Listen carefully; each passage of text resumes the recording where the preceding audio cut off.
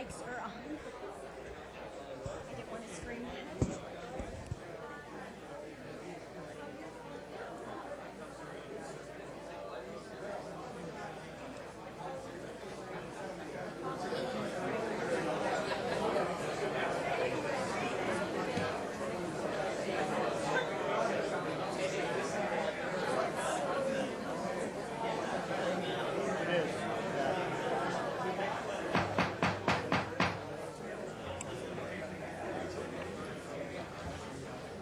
Could we please have everyone take their seat?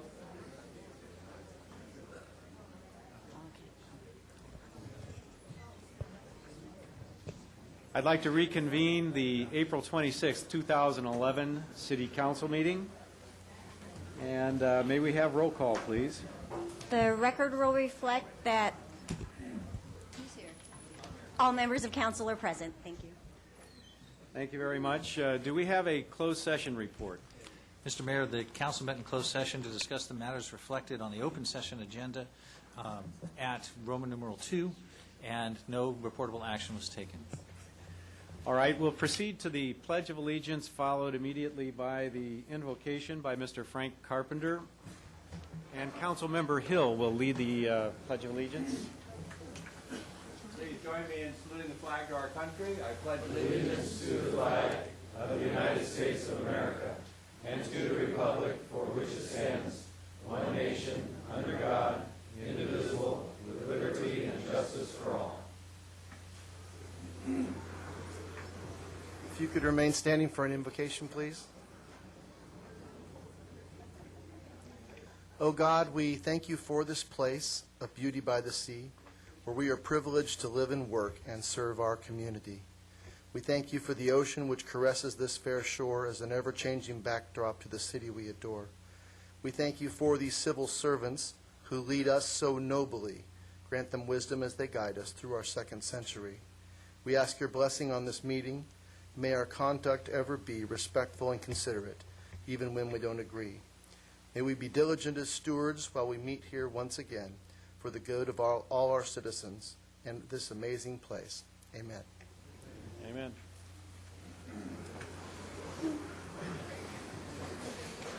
Okay, this evening we're going to lead off with a few presentations, the first of which is the Orange County Transportation Authority, a presentation of resolution of appreciation to Newport Beach.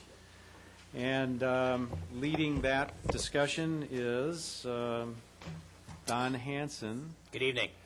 Council member from Huntington Beach. Huntington Beach. So, greeting as your neighbor, and tonight in my official capacity, I'm here to present a proclamation on behalf of the Orange County Transportation Authority.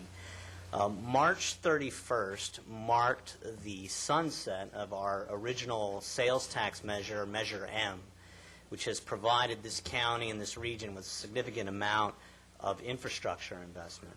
And I'm happy to report that Newport Beach was the beneficiary of over $40 million in Measure M infrastructure dollars. And that translated into projects like the Jamboree Bridge widening, MacArthur Boulevard widening, as well as the 5573 connector project. And, you know, as we are reflecting as a county on the success of that measure, we're also welcoming our new measure, Measure M2, and are hopeful to have the same amount of collaboration and leadership with cities like Newport Beach in the future to produce the same results for this new measure.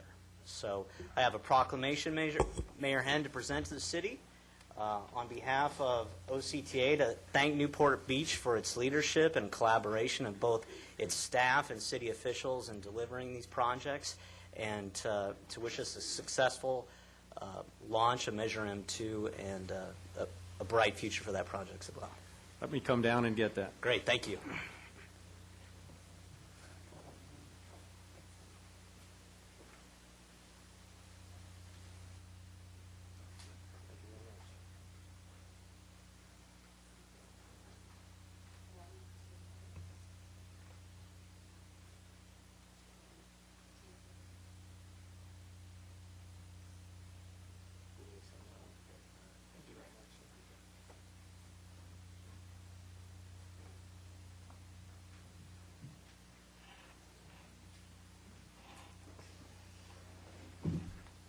Thank you very much, Don. I'm sure our city staff is lined up 3 deep with new applications for funding under the new Measure M.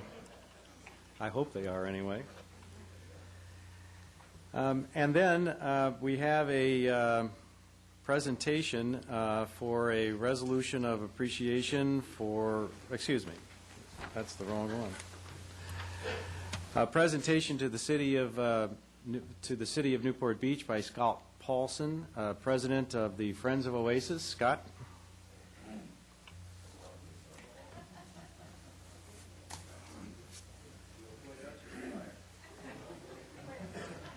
Oh, we're doubly blessed. Evelyn Hart is here, too. I'll show this off then. Now you know who twisted my arm to be up here. I am Scott Paulson. I'm president of the Friends of OASIS. We are a nonprofit dedicated to supporting our senior community by providing financial aid, volunteer support to the OASIS Senior Center. We have 1 staff employee. The rest of us are volunteers, including the board of directors, event committee members, travel department, gift shop, and greeters. Our goal is to assist in giving seniors the opportunity to live active, healthy, independent, and productive lives. This check, symbolic only because you cannot cash it. That was, it is impressive. Represents our total budget for 2010 that the Friends have spent to complement the City of Newport Beach's OASIS senior programs. We are pleased to report to you that Friends of OASIS have 5,654 members as of last Thursday, with dues at only $10 a year. That we have more than 2,000 volunteer hours donated each month, and that's really an underestimation of the hours that are contributed. In fact, between the opening in October last year and January this year, 14,000 volunteer hours have been recorded.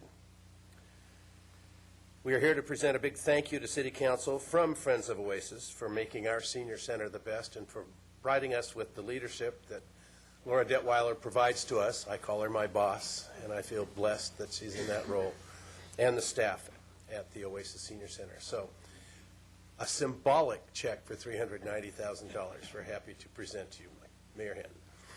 Thank you so much, Scott.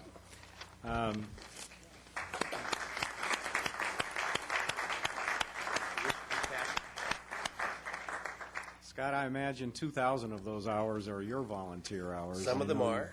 You put in a tremendous amount of work here on behalf of OASIS and on behalf of the Friends. And Evelyn, of course, your fundraising efforts have been fabulous. And so it's efforts of people like you that make OASIS the tremendous asset to this community that it is. So And thank your you so support much. is very much appreciated. I do have some board members here. I'd like them to stand so you can see that we can stay up this late and we look active and involved.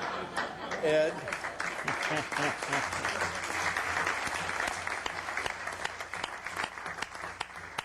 And when I finally become a senior, I can hardly wait to begin enjoying the services at OASIS. You'll have to stop dyeing your hair at that I know. point. We'll give it to you. Oh, sure.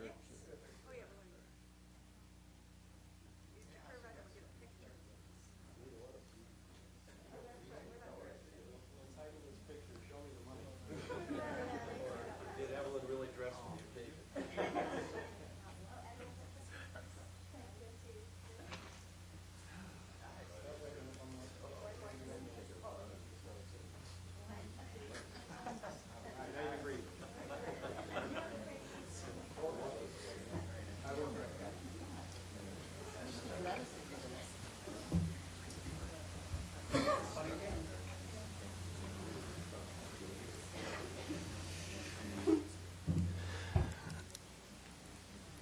Okay, and lastly tonight, we have a presentation related to the OPIS network event that took place in the city here over the last few months, which is, it was a tremendous effort here, I think, to help the small businesses in our city with a program that was offered at virtually no cost to any small business owner that wanted to participate, and very well organized by the OPIS organization. And so this evening we have Norm Bour, partner of OPISnetwork, who will present the Judi Kaminishi Award of Excellence to the particular small business owner that participated in the program and is being recognized tonight. Thank you, Mr. Mayor, and hello, fellow council people and everyone here in the city of Newport Beach. About 13 weeks ago, we had the privilege and honor of hosting an event at this wonderful OASIS Center. And by the way, we've used them 4 times over the last 4 months, and we have nothing but awesome things to say about them. But this was an effort to reach out to the business community that we all acknowledging is having some struggles. And so over the course of 13 weeks, we basically helped these businesses to understand themselves, understand their competition, and hopefully excel and reach their highest potential. And what we've done is we've created an award named after Judi Kaminishi, who was one of the partners at OPISnetwork, who passed away of cancer last September. She was the heart and she was the soul of OPISnetwork, and she epitomized honor and courage and intellect. And so we created this award, and we're giving it away to the top 4 people who won. The winner of the prize is Himebaugh, who is has a secretarial company here in Newport Beach, who did an amazing, amazing job on her presentation by showing how something as seemingly ordinary as a secretarial service truly can adapt and reinvent themselves over the course of a 4-month period. So I'm going to bring Gay up here and give her an award, followed by Micheal Fletcher, who was also a runner-up, a photographer here in Newport Beach, who did an amazing presentation. Even though he's a photographer, used hardly any photos. And so that was a little bit of an irony, but he did an amazing job.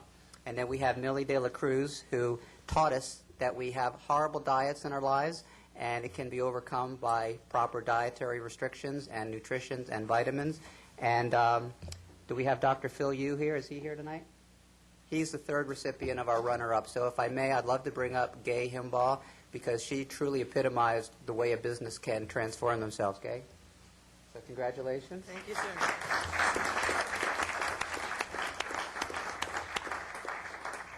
For right now, you get a certificate. A new plaque is being done with your name, and as soon as I have that ready, I'll personally deliver it to you. Thank So you very so much. And thank you to the city. I appreciate that. Our pleasure. And Michael, if you would, very quickly. Thank you so much, sir. Congratulations. This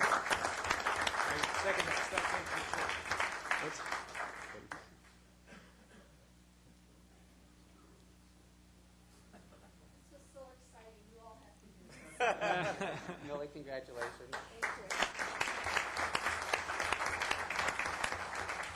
So on behalf of all the students who were not here and participated, and certainly all the partners and principals and affiliates of OPISnetwork, we thank you so much for giving us the opportunity.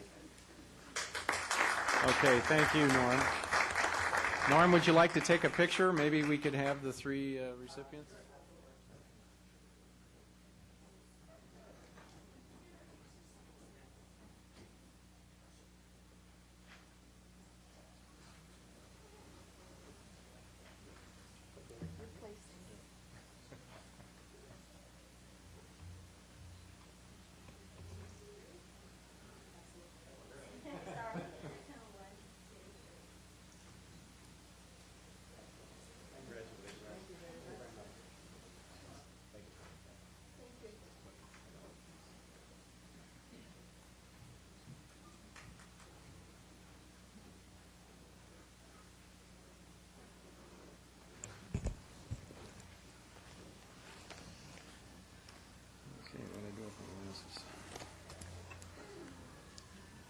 All right.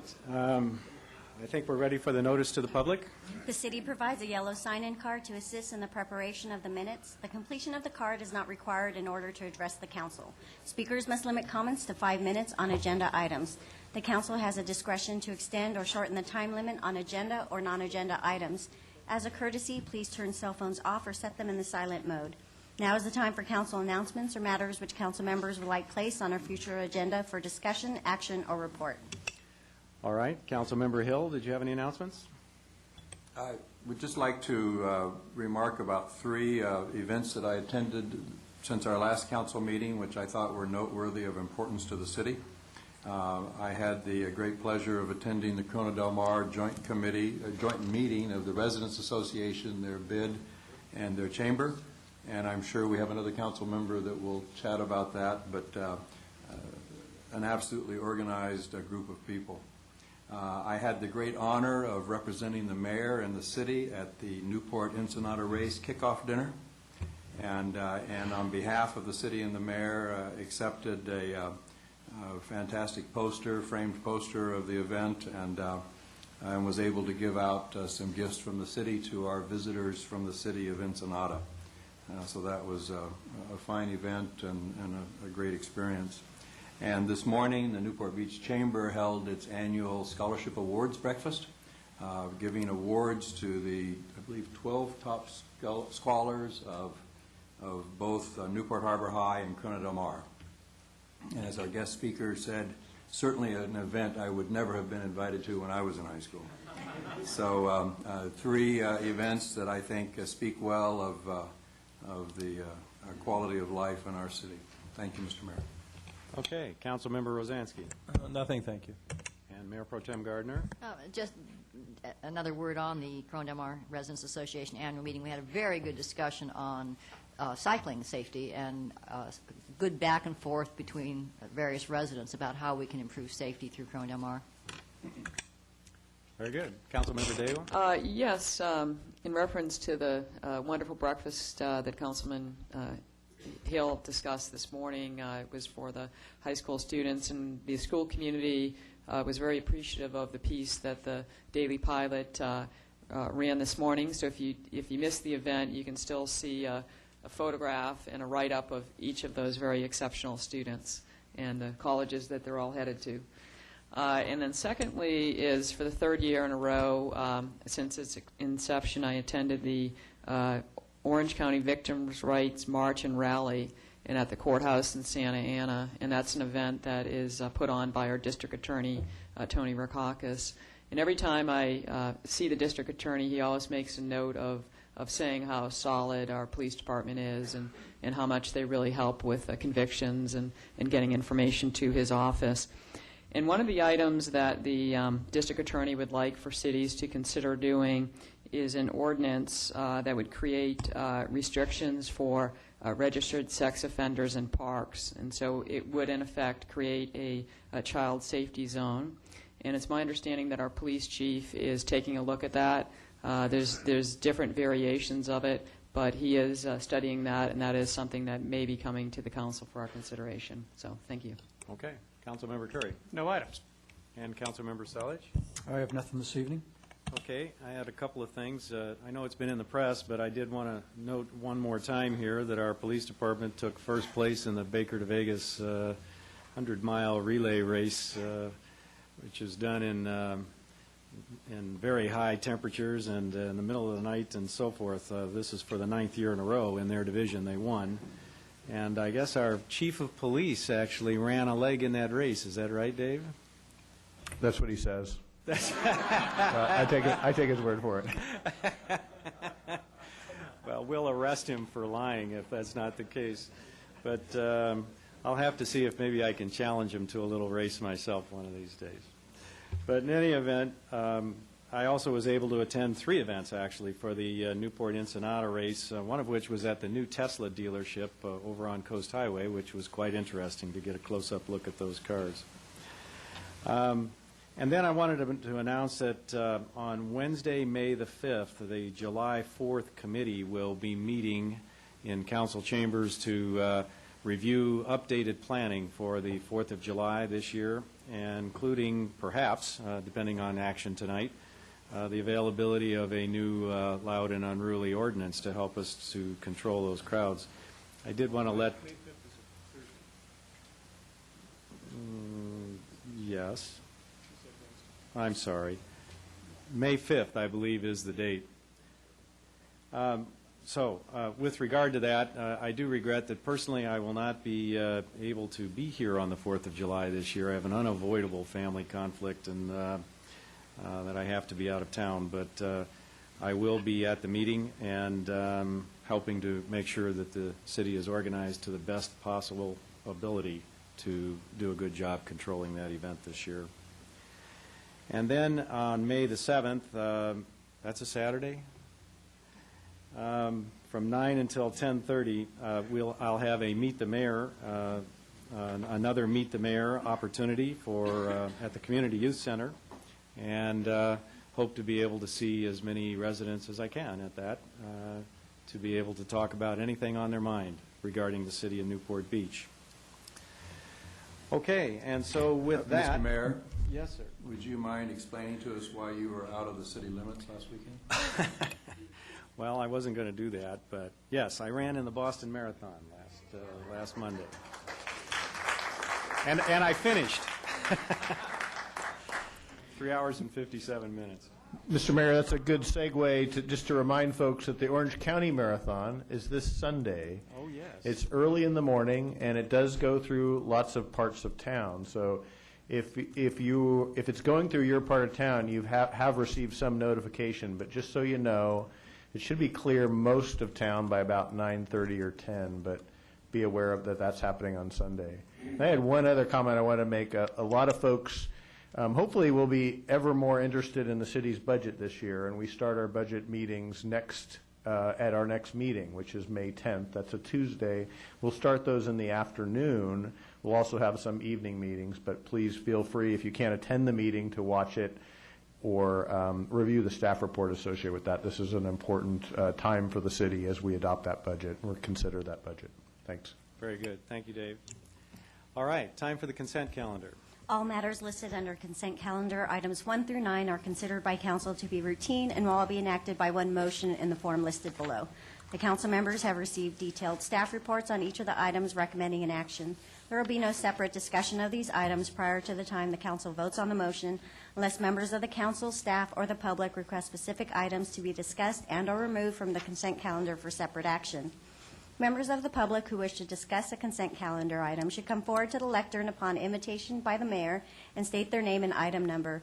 If the optional sign-in card has been completed, it should be placed in the box provided at the podium. And I just want to make one correction for the minutes. It's actually approval for April 12th, not March 22nd. Those minutes have already been approved. All right, thank you.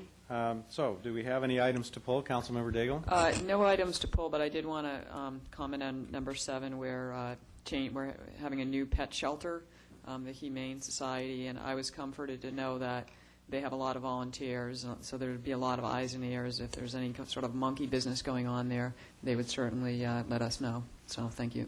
All right. Councilmember Curry. No items to pull, but I would note on item 3, we are giving support to our neighbors in the city of Irvine in their efforts to synchronize Jamboree Boulevard as it goes north from our city. And I know, for my money, certainly the most congestion that I face as a resident and driver in Newport Beach is along Jamboree, particularly in the mornings and the evenings, trying to get to the 405 and beyond. So I'm pleased with our support for this project. Councilmember Selledge. I have nothing. And Councilmember Hill. I have nothing. Councilmember Rosansky. I'll pull item 7. Number 7. All right. And Mayor Pro Tem Gardner. I have a correction to the minutes. On page 111, section 15, the first paragraph, it's something about that we were going to look to see whether there were streets we could close to vehicular traffic. I'm not trying to get tarred and feathered. That was to be closed temporarily for a cyclovia, which is a cycling event. So would you make sure that that says temporarily closed, not permanently? Thank you. All right, and I have no items to pull. Are there any members of the public that wish to pull an item from the consent calendar? So please step to the lectern. Okay. Then may I have a motion? Move items 1 through 9 with the exception of 7 and with the corrections, the 2 corrections to the minutes noted. Second. All right. Would the city clerk please read the resolution titles?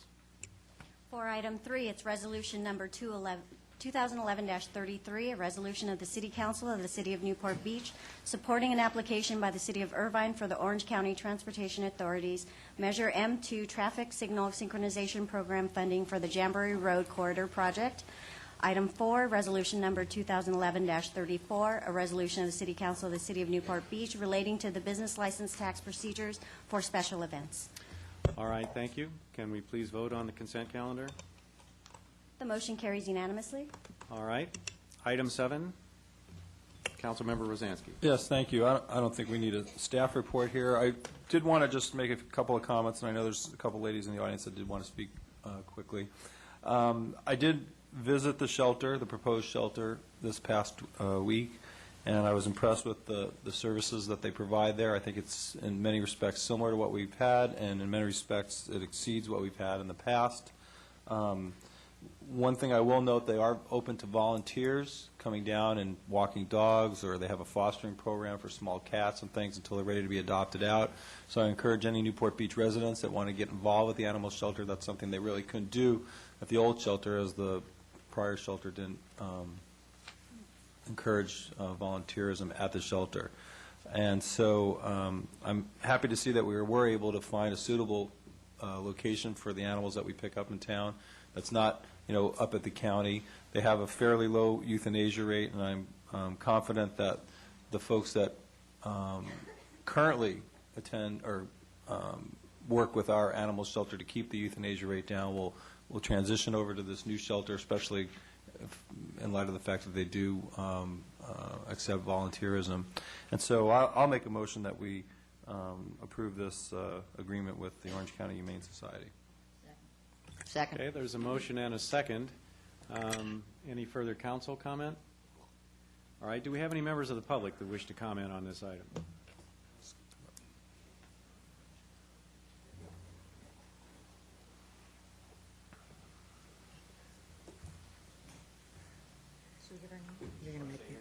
My name is Cameron Sarica. My name is Cameron Sarica, and I'm a 57-year resident of Newport. And we visited the shelter today, and I have a little problem with some of the sizes of some of the cages. They're a great deal smaller than the ones previous. And I don't think that's going to be very conducive to getting our pets adopted. Hi, Mindy Miller, and I'm with Miss Kitty's Rescue, and I am the rescue group that most often works with our Newport Beach shelter. That many of you are familiar with that situation, so we checked it out today. And I was pleased with many improvements over what we've had in the past. But the one thing that jumped out at us was that they seem to have many cages that are half the size of other cages. And we would assume that they wouldn't use those, that they would use the bigger, nicer ones. But we didn't put that verbiage, I don't think, in the contract.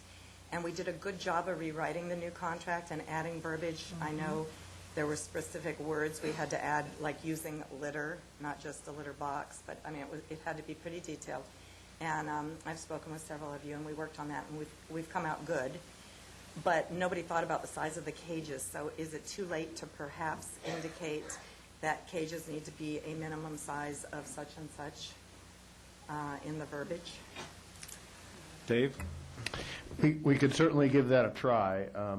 If they say no, I think we would just monitor it and hope that our animals are in the larger cages, and we'll watch that with you.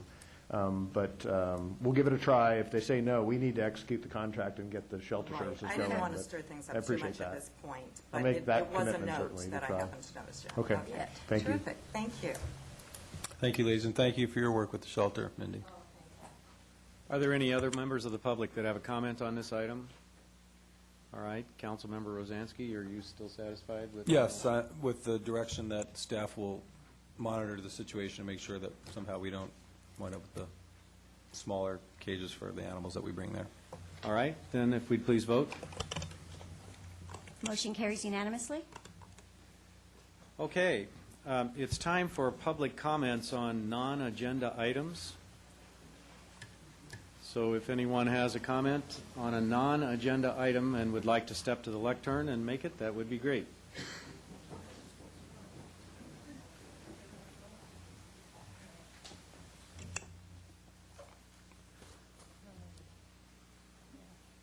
Yes, I'm Bettina Deininger, Newport Beach. Something that came up at your study session this afternoon that sort of resonated with me, and I'd like to speak to the inconsistencies of the fines and so forth that the city, in fact, several years ago when I built my house on Lido Island, one of the last things to complete was laying the carpet.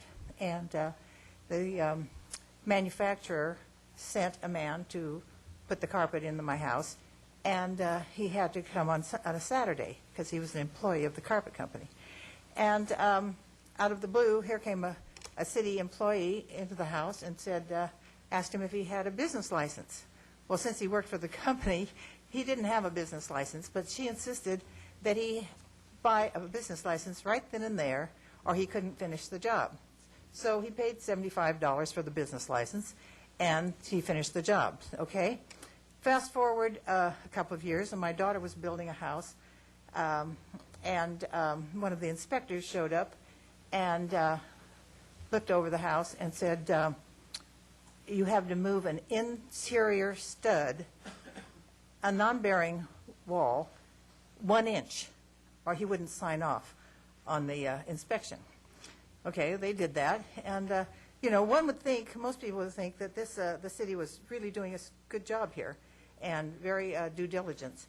But I would like you to please explain to me and the rest of Newport Beach how it is that for over 2 years, Morningside Recovery, with its headquarters in Lido Village, under your respective noses, has been operating without proper use permits, parking requirements, and business licenses. Those violations, coupled with Morningside Recovery's continued abuse of traffic and parking citations, make this operation a city nuisance, not a city business. Thank you.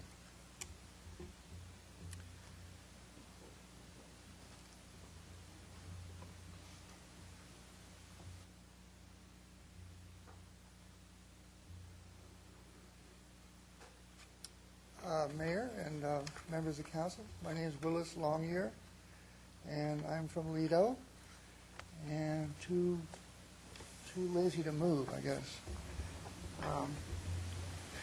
The continuing progress of Morningside Recovery to lease storefront properties, one after the other in Lido Village, for what may become known as its university, while it expands its leasing of homes on Lido to serve as some sort of a dorm village for that university, is enough to keep a person awake some nights.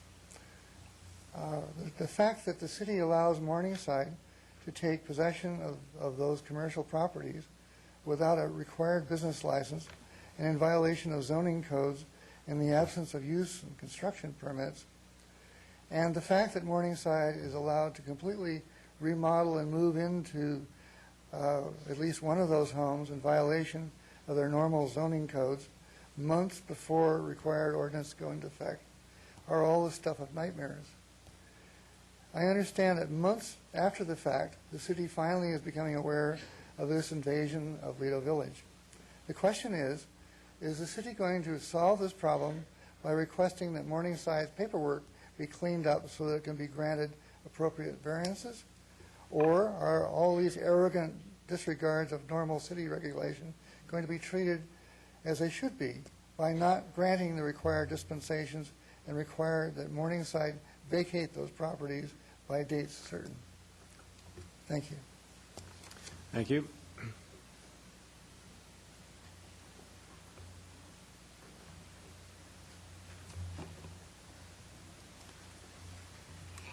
Denise Oberman. I also sat in earlier on the study session that the city had, and commendably, the city and the staff and the council did reaffirm its commitment to enforcement of ordinances, and that is good. That's as it should be, and the citizens of this community, I know, appreciate that. To the point of what Mayor Hann at that session had asked the question, posed the question, what happens with he said property owner, and I would say property owner or business owner, business operator, who demonstrates repeated disregard and open disrespect for compliance with the local ordinances. I believe the term that was used was someone that could be called a scofflaw. And then there was some discussion that continued. I apologize to the council for being redundant, but I'm stating this for the benefit the public that may not have had the opportunity to listen in at that session. So then there was some discussion as to what happens in the progression of activity, both in policy and procedure and practice, as far as some property owner, business operator that just continues repeatedly, consistently, perpetually to disregard and to violate, quite honestly, the codes and regulations of the city. it never did get to the point of a clarity of response with regard to cease and desist or abatement, even though just prior to that the city had mentioned, and we appreciate the fact, that a medical marijuana business was discovered in Santa Ana Heights and was promptly closed down. So we ask, why is it so difficult for the city to deal with Morningside recovery? We know there's been the banter of various legal claims, but way back when, Morningside, ever since it's operated in Newport Beach, has demonstrated factually its blatant disregard for city ordinances. It decided to ignore the city moratorium. It's opened uses in residential and commercial areas without the required permits that would apply to its uses. There's been hazardous driving, and we know that the city cares about the neighborhood integrity, and we'd like to believe that the council is committed to that. We also know that the city council is committed to the revitalization of Lido Village. Well, I will tell you, even that if you do not feel that this matter is important and critical to preserving neighborhood integrity in the Peninsula and Lido coastal zone, it does matter to the economic revitalization of Lido Village. I had somebody that is a world-class hotel operator that is very interested in Lido Village. And I walked through with these people on a Sunday. Well, what they saw Morningside Recovery, Morningside Recovery, Morningside Recovery offices, vacant spaces, and people loitering and smoking. And they walked away and said, we really like this area. This should be a world-class destination, but this situation looks like a non-starter to us. So we implore council, please act, cease and desist, generate abatement, and the community is behind you. Thank you. Thank you. Any other comments this evening? Non-agenda items? Okay. I think it's probably worthwhile to take a minute and at least summarize with regard to this Morningside issue in Lido Marina Village. The city is moving forward with notices of violation and follow-up on that. So, David, would you like to comment on that? Yes, Mr. Mayor. The city and its planning department, the code enforcement, as well as the office of the city attorney, have reviewed the issues that exist with respect to Morningside's use in Lido Marina Village. Notices have gone out to Morningside with respect to issues related to the improper use of some of those facilities. Morningside has responded, and we'll be following up and continuing with our review and enforcement activities on that issue. We're also proceeding forward with the enforcement of the zoning agreement and bringing issues forward and taking action with respect to Morningside. Pursuant to our discussions as to these particular situations and others for that matter, the city is reviewing the issues, or the staff is reviewing the issues for increasing the intensity of code enforcement in certain situations where we're not obtaining compliance within a timely fashion. The city is to follow its own practices and not treat people differently, but when you have situations where potential recalcitrance is reflected, we need an appropriate tool in order to address that. All of that is being reviewed, and we will proceed forward and keep the council and the community informed.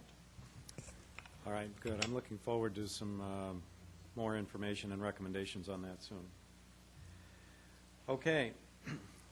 Then it's time for oral reports from city council members on committee activities. Councilmember Daigle. Yes, our Citizens Aviation Committee meeting met yesterday, and we went over the various noise monitoring locations in the city, and certainly people have increasing awareness about our upcoming negotiation of the settlement agreement. And next week, I chair this particular committee. I'm looking forward to visiting the San Francisco Airport Roundtable.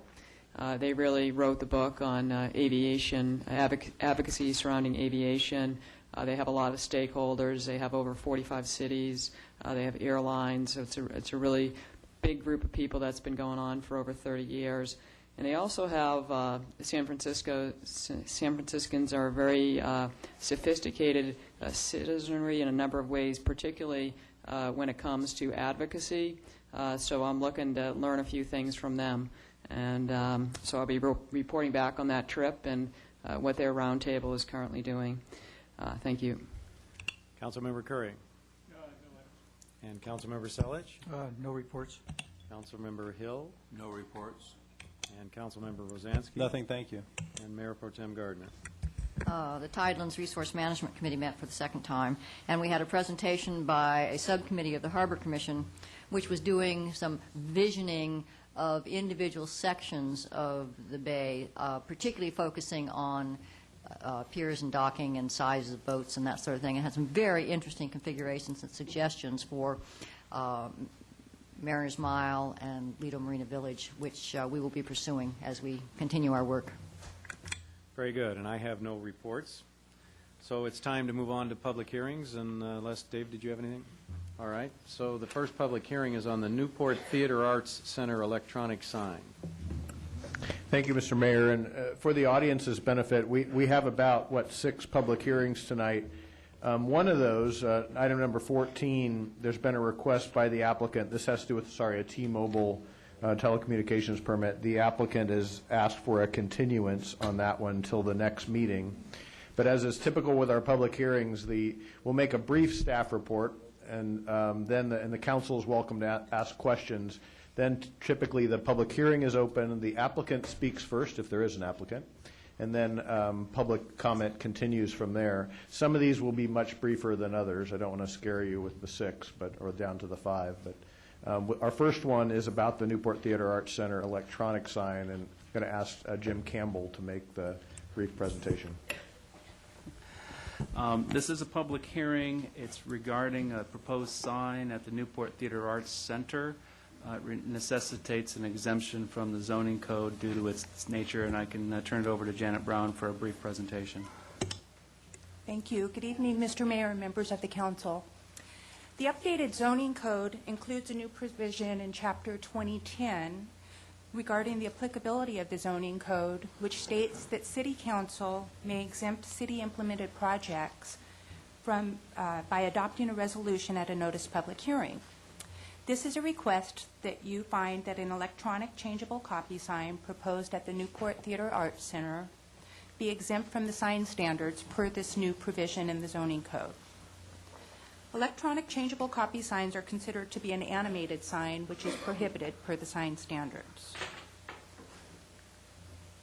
The Newport Theater Arts Center is located here at 2501 Cliff Drive, and it's owned by the city and managed through a written management agreement between the city and the Friends of the Newport Theater Arts Center. The management agreement sets forth the terms by which the property is to be managed and maintained, and per the agreement, the city is required to perform routine maintenance and repairs, including but not limited to the on-site signage. The Recreation Services Department received a contact from the Friends of the Newport Theater Arts Center informing us that the existing marquee sign is in need of renovation because the internal illuminated components are broken and in disrepair. The existing sign is here on the right here. And the Friends of the Theater Arts Center are requesting that the existing sign face, which is manually changed, be replaced with an electronic changeable copy sign shown here on the left side. At its meeting on April 5th, the Parks, Beaches, and Recreation Commission reviewed the request and voted unanimously to recommend that City Council grant the exemption and approve the new sign as proposed. Facts in support of the exemption have been provided in the staff report and the draft resolution, and staff recommends that City Council adopt the resolution granting an exemption of the sign standards and approve the installation of the new sign as proposed at the theater. And that concludes my presentation. Thank you, Janet. Councilman Selich. I just have a question. Why are we reviewing this sign and we didn't review the one at OASIS? Is there a difference between the two?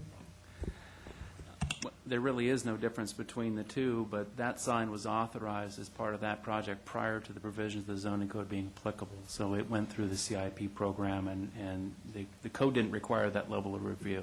The city basically approved it, in essence, authorizing it to be exempt from the sign So we code. changed the code. We changed the code Thank that you. necessitates this review. All right, Councilman Rosansky. Yes, well, I'll just say that I'm going to make a motion to conduct the hearing and adopt the resolution. You know, this little theater here, for those folks of you who haven't been there, is a little jewel here in the city of Newport Beach. The facility is owned by the city, but the operation is entirely run by the volunteers there. They don't ask the city for money. They've upgraded the facility over the years. I've kicked in a little bit of my city council money from time to time, my discretionary fund, to help them out. But generally, you know, they have packed sellout shows. I think they offer like 10 or 12 shows a year. How many shows, Ray? 7, sorry. 7 different shows a year. And, you know, this is a perfect example of, you know, the community getting behind a program and a facility that I, you know, would hope would spread all over town. So I'm more than happy to support this and make the motion. All right, so we have a motion and a second. I think we need to open the public hearing. But do you want to go ahead and read the title now, since a motion and second has been made? Certainly. If it's Resolution Number 2011-35, a resolution of the City Council of the City of Newport Beach granting an exemption of the sign standards of Chapter 20.42 of the Newport Beach Municipal Code to allow an electronic changeable copy sign at the Newport Theater Arts Center located at 2510 Cliff Drive. Okay, very good. Well, we'll open the public hearing. Does anyone wish to make a comment? Okay. In that event, I'll bring it back to council, and if there's no further discussion, please vote. The motion carries unanimously. Very good. All right, the next item on the agenda is a public hearing for the Community Development Block Grant Fiscal Year 2011-12 Action Plan. Do we have a staff report? Mayor and members of the council, this is a public hearing to, in essence, approve the action plan, which is really a grant application to HUD for the block grant. We do this on a yearly basis. So we have a consultant here who can provide you with a bit more of the details of the action plan. But in essence, we have approximately $385,000 out of this grant. 15% of it would be spent for public service agencies, and they're listed in the staff report. We have money set aside for administration. The largest component of that budget would be to repay the Section 108 grant loan program that was established back in 2003 that funded the improvements in Balboa Village. And there would be a little small bit left over to do some ADA improvements at streets within the city. As I said, Clint Whited is here to provide any additional background information you may need. It is a public hearing, and staff and Clint are here to answer any questions if you have any. Okay, Councilmember Gardner. I noticed that the administration fee is about 17%. Is that good, bad? I mean, I know with nonprofits you try to keep it around 15%, so 17 seems like it's ballpark, but for this kind of program? Statute limits it at 20% Okay, so under we're HUD under regulations, and that's to be shared also with fair housing because the city is required to fund an organization to enforce the Fair Housing Act. Okay, Councilmember Daigle. With regards to the 20% admin, is staff also an eligible expense? I believe it is. Yes. Okay. And when is the last time, sort of given our current environment now of, you know, introducing competition in various areas, have we gone out to look at consultants?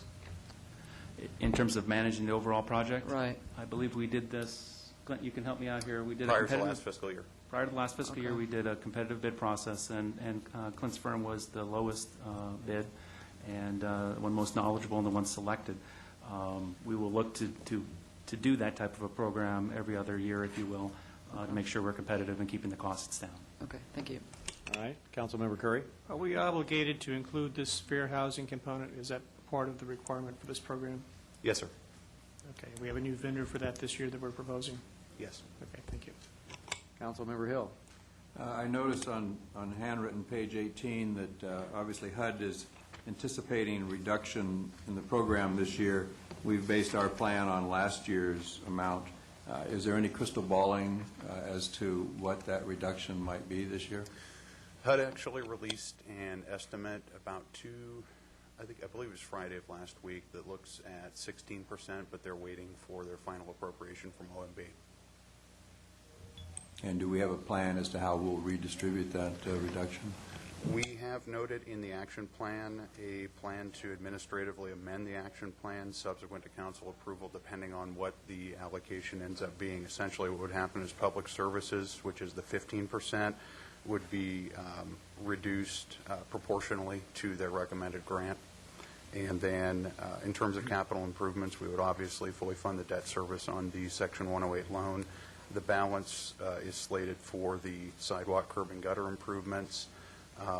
And then the utility assessment district grant program received $65,000 last year. To date, we have not spent any of those funds. Okay. Thank you.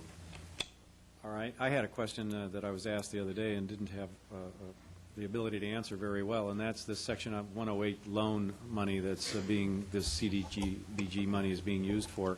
How is it that the repayment of that loan qualifies under the CDBG funding? It's an alphabet soup, sir. It is qualified for repayment because the project that we took out the loan to assist was qualified as a low and moderate income area benefit. Essentially, Newport Beach is what HUD terms an exception grantee, which is to say that none of our census block groups are 51% or more low and moderate income based on the AMI for Orange County. There's an analysis that they perform, and I believe that any block group in Newport Beach that's 31% or more low mod would qualify as a low and moderate area. And at the time of that project, we were able to qualify Balboa Village under that criteria, take out the loan, and make those improvements. So the improvements to sidewalks and so forth, although not a direct benefit to low-income housing, there was an indirect relationship that was allowable under the terms of the block grant. That's correct. And we also had narrative in our application for that loan for economic development, job creation, although HUD is not holding us to those particular performance indicators because we were able to qualify it on area benefit. Okay. Any other, Councilmember Daigle? And then should Congress eliminate block grants, then the loan is forgiven? That part is unclear to me. I had heard that, I've actually heard two things from HUD reps, one that it was forgiven and the other that it was not. It's always been my understanding that the city would still be on the hook for that loan because the loan was actually sold to the Bank of New York Mellon by HUD. So we have a private investor that funded our loan. Okay. On that happy note, any further council questions? Then we'll open the public hearing for anyone that would care to make a comment on this. Do we have anyone who wishes to comment on this agenda item? Seeing none, we'll bring it back to council for a motion. Move the action. So Councilmember Rosanzi, and a second. Would you please read the title, Madam Clerk? Resolution number 2011-36, a resolution of the City Council of the City of Newport Beach approving the annual action plan, which is part of the consolidated plan, and the projected use of community development block grant for fiscal year 2011-2012, and superseding all previous resolutions which are inconsistent therewith. Okay, in the absence of further discussion, please vote. The motion carries unanimously. All right, agenda item number 12. This has to do with the 2010-15 regional analysis of impediments to fair housing choice. Mayor and City Council, this is an analysis that's required pursuant to our receipt of block grant funds. It necessitates an analysis of impediments to fair housing choice. We have chosen to do a regional analysis. It's a multi-year document. In that document, it outlines various techniques to eliminate impediments to fair housing choice. It does require it to be adopted by the agency, the City Council this evening. It is a public hearing. Mr. Whited is here also if you have any additional questions specific to that plan. Okay. Councilmember Rosanski. I don't have any questions. I'd just like to move that action. Second. Okay, we have a motion and a second. Any further council discussion? All right, then let's open the public hearing on this item. Anyone from the public wishing to make a comment on item number 12?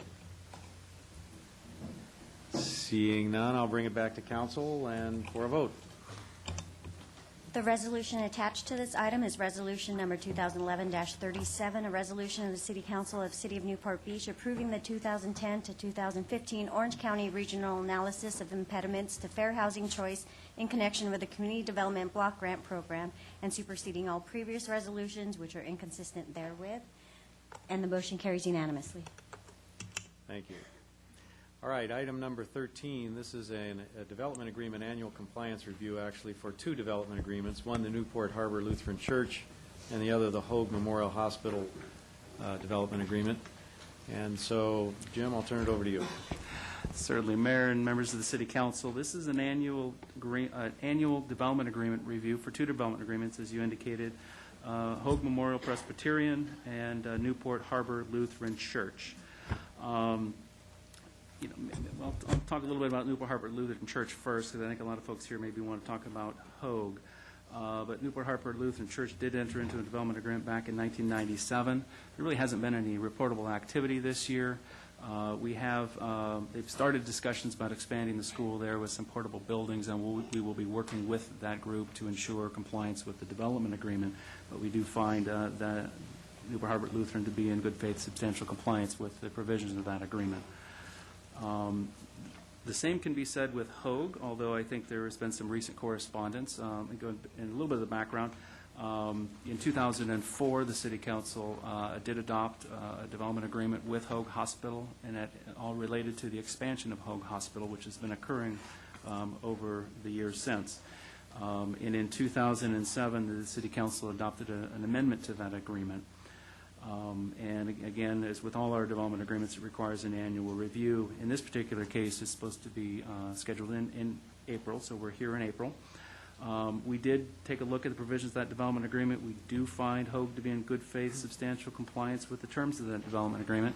And we did receive some correspondence from Himebaugh Homeowners Association, in essence commenting on at least their belief that the lighting of the lower campus does not comply with applicable provisions and the landscaping of the lower campus parking lot, as well as some landscaping on the cogeneration facility. I would submit for the record that the lighting plan was looked at back in 2007 with the adoption of the amendment. I looked at it personally. We did review photometrics. We did review nighttime compliance review. I went out personally and took a look at it, and at 2007, it was in compliance, and there has been no changed circumstances, and we still believe it to be in compliance, so we don't believe that to be a substantive issue. As it relates to landscaping, I think in the correspondence you'll find some pictures of trees that are missing some leaves, and I didn't notice that the tree was dead, but I do notice that those pictures may have been taken in the wintertime. And I think those trees, the leaves on those trees had fallen. Now, the development agreement actually, let me back up, the planned community text does require some landscaping, some trees to be planted in the lower campus parking lot. And those trees were planted in compliance with that. And I think the difference here is I think the letter indicates a canopy tree. Well, those trees do have canopies. They lose their leaves in the wintertime. It doesn't necessitate a particular species, an evergreen tree. In our opinion, Hoag has complied in good faith with that. The other area of landscaping was there was a trellis with a green screen to be planted on the side of the cogeneration facility, and some of those vines just really haven't taken to that. And I've spoken with Hoag, and they are going to look at that question and replant those vines and do what steps it takes to get them to cling to that trellis. A variety of other things occurred during the year. They did complete the sound wall. You've seen that, I'm sure, if you've driven that back area. Hoag has enclosed the portions of the loading dock area that were required to enclose. It was subject to the discussion of last September. Hoag has also completed the window replacement program for Himebaugh. So some of the highlights that were accomplishments this year. Hoag has not applied for any major improvements this year, so there are no new projects on the horizon. After our review, we do find that Hoag is in good faith, substantial compliance with the terms of the development agreement, and that concludes the report. Mr. Garcia and I are available for any questions that you may have. Council questions? No, I have one. Councilmember Gardner? On the letter dated April 22nd from Jackson Yes. we just got today, which is never very helpful to get at the last minute like this. But on page 2, number 2, Hogue has failed to shroud the lower campus lighting. The claim that it's shining right into Villa Balboa. And your feeling is that it is shrouded or it does meet the requirements? In my opinion, it does. It doesn't require them to be, I mean, unless one of them is out of alignment and is facing up, they're all facing directly down onto the parking surface, and so from that elevated vantage point, you can't see them, so I'm not really sure what they're talking about. There was one light on the cogeneration facility that was on a motion sensor on that back road, which possibly would shed some light. I didn't see that light on when I went out and took a look at it. If it's not on its motion sensor, or if it's broken, and if it's on 24 hours a day, that's the only light that I could even consider that might be shining directly up. Maybe the testimony can reflect. So the lights, it looks like, from my view of the light fixture, this is dark, this part of it's dark or shaded or something, so the light's here. We don't have light coming up this way or this way. That's my understanding of them, and that's what I experienced when I went out and took a look at it myself. We also had code enforcement review and take a look at the lighting. They're not facing upward and back. So if you're standing under the light and look up underneath it like you look at these lights here, you'll obviously see it, but that's not the vantage point of Villa Balboa. And obviously you need to have the lights pointed down onto the surface in order to provide that light. Now, maybe what they're looking at is the glare that comes off of the reflected surface. Obviously, the light hits the ground and will reflect off of the parking lot, off of the cars, off of the landscaping.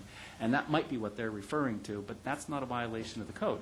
Yeah, it seems to me that last year we were discussing the lights as well. And Yes. I think there had been some changes made. There were going to be some changes made in terms of kind of lighting, light bulbs or something like that. Is that correct? It's a year is a long time to remember something, a detail like that. Actually, that discussion occurred back in 2007, and originally when Hogue put in the lighting down there, they were using a metal halide light, a very white light like we're seeing here today, similar to what we're seeing here today, and it was very bright. And what we wanted them to do is to change out those lighting fixtures to a high-pressure sodium light, which is that more amber light that you see on a lot of the street lights.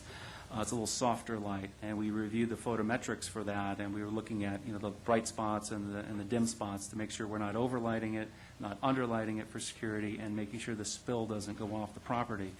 I reviewed those plans personally, and I found them to be in full compliance with our standards as well as the mitigation measures of the EIR. So that change was made? That change was made back in 2007.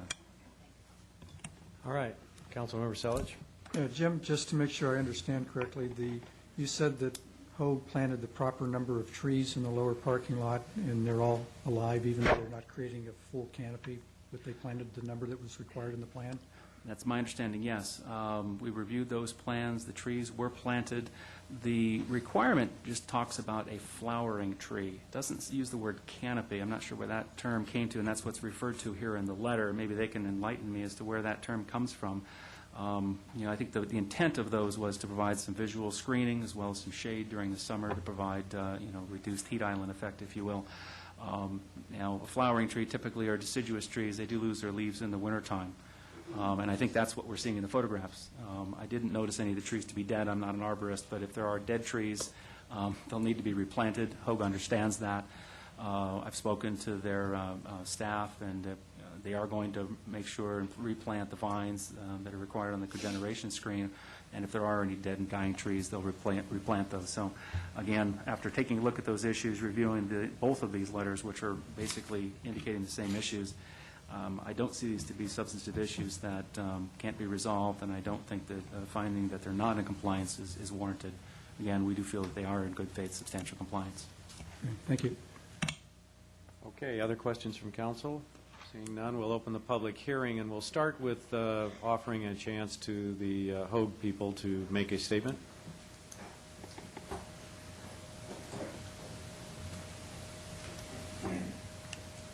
Good evening, Mr. Mayor, members of the council.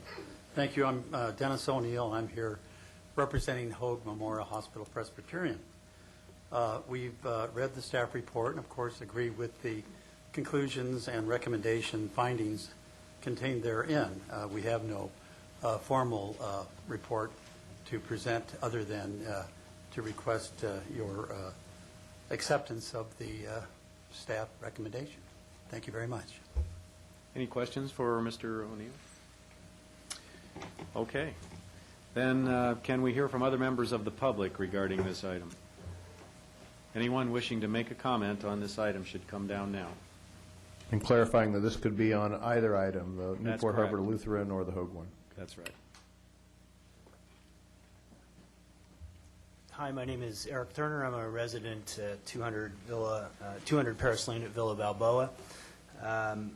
I'd like to thank the City Council for conducting these hearings and would like at this time to draw council members' attention to three key problems with the sound testing related to the cogen plant.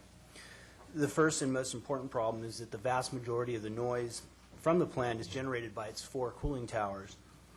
Since the 4 towers can all be in operation at the same time, noise testing for compliance purposes should, I believe, be conducted when all 4 towers are actually running. However, the report from RS Acoustic indicates that only 2 of the towers were in use at the time that the tests were done. For this reason, it is not possible to determine from the report whether the plant truly operates within the limits imposed by the city's noise code. Second issue is with regard to the location of the sound tests. The report notes that testing was done in a single location directly adjacent to the 200 Paris Lane building. At this location, separate noise samples were taken at 2 different heights, 4 feet and 20 feet, which according to the report were supposed to correspond with the 1st and 3rd floor residential units of the 3-story building. The report notes that testing at the 3rd floor level is important because higher units have a more direct line of sight with the plant and are less shielded from noise emanating from the cooling towers. This reasoning is supported by the test results themselves, which show higher noise levels at the 20-foot level rather than the 4-foot level. It's worth noting that the sound levels recorded at the 20-foot level were barely below code limits. There are some issues with the site selection and the height of the sound test that I'd like to point out to you. The first is that since the 200 Paris Lane building is 280 feet in length and has approximately 20 separate residential units which face the cogen plant, some at different orientations, one test site cannot possibly provide a representative sample of cooling tower noise impacting residents. Second, the report states that placing a testing microphone at 20 feet above the adjacent walkway captures noise experienced by residents on the 3rd floor. However, this is not correct. At 20 feet, the microphone is actually about 2 feet below the floor level of the 3rd floor units. If the proper test height was deemed to be ear level for an average-sized person standing in a 3rd floor unit, then the height of the microphone would need to be about 40% higher than the 20-foot level actually measured in the tests. The third problem relates to the variability of environmental conditions at the test site. Specifically, sound transmission from the cooling towers and to the residences is significantly impacted by prevailing winds. When winds are blowing onshore, as they normally are, sound tends to be carried more noticeably from the plant to the residents. If testing occurs on a day with offshore breezes, then realistic noise testing is probably not possible. And while I'm not sure what conditions prevailed on the day the tests were done, my concern is that testing on a single day increases the chance that measurements will be impacted by unusual wind conditions. For the above reasons, I submit the sound testing conducted by RS Acoustics for purposes of this annual review does not prove compliance with the requirements of the development agreement and should be repeated. As part of a repeat test, I would respectfully request that the following 4 conditions would be met. Number 1, that the plant operational staff should be asked to spin up all 4 cooling towers to full capacity shortly before noise measurements are taken. 2, given the size of the 200 Paris Lane building, that 3 locations adjacent to the building should be tested instead of 1. I recommend and would ask that at least one of the test sites be at the east end of the building, which, by the way, is closer to where I live. 3, the lower and upper tests should be conducted at heights approximating ear level for 1st and 3rd floor residents. At the location where the tests were conducted by RS Acoustics, this would correspond with heights of approximately 8 feet and 28 feet rather than 4 feet and 20 feet. And lastly, if possible, if the testing be conducted on more than one day to ensure that results are not impacted by unusual offshore wind conditions. Thank you. Okay, thank you. Next, please. Hi, Barbara Batson, Forekeep Andover, Newport Beach, Castaways, living next door to the Lutheran Church and probably the only house that this would affect. I've been there for 10 years and have enjoyed being near the church and the preschool right there. I knew there was a preschool, and I enjoy the noise of the children. I visited the church asking to see what they're planning to do and was told that they are going to build classrooms, but they assured me that tonight I would be shown what that was. I still have no idea what they're planning to do. Right where they're planning to build or bring in these buildings, that is right up against my kitchen, family room, and all the bedrooms in the house. So I am very concerned about what they're planning to do and am wondering when I'm going to find out what that might be. Thank you. I realize now that I did not give a chance for the Lutheran Church people to make a presentation. Is there someone from the church here? Would you care to go ahead and address that?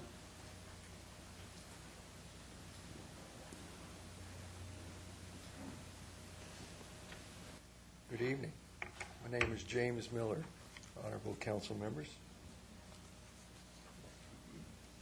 I'm not on the school planning board, so I can't answer all your questions.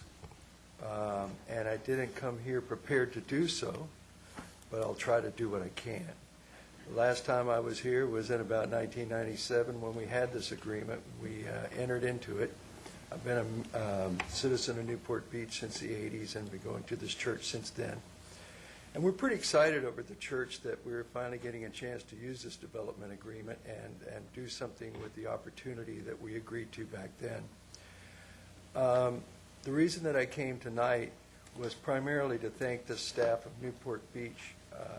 We've been up against kind of a difficult timeline trying to get ready for a new school year to provide expanded services. You know, it's a tough time for California students, and seems like a good time to give them another place to go to school where they may not have impacted classrooms. And the staff has really been helpful to us in trying to move this along. We have an excellent project manager. One issue tangentially, I think, was that we're kind of snagged a little bit, and I think even Councilmember Hill was supposed to be helping with this. I heard that there's supposed to be a fee waiver for this development. So that's why I came to talk tonight to thank the staff for how it is moving it along, to make the council aware we're trying to get something done and in place by September. And so we're a little nervous about it, and I promised some of my church members that I would come down here and just speak my piece about it. Now, let me just assure Barbara that we'd be more than willing to sit down and talk with her and see what we could do to try to make sure that this doesn't impact her any more than necessary. I mean, let's face it, we're going to try to add some more kids coming onto our campus. We feel we have a mission, we feel we have a need, and we're going to try to do that, but we're really looking out first of all to try to see that we can provide some opportunities for these children. That seems to be our calling. We don't want to step on anybody's toes. I think that certainly this agreement was there before Castaways was built. That was how it happened. It was anticipated and envisioned back then by the church and the council. So nevertheless, these are real people, and they have real issues. We are putting portables in. The staff has helped us with this temporary plan. We do plan to develop a building. It's going to take some time. First, we need to see if the school's going to work. We feel it will, but you don't know that. And so for now, we're going to put 3 portables in. 2 of them will house new children, assuming we can get them in place, and we're going to have and we're going to be able to publicize this opportunity and actually get people to come down and want to go to our school. We feel we have an excellent opportunity because people are delighted with our preschool. I don't know what else to say beyond that, other than the fact that Barbara should come back and talk to us again, or anybody else that has a problem. Can I suggest that you get her contact information and perhaps just set up a time to do that? Also, what's the city procedure? I mean, what's the timeline, and when will there? Yeah, I'll let Jim speak to that, and that will help answer the question that Rush Hill did pass along to me, and I did not pass along the answer back to you, so I apologize to you and to Mr. Hill. Mr. Hill was very diligent about getting that answer. So I think Jim has the latest on that. And then maybe speak briefly about the building permit process. I think that Mayor Pro Tem Gardner's issue. Any other questions for me? Thank you very much. Mayor, members of the council, what I'll start with is really what the development agreement talked about and what they can do. I'll do it briefly. They basically can build a 40,000 square foot building. It also gives them the right and ability to put in portable temporary buildings in the lawn area behind the sanctuary, as well as to the west of the sanctuary. They can also do some temporary buildings in the parking lot area. And so what we will do is we will work with the church officials to implement a plan consistent with the development agreement. In terms of the fees, the development agreement does provide a provision that talks about waiving of applicable fees if the city is the beneficiary of the fee and it has the authority to do so. That's kind of interesting language, but how I read that is that we would be able to waive some of these fees. And I know that's been a question that was passed on Mr. Hill and Mr. Kiff. We'll take a look at that language and make sure that we implement this language consistently so that we're adhering to the development agreement. But we'll work with the church, and we do hope that they work with their neighbors as well and be happy to share what information we have. We don't have a site plan as to how they plan to put in these portables. And when you did, what would be the process to review the site plan, just for the public's edification? Typically, if we look at this as a general project under the municipal code, it would be a minor use permit, would require a hearing process. I'm not familiar with the process of this to know if they're allowed just by right or by, it does talk about having the vested right to install these, consistent with general regulations. So I think those general regulations, zoning regulations, would be applicable as long as it doesn't interfere with their ability to install the coaches. So it might provide a public forum to discuss it, and I don't think it would inhibit them as long as we approved something consistent with the development agreement. So we can use that process. I do also want to add that the general regulations would require, at the minimum, a limited term permit, and if it's more than 90-day installation, then it will require public notice and a public hearing. So all the property owners within 300 feet of the property will be notified of the project. Mayor Pro Tem Gardner? Also, can she use like the Quest system to be notified of things going on with that property? Yes, but I think if she lives adjacent to the parking lot, she's So you within get it 300 anyway? feet, she's going to get a notice. Okay. If not, we'll take her contact information, make sure she's on the list. So you will get notice as things progress. Okay. Other public comment regarding either the church or the hospital?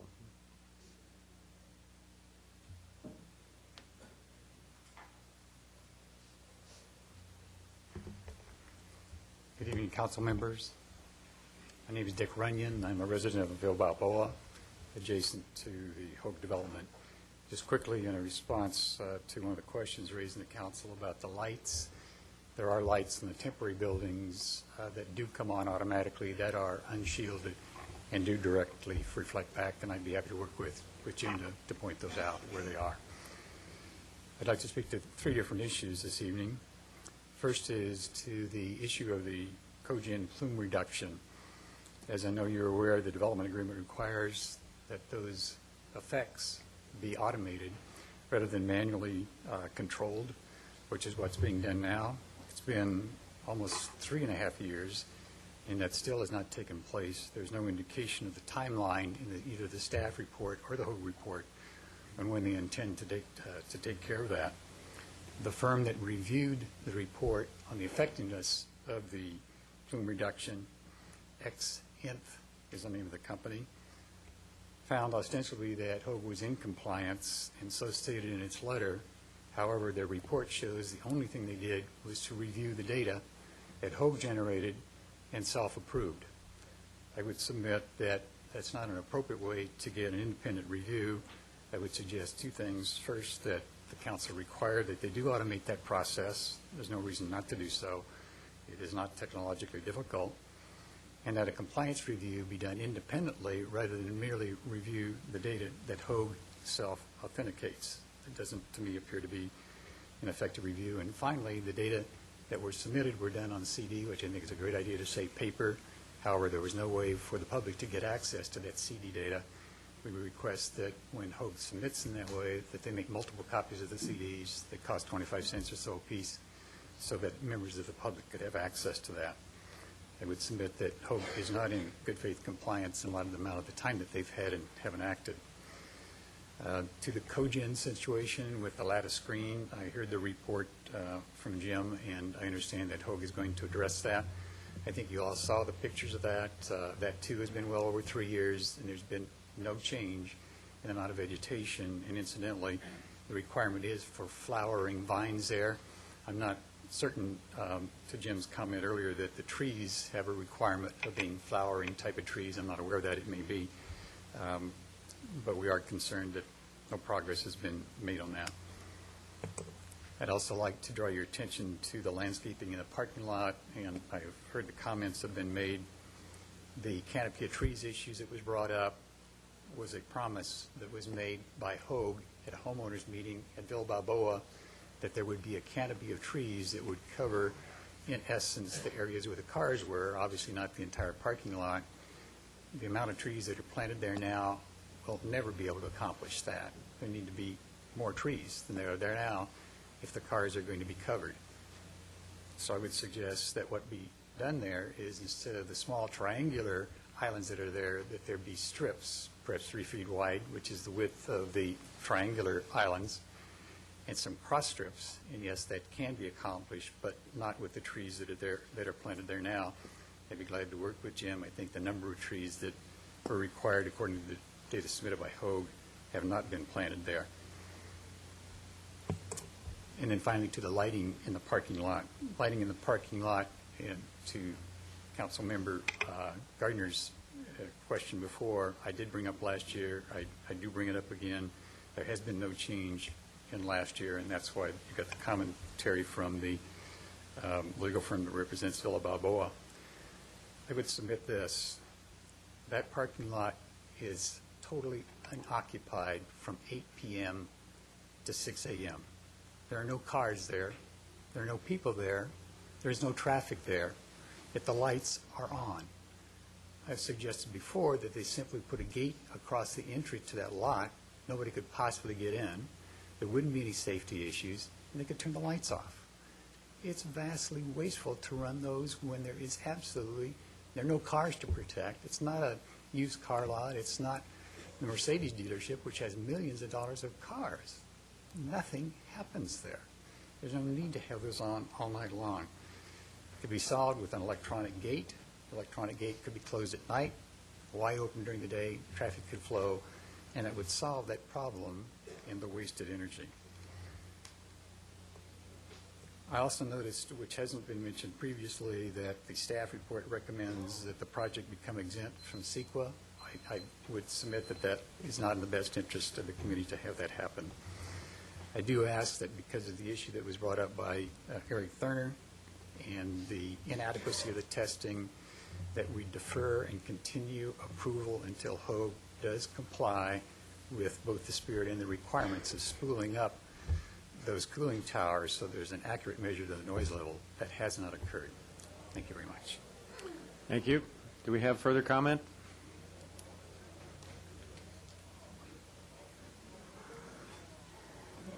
Jim Mosher, I just had one really quick comment about the Hogue report.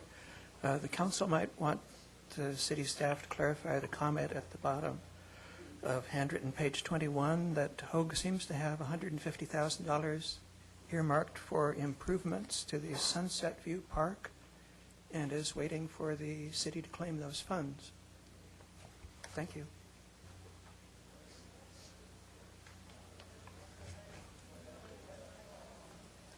Good evening, Mayor and members of the council. My name is Nancy Knight, and I'm a 10-year resident at Himebaugh, also vice president of the board of directors. When Himebaugh was built, only 2 of the units abutted Hogue Hospital, the 260 and 280 Cagney buildings, and the hospital was less than half the size it is now. The new sound wall and double pane windows resulting from the development agreement have gone a long way toward ameliorating the noise problems created by the loading docks.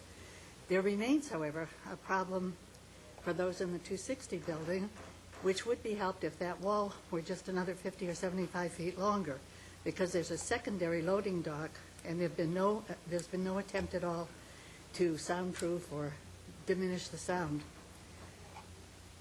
I want the council to be aware that there still is a serious sound problem. With respect to the lower campus, it's clear that Hoag is not in compliance with the development agreement. We know from our attorney's correspondence that the lower campus lighting does not meet the requirements. The trellis is bare and has nothing planted on it, and the tree cover is completely inadequate. Those pictures were not taken in the dead of winter. They were taken within the last 10 days. And these are puny trees that are not ever going to shield the view of residents or those who are walking along the Sunset View Park from the not only the view of the cars parked, but also the fumes and emissions generated.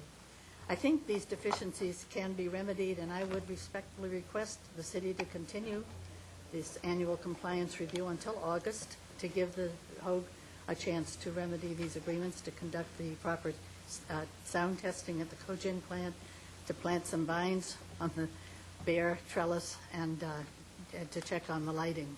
Thank you. Okay, further comments?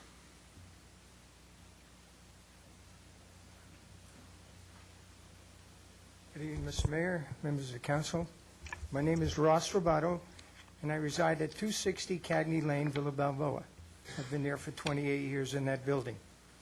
I just want to again address what I usually address when I address the council. I know I've done it several times, and that is the noise from the secondary loading dock.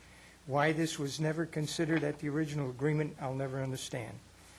That loading dock is not covered like the number one loading dock is uncovered. This loading dock is like a funnel, so we can hear, and I don't live on that side of the building. We can hear everything. I live in the front of that building. But we can hear when they hose down the metal walkway to the dumpster. We can hear everything that's happening in there. Now, that's a very popular loading dock. Not only that, the exit road from the emergency vehicle road comes down right next to the loading dock. And you have the secondary power plant up there where trucks download chemicals. All that is okay. I know that's necessary. The only thing is we have been, for the past 2 years, listening to the construction going on at the emergency room, and I don't object to that at all. I understand that there's another year of that to go on. What happens then is the construction workers are based right across from the loading dock. So we now hear all that's going on with them. They store the materials there, especially the long metal planks when they clink and clank. So I'm bringing that up again. I don't know what can be done about it. When I ask the hospital, they say you have to address the council. This is about the third time I'm addressing the council on this noise from the number 2 loading dock. I'm just hoping that something could be done. We know that there's another year or so to go on with the emergency room construction. I can tell you that the sound wall works. I take readings, and that sound wall works well. Also, we appreciate the fact that Hoag put the new windows in the 260 building. Those people are very, very happy with that. Don't know what could be done, but I know there's another year to go.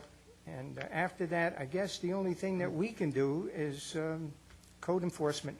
We can take readings and sound readings, et cetera, and supply them to code enforcement. I don't know why we have to do that, but I'm just hoping something could be done that extend that wall another 60 feet would make a lot of people happy. Thank you very much.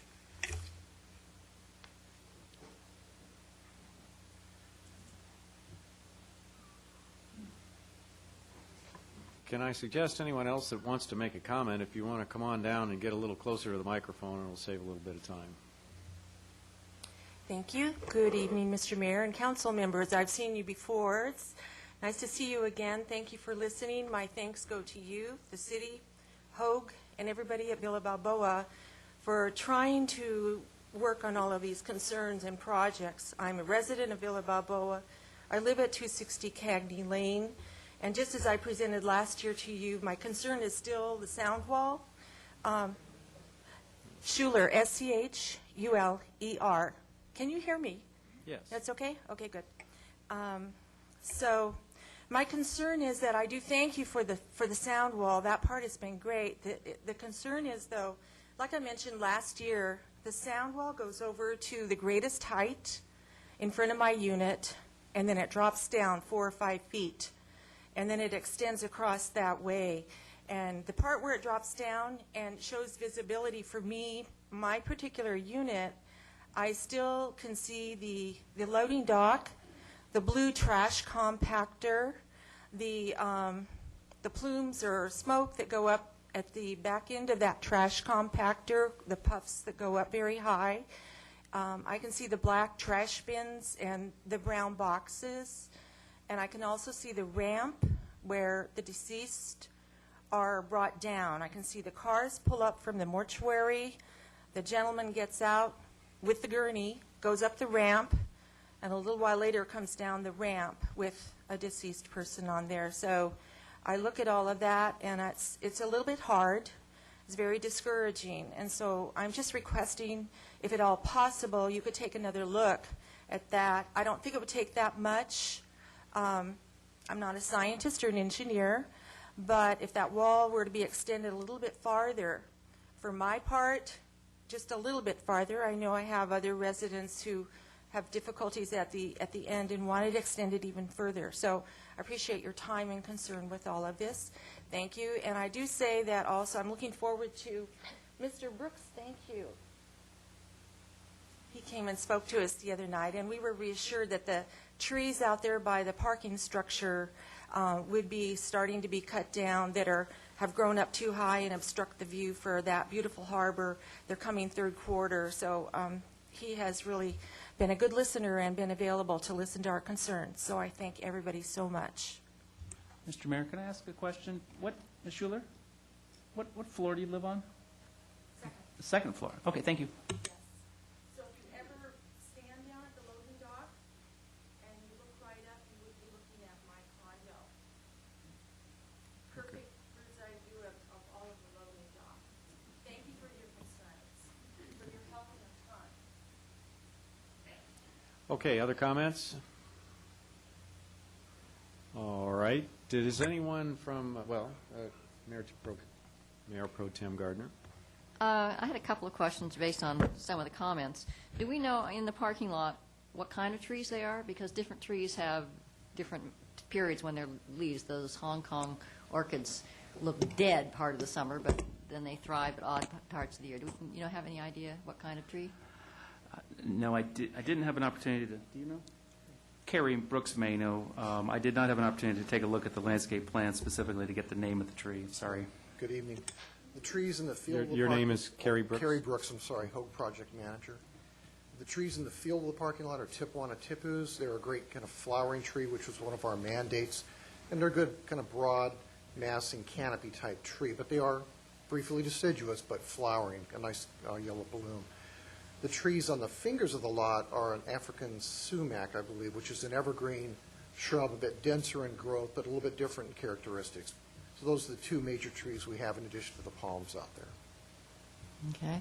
And then there was a question about the parking lot being empty. Is it empty? Oh, no, I don't think so. I think it's been installed in compliance with the design approved by the Coastal Commission and the city. We had a number of meetings on that. So it's strictly in compliance, I believe, with those documents.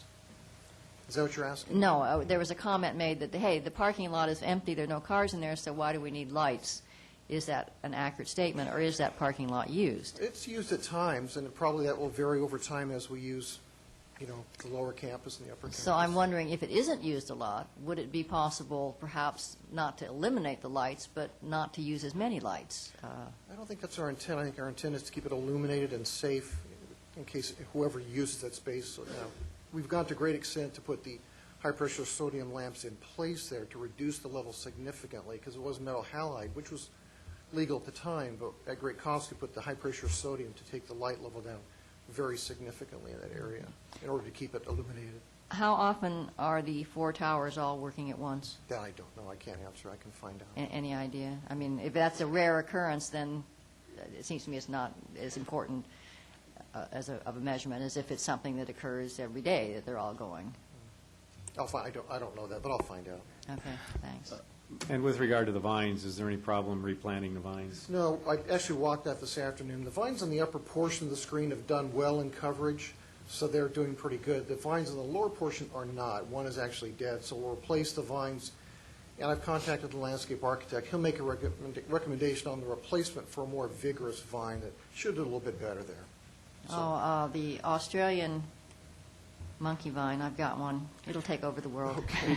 It does need a flower, though. I think it needs to be flowering. It has to be flowering.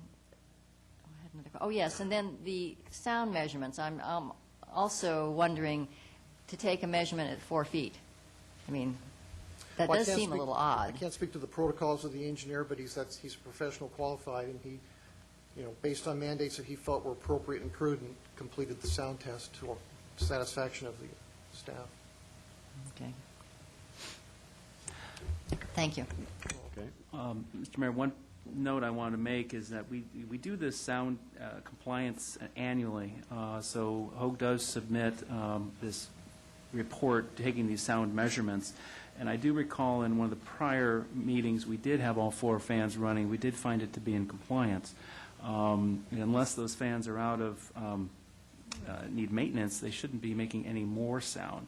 We will ensure that all 4 towers are running at the next test, but it was found in compliance previously with all 4 running. So we do it annually, so there will be a track of times, and obviously it would be quite a coincidence if they were all offshore or onshore winds at the same time.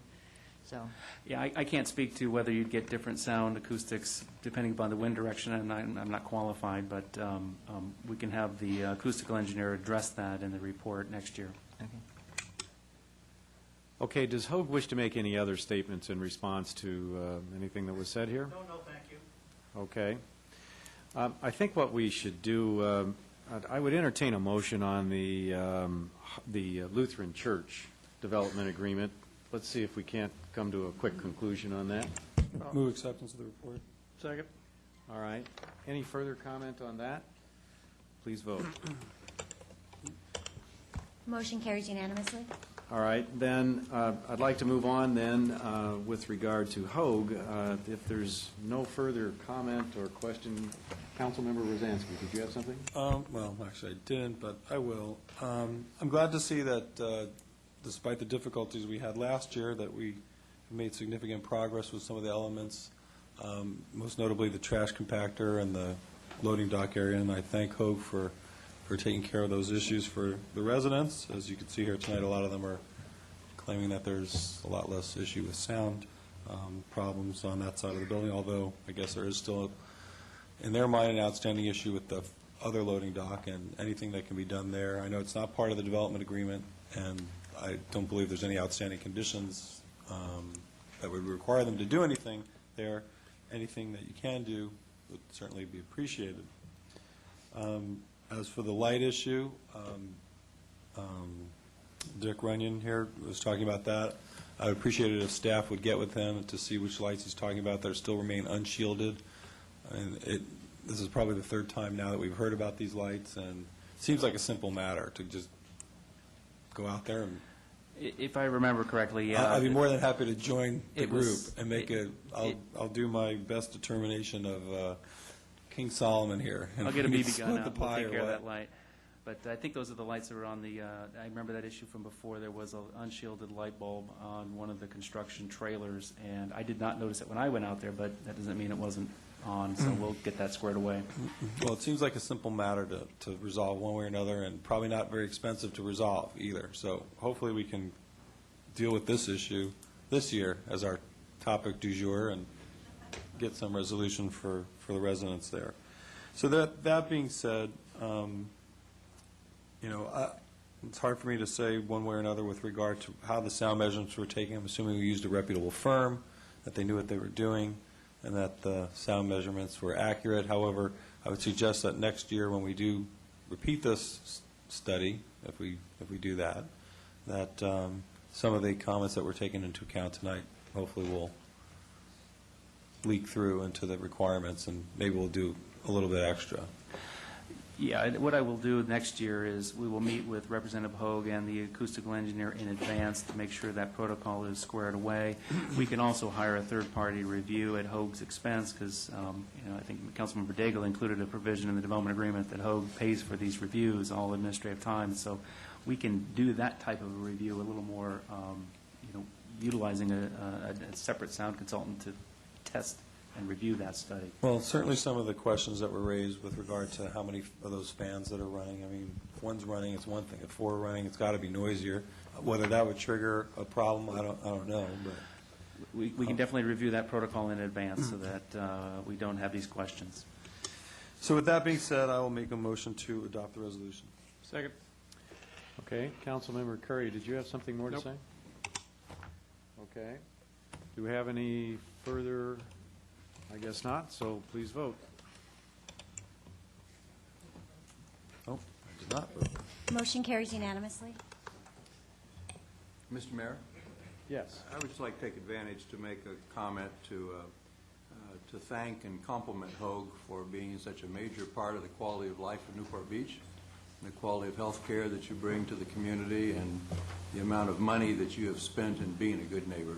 It is appreciated.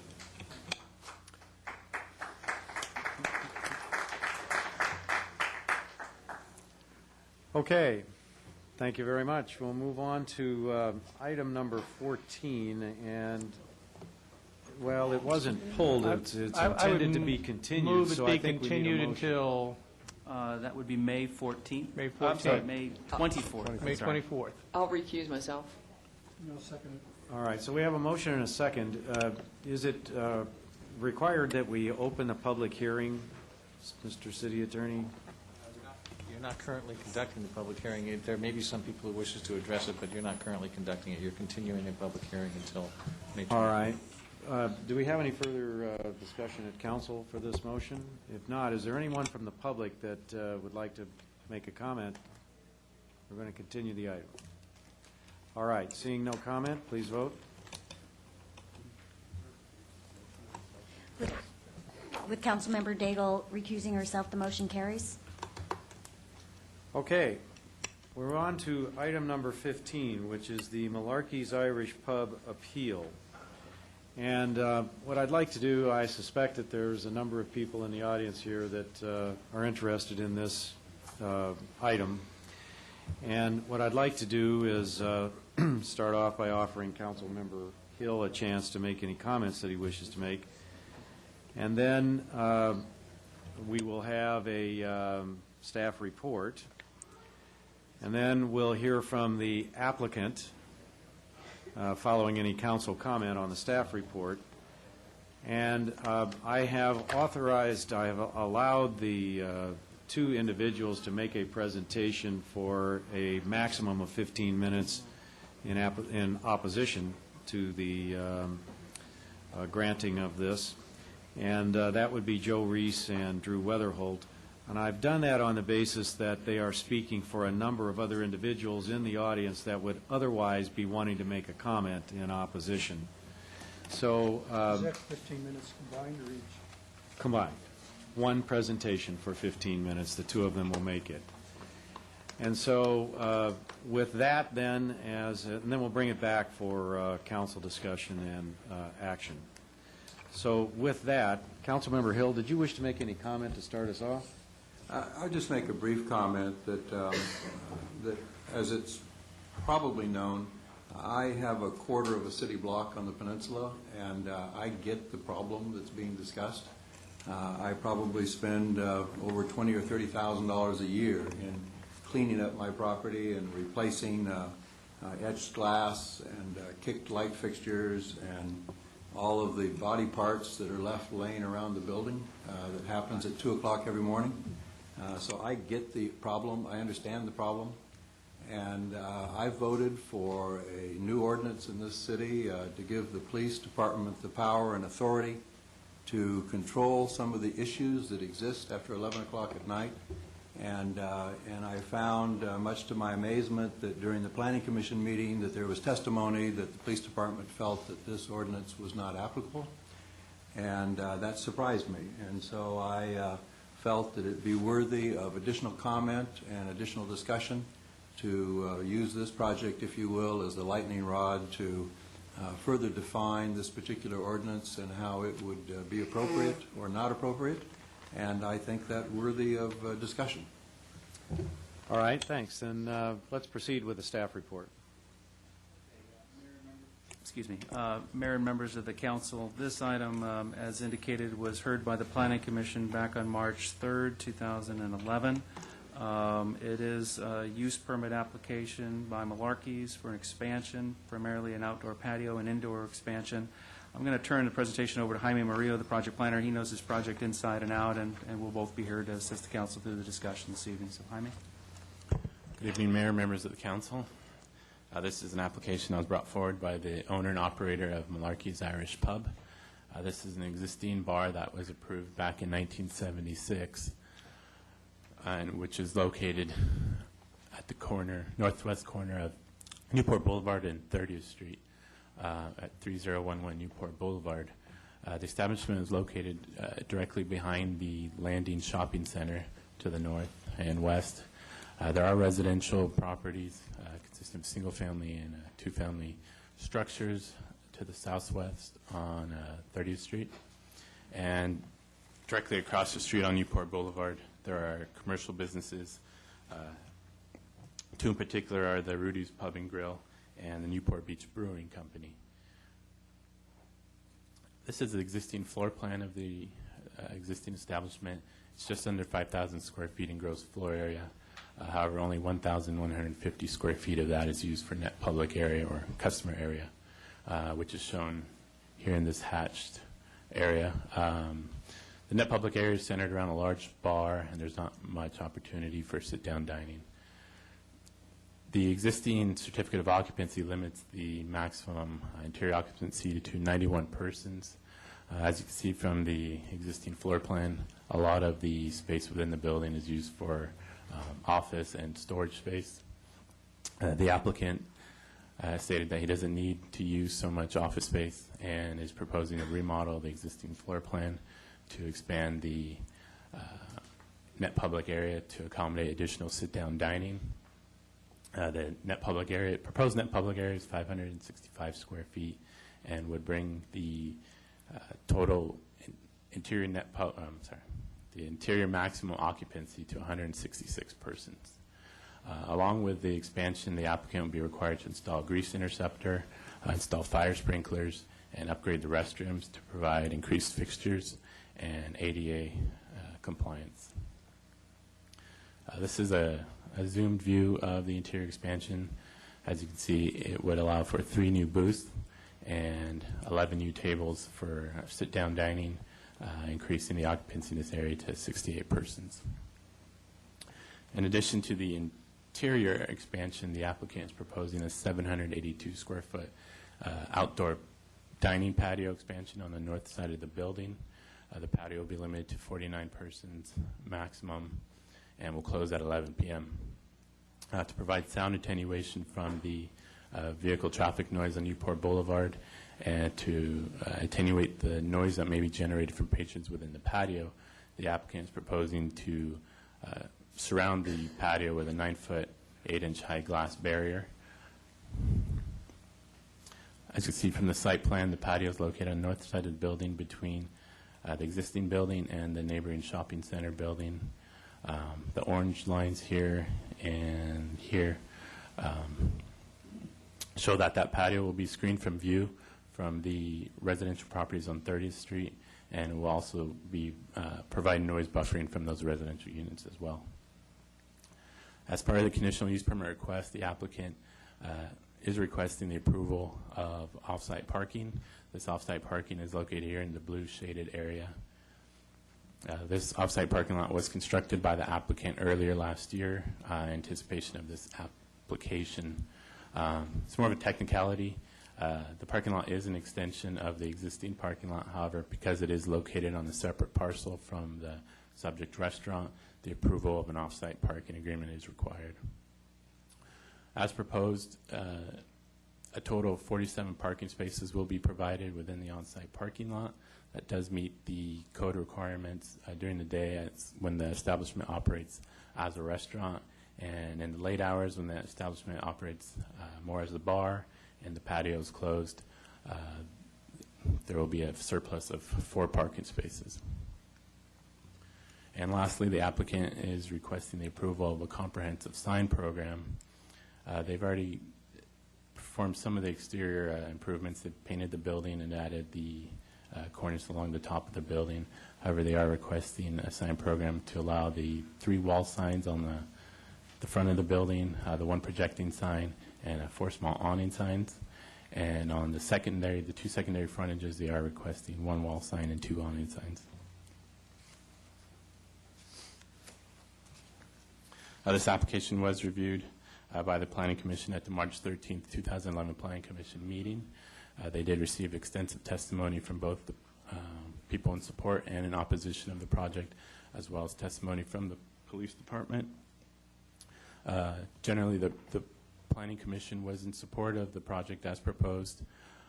The project improvements were well received from the Planning Commission. However, they were concerned with the increased occupancy during the late hour operations when the establishment operates as a bar. Ultimately, they approved the project subject to some specific conditions, one of which was to reduce the occupancy between 11 p.m. and 2 a.m. From 166 persons to 120 persons to help limit the late night disturbances that might occur as a result of the increased occupancy. And they also required a 1-year review of the use permit by the Planning Commission. The Planning Commission decision was appealed by Councilmember Hill.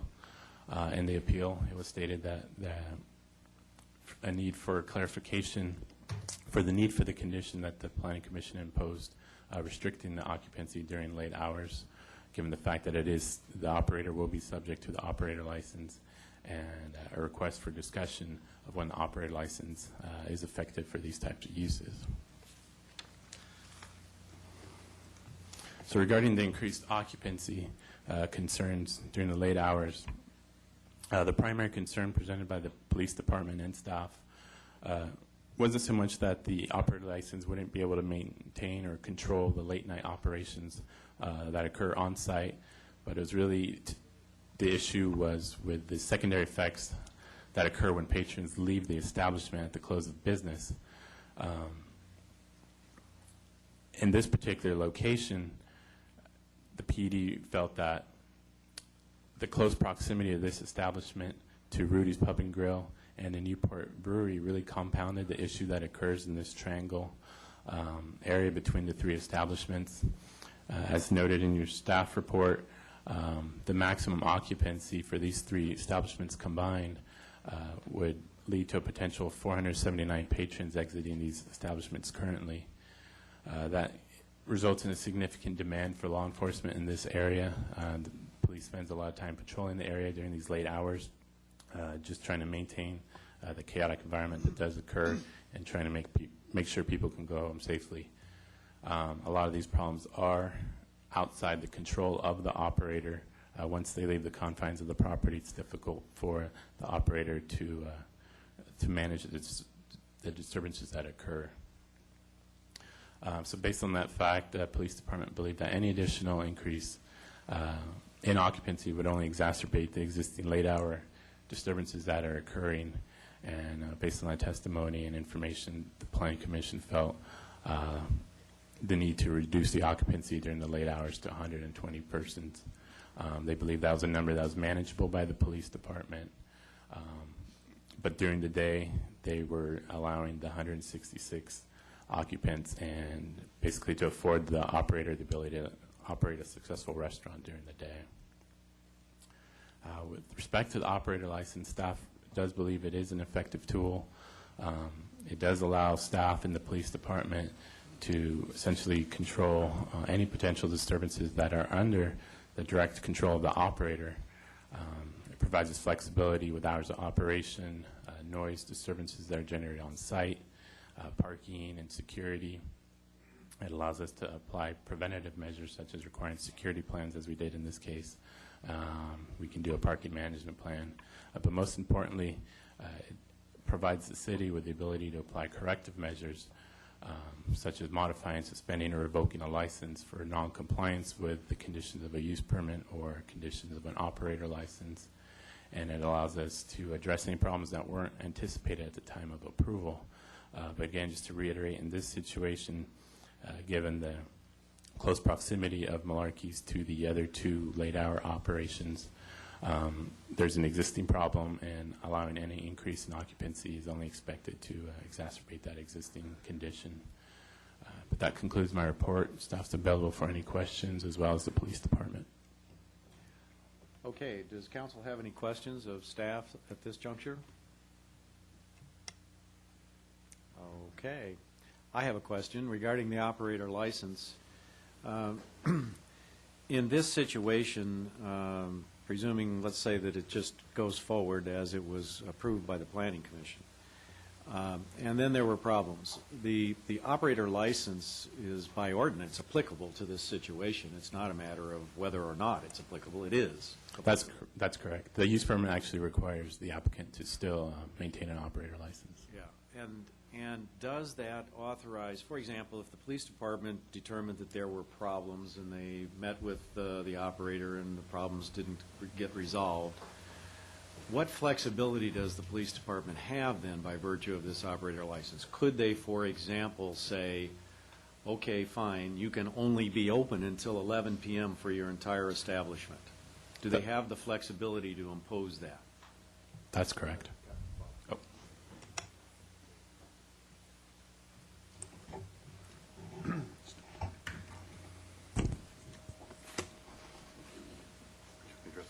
Yeah, Jaime did, but it'll help if you did as well. Okay. Craig Fox, captain of the police department, here on behalf of Chief Johnson. The operator license does apply, obviously, to any establishment that's new or has its use permit altered, as in this case is being requested. Our concern is that the operator license can only apply to the property. And by all accounts, Mr. Marbeck's a very good operator. And if he were to adhere to every condition of the operator license, it still doesn't account for what happens to the additional 75 people that will now be out on Newport Boulevard after 2 a.m. and going into the neighborhoods, perhaps causing problems, as Councilmember Hill mentioned, with damaging property and all that. But Captain Fox, just more specifically to Mr. Henn's question, why don't you ask it again about? Yeah, I understand that, and the police was actually very clear about that. But in the event you did determine that there was a problem with the location, would you have the flexibility, for example, in an extreme case, to say that the hours of operation for the entire facility would be curtailed to, let's say, 11 p.m.? I'm sorry, I did hear your question as I was walking up. Yes, the operator license would allow the chief of police, with cause, to alter hours of operation and other features such as security operations and how they would operate occupancy levels, hours of operation, and anything else with the location inside and their parking lot. So if this operator were to, or any operator were to violate the terms of their operator license, we would then impose any changes the chief of police could, appealable to the city manager. However, again, it only operates to the premises, not to the exterior. So what our difficulty would be to tie any problems of patrons leaving there back to that establishment. That's our concern. Yeah, but you say it's that, I'm sorry to be just a little bit tedious, but this whole operator license thing is new, and I just want to make sure we understand it. So you say that if there were problems with compliance to the terms of the operator's license, so that means that the police department will establish the terms of the operator license. The terms of the operator license will be established at the time that planning, I believe, will implement their change in their use permit. If we, as an example, we believe that the location is too loud on their exterior patio, or they're exceeding their occupancy, or they're leaving it open longer than it should be, then the chief of police would have the authority to then say, okay, you're going to need to close that patio at a particular time and now adhere to those new conditions for a period of time. Could be for temporary, could be suspended or revoked, again, appealable to the city manager. And I presume one of the conditions of the operator's license is that they comply with the use permit, the terms of the use permit. So by extension, then, the operator license applies to all of the terms of the use permit. So a violation of any term, any portion of the use permit or any additional terms of the operator license would trigger the police department's ability to take corrective action with a wide spectrum of choices. Correct. It's a new tool, obviously. We're very happy to have it. We think it's going to be a great tool. And to answer Mr. Hill's question, our opposition on this happens to come at the first application of an operator license. And it just was a simple matter of great tool, but it really doesn't deal with the numbers. It's just a sheer numbers issue of number of people leaving one location in a high concentration area that we will believe will be a drain on resources and a problem for the community. Okay. All right. Councilmember Daigle? Yes, as far as the operator's license, I didn't support that, and it's not because, I think it's a good tool to limit things. I actually think it definitely has a place. My concerns with it are that the entity that takes in the application is essentially the same entity that is the decision-making body, the staff, and then the appeal is then heard by the city manager.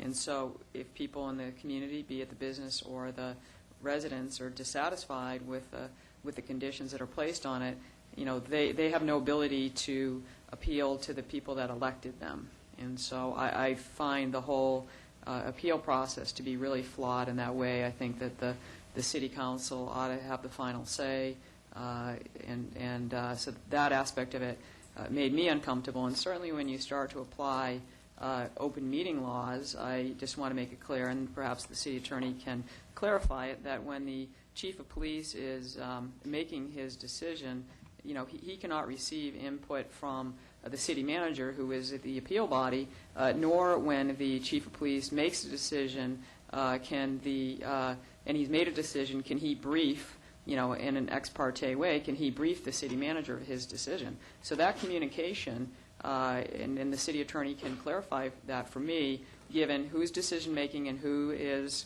the appeal body, if you can address the communication that's not allowable in that context. David? Thank you. The chief of police clearly, obviously, is the decision maker. He would make his decision based upon his own independent judgment and the information that was presented to him in the context of the application. It's not being held to the full public hearing type of process, due process requirements, for example, for a conditional use permit. But there will be adequate process, and we're required to have adequate process to provide a notice and opportunity to be heard. The same types of rules would be applied to the city manager. They also deal with ex parte communications in the context of you have to deal with the information that's presented to you in the context of the actual hearing and consideration. Though there's not formal rules as we have at the Planning Commission level and at the council level, there still is that amount of due process which is due. So I believe the procedures involved would clearly protect the rights and interests of the individuals involved, but it would not be set to the level that you would see in city council meetings and Planning Commission meetings. Okay, so the appeal body and the decision-making body can have a conversation privately about an application? I don't agree with that, but anyhow.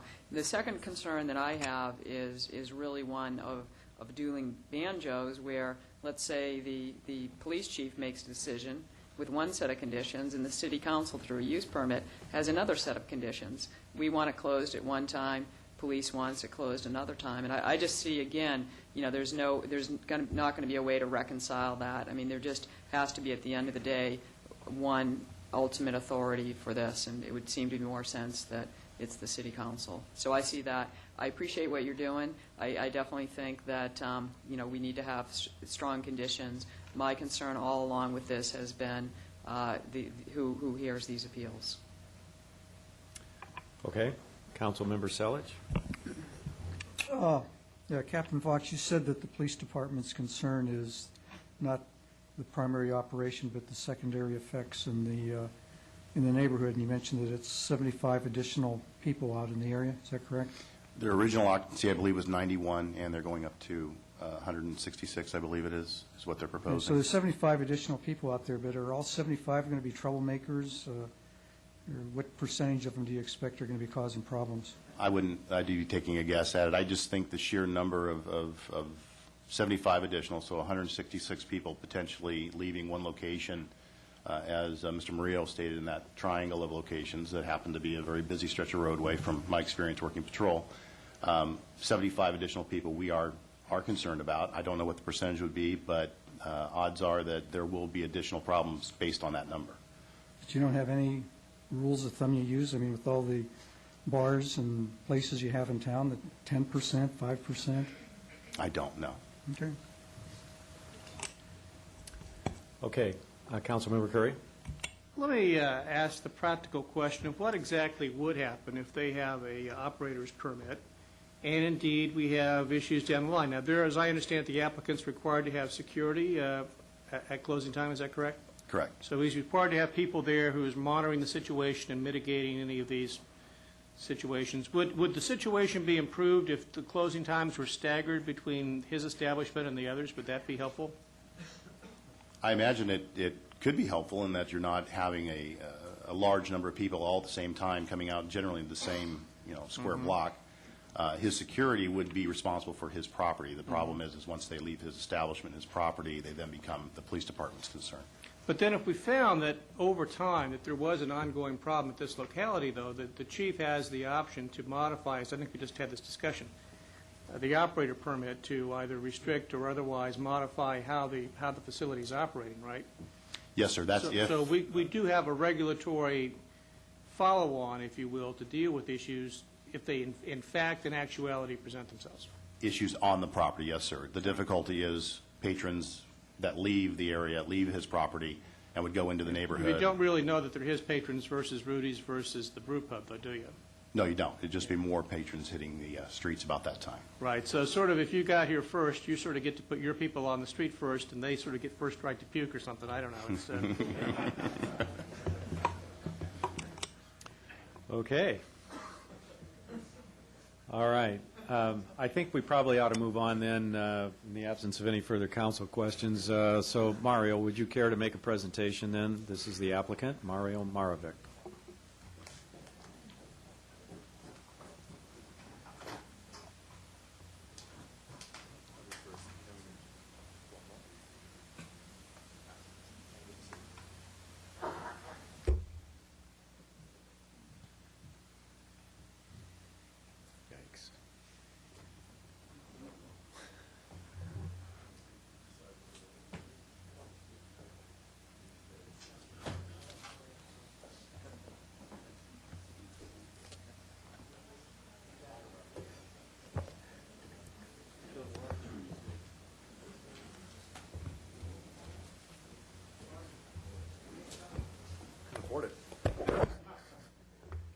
It's basically, I'm talking to Jaime. They're the letters of support. Jaime's got a copy of the security plan and the PowerPoint presentation that's going to be on the board.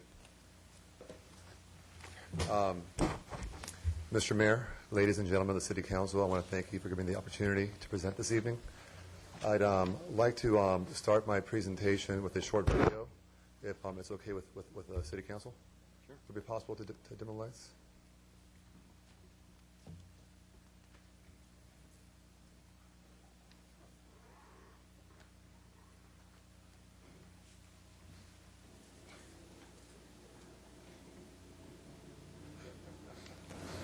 My name is Frank. I live approximately 200 yards from Malarkey's. I'm Gordon Barry and Brock. Malarkey's is right down there. You can see it from my roof. I live 2 blocks from Malarkey's. I've lived here for 32 years. My name is Brett Rennick. I've lived in Newport Beach since 1978. I worked for the city for 30 years as a lifeguard, and I worked at Malarkey's since 1988. My name is Erin.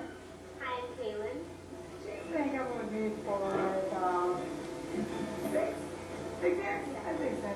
I've been in Newport over 50 years. Currently, I live over here on 30th Street in the 200 block. Been there 24 years. I came back to work for Mario, and since he's taken over, I've seen some of the changes I've seen is he's added security, put in the beautiful parking lot here before. For the last 17 years, it's been a dump. There used to be a chain link fence.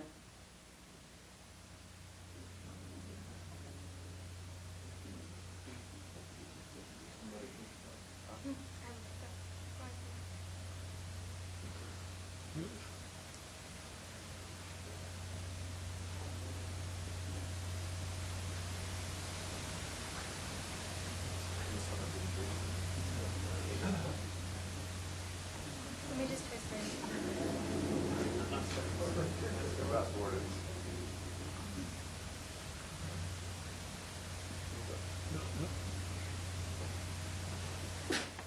Malarkeys at my house at all.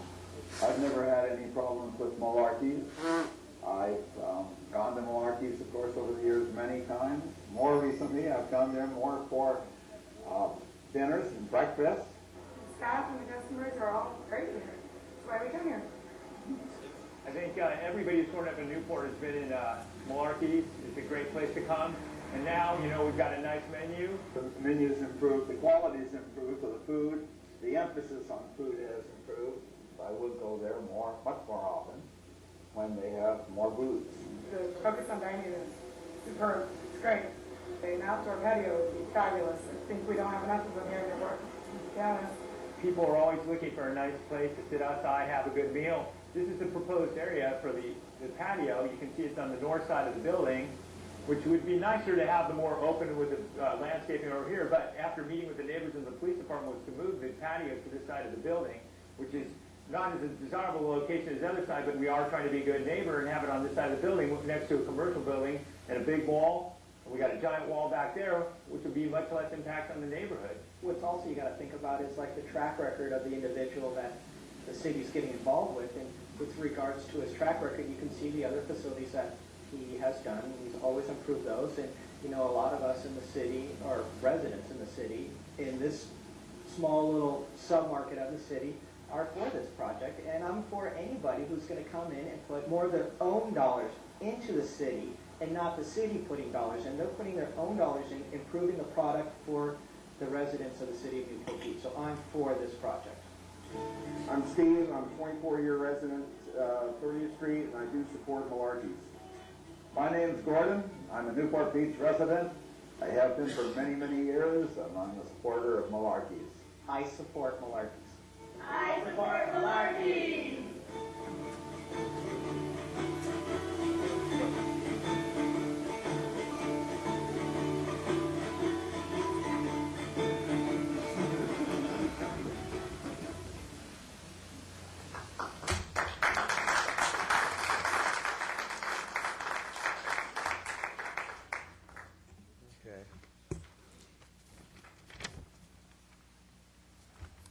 A little brief history on myself.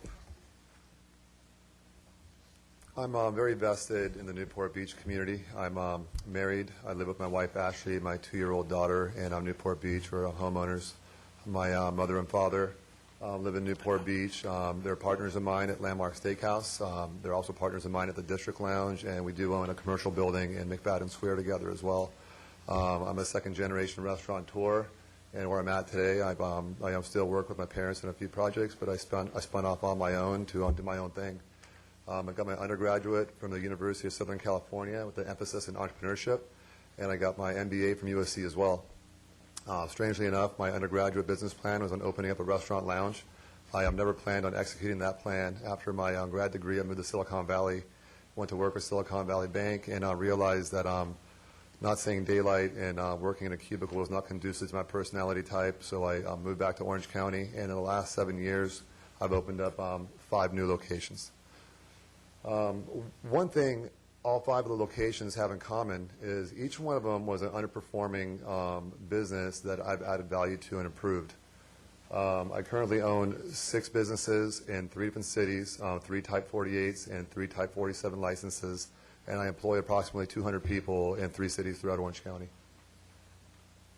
Why are we here? We're here because a better facility equals a better demographic. I want to make Malarkey's nicer. I want to improve the facilities to cater to the types of people that aren't going to cause a negative impact on the community.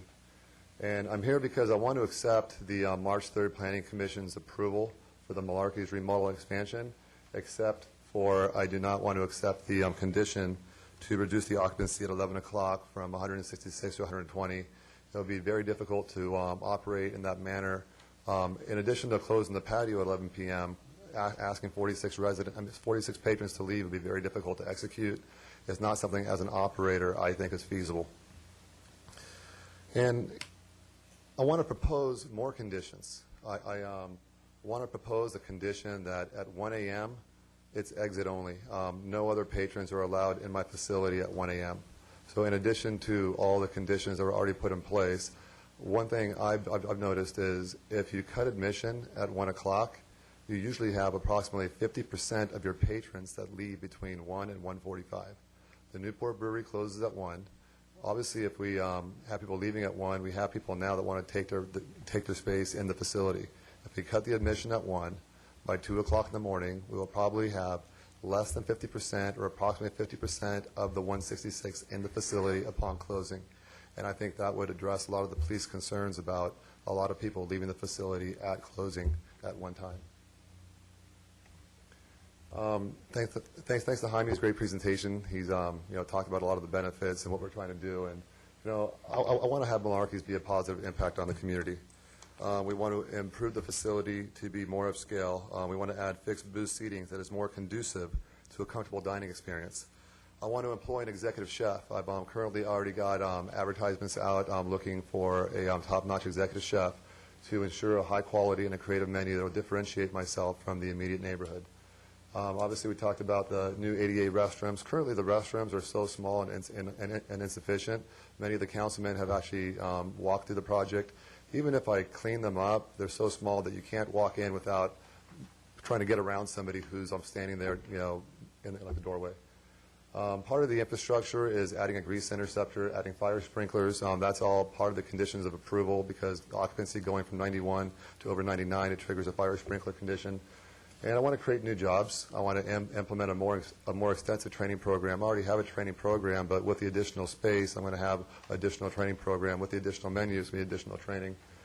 And one thing I've already done, I've already created an outreach program to other restaurant operators and managers throughout the city, which is the Newport Beach Bar and Tavern Association that I founded 5 years ago in conjunction with the Newport Beach Police Department. Here's a little photo of what Malarkey's looked like when I bought it, and here's a little photo that was taken recently. That dirt lot sat there for approximately 15, 16 years, and with no fault to Malarkey's, that dirt lot really made the corner feel dark and dreary. And when you would drive by, you would usually miss what parking lot is theirs because it's on the north side of the building, and you would pass it. By the time you got to the dirt parking lot, you just kept on driving. Now, if you look at the parking lot, we've had so many people come in, so many residents of all ages come in and say, you know what, since I've seen your renovation, I've rediscovered Malarkey's. I've come back here for the first time in 10 years, 15 years. People of all ages coming in for the first time in a long time. The exterior improvements to date, I've obviously built the landscape parking lot, extensive lighting. I think I counted, I've added about 17 flood and parking lot lights. In addition to those 17 flood and parking lot lights, we've have an agreement with Catellis that owns the Newport Landing Shopping Center to add 4 more lights to the back of their building, which is on my north side easement area. So we're going to have 21 parking lot and flood lights illuminating the building, which makes it a brighter, more desirable place to go, and I'm sure is a safe feeling when you park there. We have a daily cleaning crew. I don't know if you've driven by recently. Our parking lot is always impeccable. We have a cleaning crew that comes 365 days a year every single morning. The building facade, the stucco, the paint, the crown molding. I replaced the rooftop with a lot of the equipment that was on the roof as well. Interior improvements. We have new refrigeration equipment, new menu. I've hired additional chefs to work. We've added additional food training. And we also added a computerized POS system, which helps expedite food orders, where the old system was you would take a food order, walk in the kitchen, put it on the line, walk back out, take another order. Now you order it from the computer system, it routes out to the kitchen. The end result is we've doubled food sales in the last year. We already talked about the restrooms. They're just not desirable, and no need to go through the entire slide. But one additional thing that I want to do with the restrooms is have a mandatory part of my approval to have a condition that I have restroom attendants on Friday and Saturday night on busy nights. I think it's nice to keep them presentable, and I think it's also a nice security measure as well. The interior expansion. What we're talking about here is 565 square feet, the size of a large two-car garage. Almost the entire expanded area is fixed dinner seating. We only have 2 tables that you can see on the slide that are not fixed seating. Why is it important to have fixed seating? Fixed seating is comfortable. Diners prefer it. If I presented this 565 square foot expansion and the room was empty with a drink rail, then you would know that we're not targeting diners to come in because it's like standing area. We really do want to push the menu and push the dinner, and hence all of our seating is fixed. Our remodel, the design of the remodel, we want to use a lot of distressed woods. We want the architecture of the inside to have a rustic Irish farmhouse feel to it. And we want to put all new flooring, wall coverings, lighting. We want the bar to have kind of a vintage Cheers feel to it from the famous TV show where it's just a very comfortable, has a very old, warm feeling to it. We already talked about the outdoor patio in the video. Originally, I proposed the outdoor patio on the sunny south side of the building with a beautifully landscaped parking lot, and I never even presented that plan with my conditional use permit application because through my community outreach, through talking to neighbors, through talking to planning department, I relocated the patio to the less sunny north side of the building, facing the Catellis property there on the right. Total net public area. I don't want to get into too many facts and figures, but the graph shows that we have an extremely large lot, 22,000 feet, and the building on the lot is 5,000 feet. All we want is a 34.5 square foot percentage of the existing building to be net public area after 11 p.m.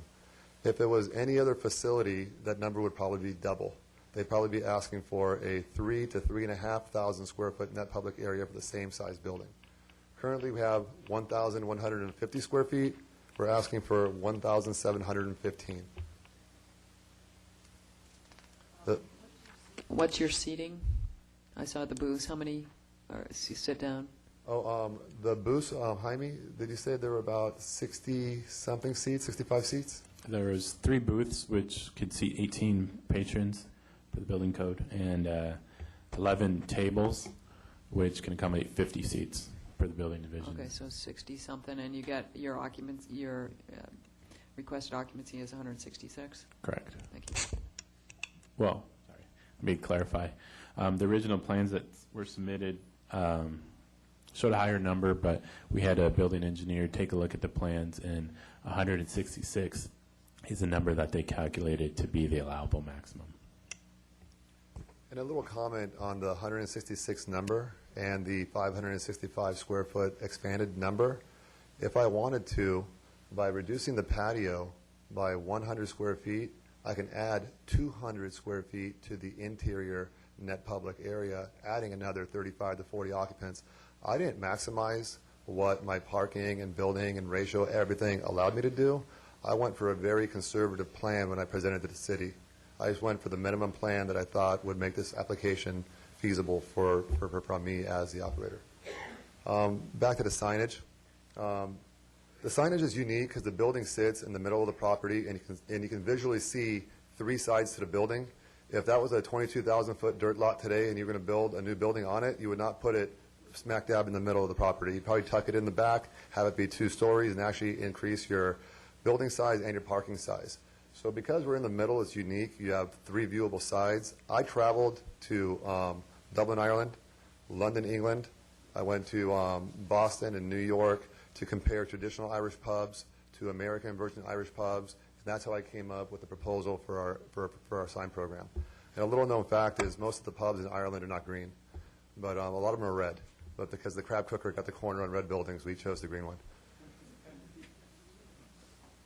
A new security plan. This is something that is in the package I handed to you. It's a comprehensive security plan specific to Malarkeys, and it includes all staff will be State of California Guard Card certified. All of my door staff and parking lot security staff is going to go through a State of California mandated class.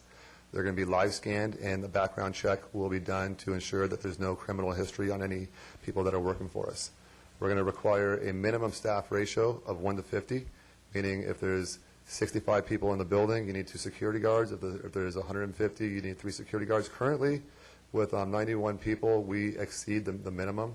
We usually have 3 to 4 people just to be safe, not including the parking lot attendants. Really, it's 4 to 5.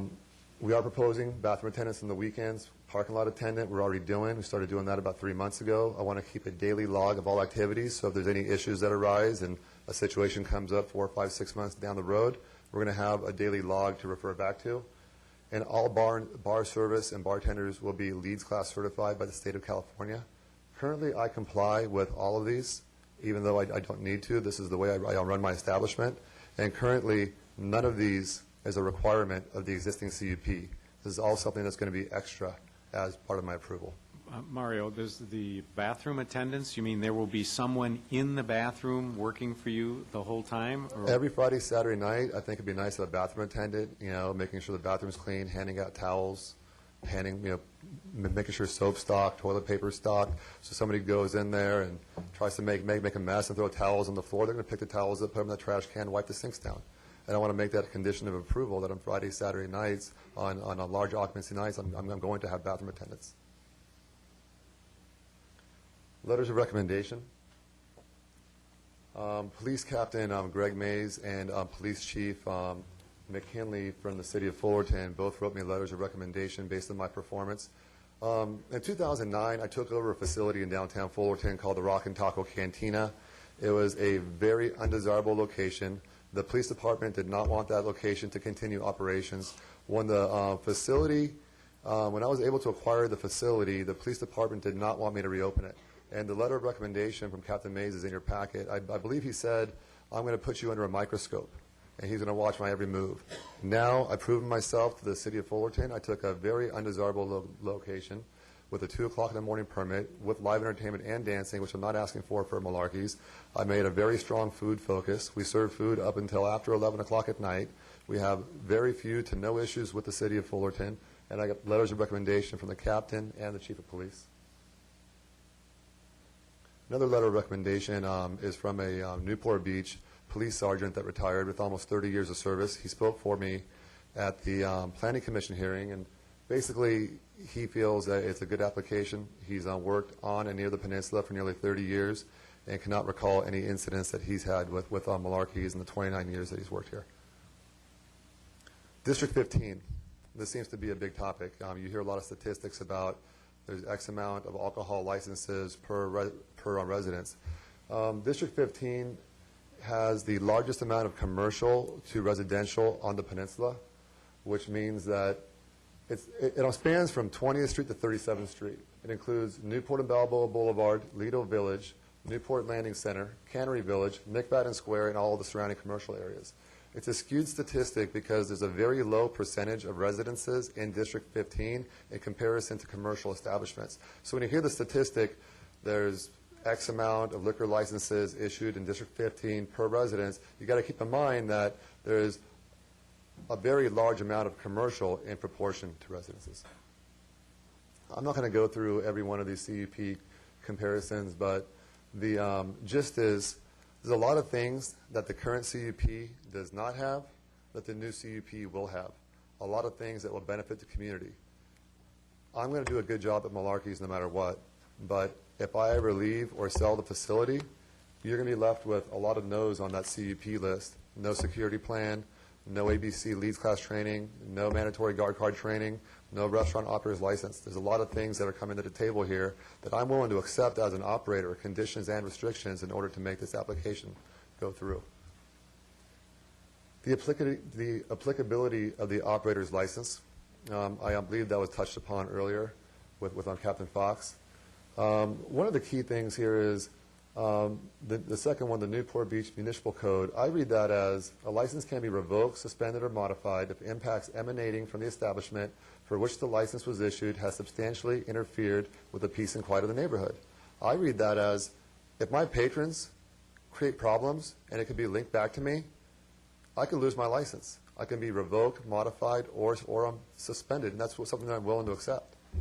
And in the City Council study session, it seems to me that the city council wants to apply the restaurant operator's license, and that it should be a little bit more flexible in allowing people like me to come in with very conservative proposals and being able to use the operator's license as a tool to regulate what might happen going forward. Some of the neighborhood concerns.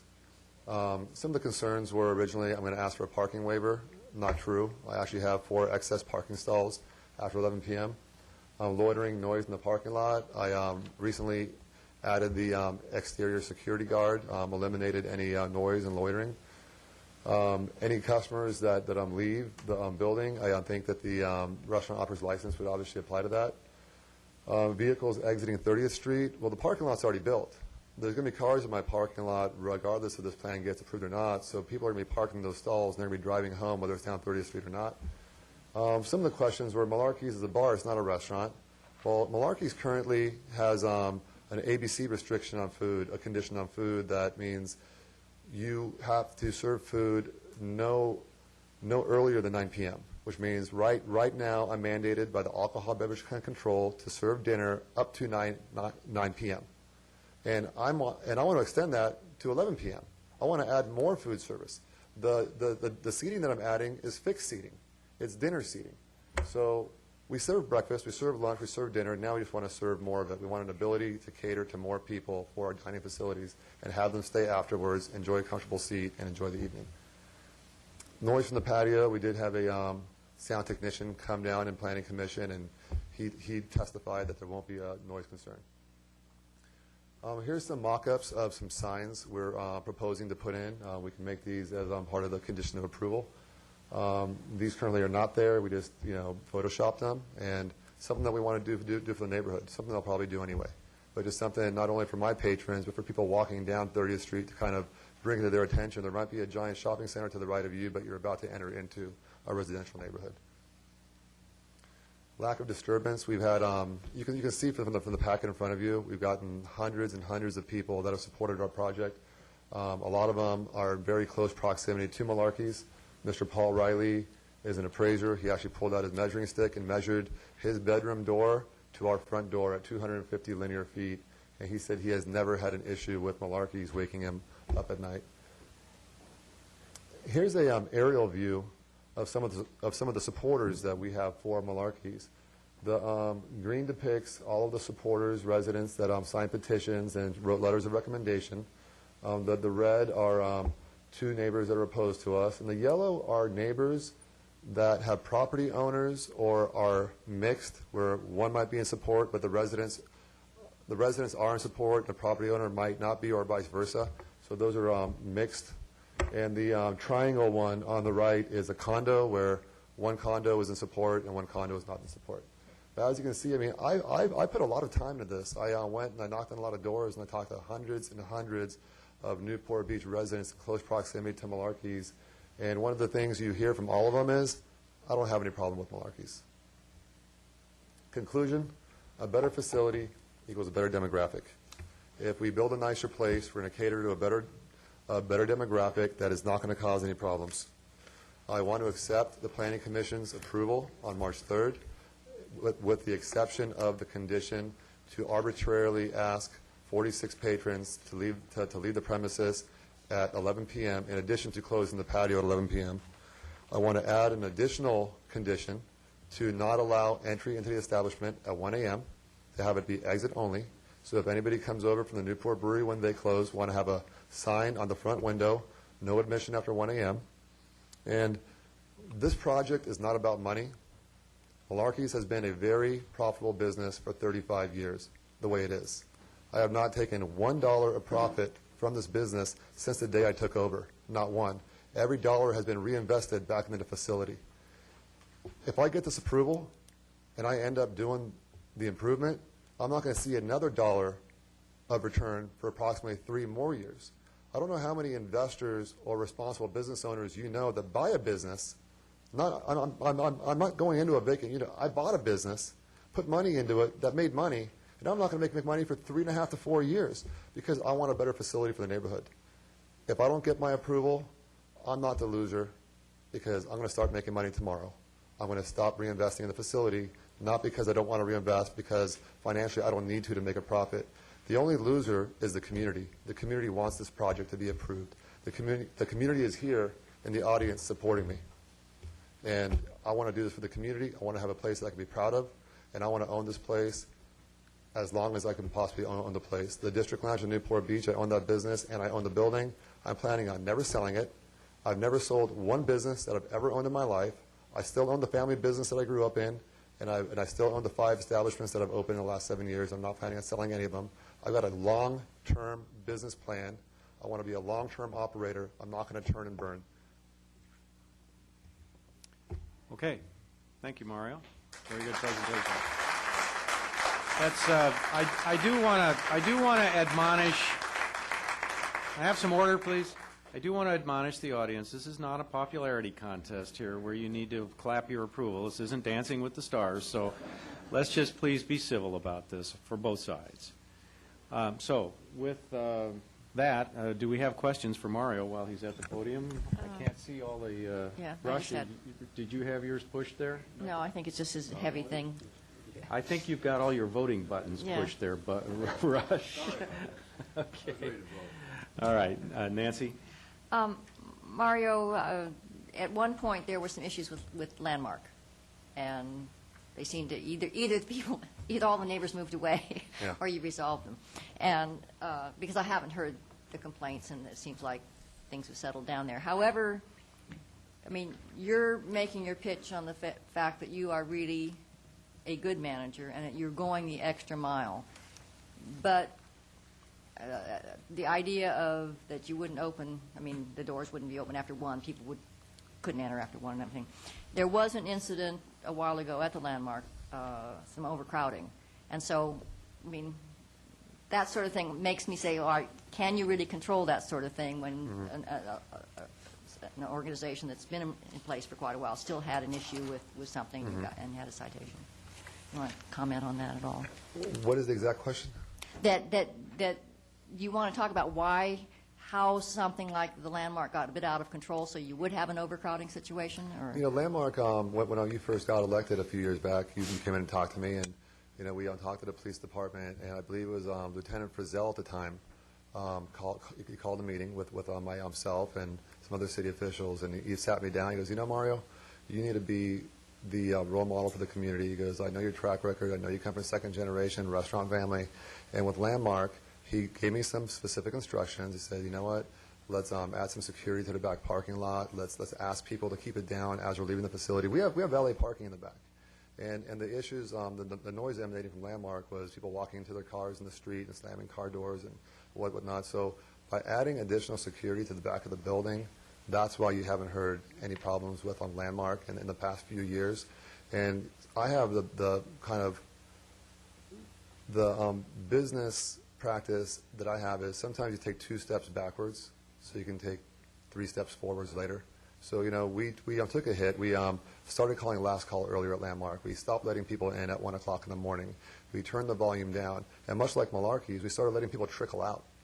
We, over the course of, 1 to, 1:45 in the morning, people leave slowly. They leave, 40, 50% of the occupants leave. They get in the taxis, and they start going home. And that's why, like you said, at one point, it was a new business to me at Landmark. And once it was brought to my attention, I tried to remedy the concerns. And Detective Moore, in the previous Planning Commission hearing, said, I never had a problem with Mario that he has not resolved with more than 1 phone call. Okay. Other questions for Mario? All right. Thank you, Mario. Is Joe Reese here and Drew Weatherholt? All right. So just for purposes of parity here, I've agreed that Joe and Drew can together make a 15-minute presentation in opposition. And then we'll throw it open to others who may wish to make comments. And I would only ask that you try to refrain from making the same repeat comments over and over again. So if you have something new to say, please come on down. We're here to hear it. Okay. All right. Thank you, Mario.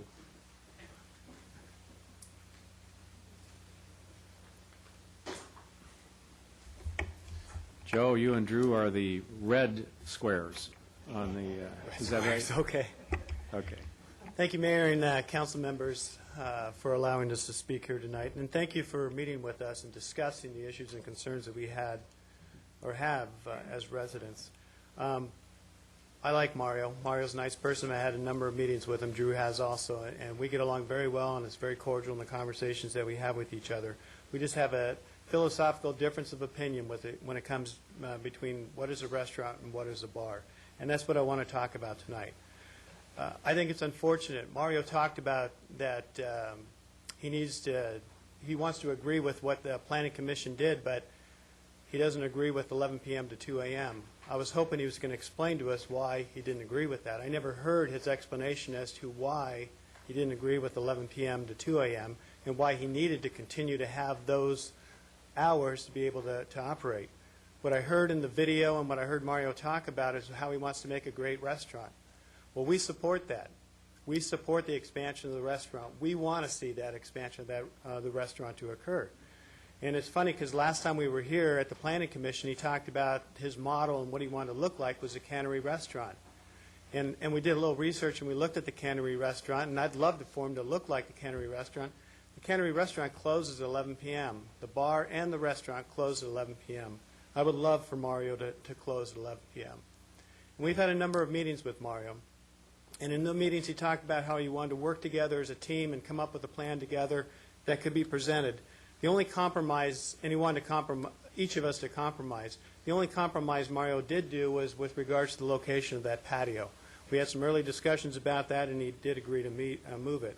But in the first meetings, I said, Mario, how about if you close your restaurant at 11 p.m.? Full expansion closed at 11 p.m. No, I won't do that. Then I said, well, how about if you just reduce back to 91 at 11 p.m. and do the full expansion? No, I won't do that also.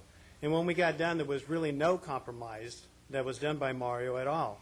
He just wanted his full amount of what he was going to be allowed to do by the city. So the city staff reviewed his plans. They came up with the 166 for the interior occupancy. They came up with 46 for the patio occupancy that he was going to be allowed to have based on what the city staff found.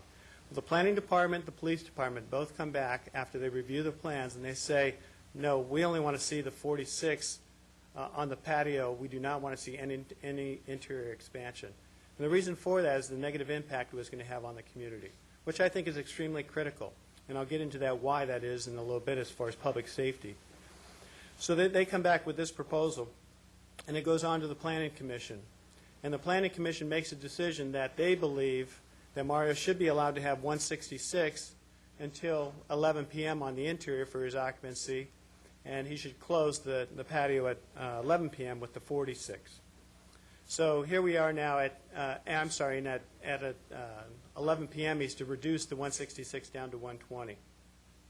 So here we are now. We're going from a location that has 91 people that are allowed inside it, and we're expanding to 215. I thought Mario was going to be ecstatic. Here is his restaurant that he was looking for and that he's going to be able to get. I thought he'd be ecstatic about it. I met with Mario afterwards. I wasn't really thrilled. I like the police department's and I like the planning department's recommendation, but I wasn't thrilled what he did. And Mario, when I had the discussion with him, I said, are you happy? And he said, no. He goes, I'm going to appeal it. I'm not happy with that decision. I intend to appeal it. I was disappointed by that because here as residents, we had no intention of appealing it. We weren't going to go and ask the mayor or someone else to appeal this for us. We were going to accept it because that's compromise. We want to see this expansion occur. We want to see this improve, but we thought, okay, here's a good compromise that came about, but no, he wasn't agreeable with it. He says he wants to change the demographics, and what he talked about at the Planning Commission, the demographics, is he wants to get the younger people out and he wants to get the older people in, which I applaud. I think that's great. But we heard Investigator Brian Moore speak at the Planning Commission. He made it really clear with the number of individuals in that particular area and the number of bars in that particular area, after 11 p.m., you're still going to have the young crowd going to that establishment. So after 11 p.m., we're still going to have the young youth coming out into our streets. That's the issue I think Captain Fox is talking about. How do you control those young youth that are coming out onto our streets, after between 1 and 2 a.m. when we really have to deal with it in our residential neighborhoods?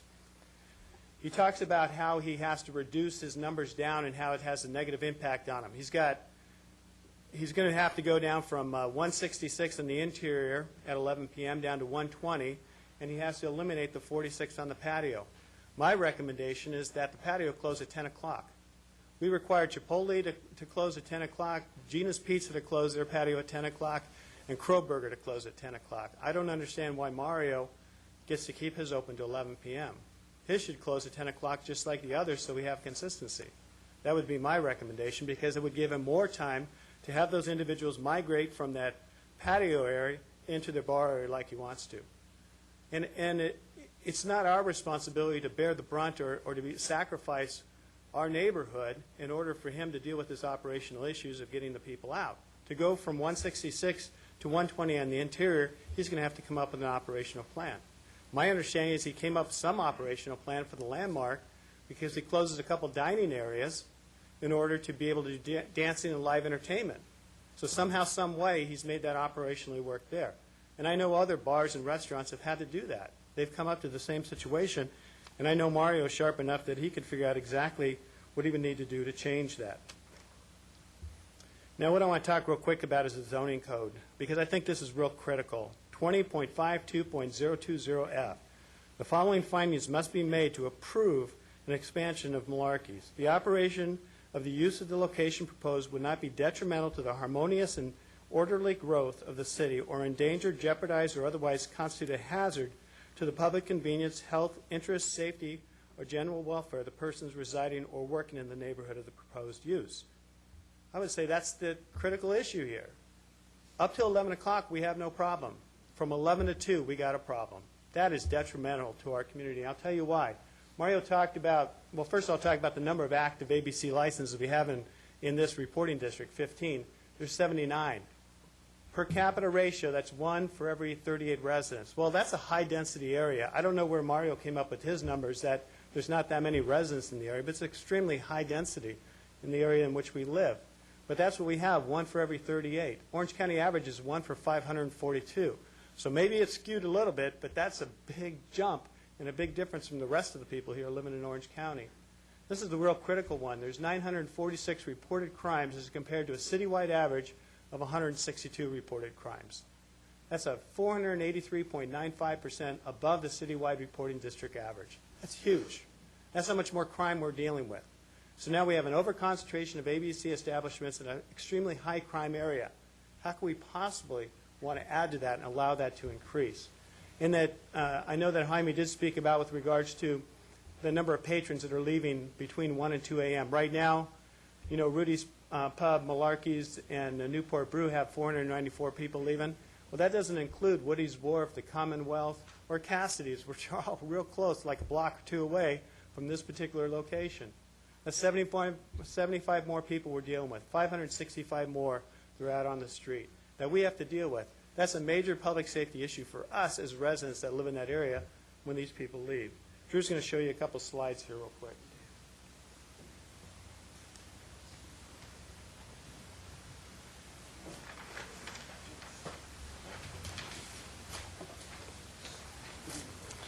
Council members, Mayor, thank you. I'll be brief here. This slide illustrates District 15, which is a very small area, but as you can see, the concentration of ABC licenses there. This area has one of the highest concentrations of ABC licenses in Orange County, with a total of 79. Again, 1 inch equals 770 feet, so again, these bar areas are literally 1,500 feet apart. The following slide here, this is an email from a doctor up at Hogue, and I quote, "Our ER is becoming impacted with acute alcoholic bingers, and thus delivering emergency health care to those who have major crisis is a public safety issue negatively impacted by a large number of alcohol-related visits to the ER associated with the growing bar business on the peninsula." There was a second ER doctor that has also forwarded a similar email to the city, which Dave Kipp just passed out to you. This illustrates a public safety issue. Various newspaper articles. Planners OK Malarkey's expansion, March 2011. Any more people drinking on the Balboa Peninsula would be a problem for Craig Balley, president of the Newport Beach Association, which represents homeowners in the area. Central Newport Beach Homeowners Association also does not support the expansion. Robert Hawkins, planning commissioner, pointed out that both police department and planning staff ultimately recommend against the interior expansion. Cities find way to manage downtown nightlife trouble, April 6, 2011. There is a problem on the peninsula, Newport Beach Councilman Rush Hill said. We spend a greater share of our policing dollar on the peninsula, and we have significant incidents of drunken activity. Quote, downtown headaches are nothing new for Fullerton, where several years ago a city-funded study found that the combined cost of police, fire, maintenance service in the area cost more than the revenue downtown businesses created for the city. This clearly illustrates that the cost and negative impacts outweigh the additional tax revenue. This slide illustrates a very recent tragedy in District 15 and reflects, again, public safety issues. Alan Lynn was about to graduate with a mechanical engineering degree. He was last seen at Rudy's Bar and Pub in Newport Beach, February 5th, around 1 a.m. He drowned in the bay. Tests show high alcohol level in the drowned student. A man his size would have to need 7 or 8 alcoholic drinks in an hour to reach the level, according to government blood alcohol charts. This is a tragedy that should have never happened. More public safety issues. An individual left Cassidy's Bar to go to the adjacent liquor store, stole a porn magazine. When he was confronted by the shopkeeper, the individual threw the shopkeeper to the ground, killing him. This was 2008. Man floating in the harbor left the bars and others. This was November 2009. Was last seen leaving Woody's Wharf at 2 a.m. More public safety concerns. Man stabbed after fight in Newport Beach. Individual was suspected of being intoxicated at the time. Again, more safety issues in District 15. Newport Beach ranks high in alcohol-related fatalities, according to the California's Office of Traffic Safety. I'm not sure that these stats have improved. The police department could probably address these. We're not that big of a city, and we have quite a few issues there. Newport Beach set to crack down on parties, but dramatically expanding the bars will not help these efforts. This is April 2011. And quoting from the article here, we have a former Newport Beach resident. When the bars close, it gets loud. These kids in their 20s start roaming the alleys, and it stays loud until the police come, he said. February 2011, winter pub crawl. 30th Street residents got to clean up after 3 people vomited on our sidewalk and street. Malarkey's queue line approximately 4 p.m. Zombie pub crawl 2010 at Malarkey's parking lot. This starts at Malarkey's and ends at the District, another location that Mario operates. They're offering discounted drinks, includes drink specials, tickets available at Malarkey's. Is this a bar or is this a fine restaurant we're talking about here? Customer files lawsuit over racial slurs, April 2011. This reflects management and possible operational concerns, as this is the same owner that operates Malarkey's. February 2011, police calls for services reflecting reports of a hit and run, a fight, and arrest. These are illustrated in the next couple slides here. February 2011, 1:50 a.m. shows police units responding to the reported fight in front of Malarkey's. Here's an SUV police unit facing the opposite direction of traffic there. Same night, 1:46, DUI hit and run. A DUI driver slammed into a parked car in Malarkey's parking lot, pushing it sideways into a planter and wall. The individual then proceeded to flee and drive up 30th Street. You can see the photos there. Additional police units that were called to that scene. The same night, as I was talking to one of the officers, we both watched an intoxicated individual stumble across the intersection of 30th and Newport Boulevard. Officers proceeded to arrest him. He nearly was hit by a car. January 2011, 1:12 a.m., 30th Street. Residents had an intoxicated individual throw a metal for sale sign into a parked car. He then proceeded to kick in a front gate of the property and tried to break into a vacant condo, and then proceeded to try to break into an occupied condo. He was detained by the residents and arrested. Oftentimes, Saturday or Sunday mornings, residents awake to find patrons have frequented the bars, blocking driveways and alleys. Cars are towed. Side view mirrors are often kicked in. Other property damage. Residents often get to start their weekends cleaning up vomit, broken bottles, undergarments on the streets, sidewalks, even their front porches. February 18th, 2011, 11:30, more police presence at Malarkey's parking lot. September 2010, individual urinated at Malarkey's side door before the construction of the new parking lot. This is under Mario's ownership. Again, September 2010, same day, 12:30, intoxicated individual vomiting, holding onto the fence for balance. Same night, 12:22, groups of people running across Newport Boulevard in front of Malarkey's. This is a constant occurrence and creates traffic obstructions and safety issues. Again, same night, 11:46, more photos, people running across the street, taxi cab having to stop in the middle. Give me one more minute, please. January All right, 2011. will you be finishing then, Drew? Give us 5 minutes, 3 minutes. More individuals urinating in the parking lot. Next slide. Again, more individuals urinating on cars and the parking lot. Individuals directly across the street trying to crawl the drain lines. Individual urinating into Malarkey's trash barrel in their parking lot with the new parking lot. Here we go, 12 o'clock, the queue line. Again, is this a restaurant or a crowded bar? We support the restaurant. We'd really like to see. Go ahead, Joe. So our main point we're trying to make there is with regards to the public safety, and then we're trying to show you the issues that we're dealing with. The operating permit, I just want to say this real quick with regards to the operating permit. I think it is an effective tool for the business. I think it is for the parking lot. But when you have the type of things you saw with the puking, the yelling, the screaming, and individuals leaving, how do you tie that back to Malarkey's and say that individual came from Malarkey's? If I call the police, by the time they get out there, this individual is long gone. That's never going to be dealt with. Those are nuisances that we're going to have to live with and deal with constantly that the police are not going to be able to do anything to help us with as far as that operating permit goes.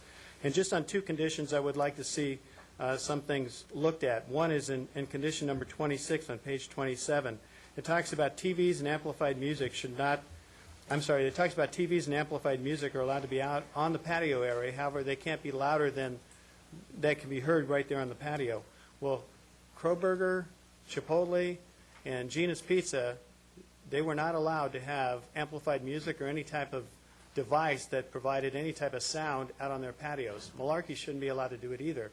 I'm telling you, when those sports events go on the weekends, we're going to be hearing that crowd and we're going to be hearing those TVs going on. So, again, treating everyone the same and equally is the way it should be. With regards to condition 56 in the security plan, it talks about them staying 15 minutes after the business closes out in the parking lot area. I think this should be at least 30 minutes because the police department talked about problems stay until 3 a.m. And I think they should not only walk the parking lot, they should also walk the residential neighborhood and discourage bad behavior. That should be an additional thing that's added to that. Finally, as residents, we support and agree with the police department and the planning department, what they proposed that went to the planning commission way back on March 3rd. Although we didn't necessarily agree with the planning commission, we accept that they came up to 120 to try to help Mari out to get this restaurant going. We can't accept it to go any higher. We ask you to weigh the public safety issues that are here over the public need for another bar in this particular area. I can see it's clear. I think you can see it's clear. There is not a public need for more bars in that area, and it's only going to impact public safety. Thank you for your time. All right, thanks.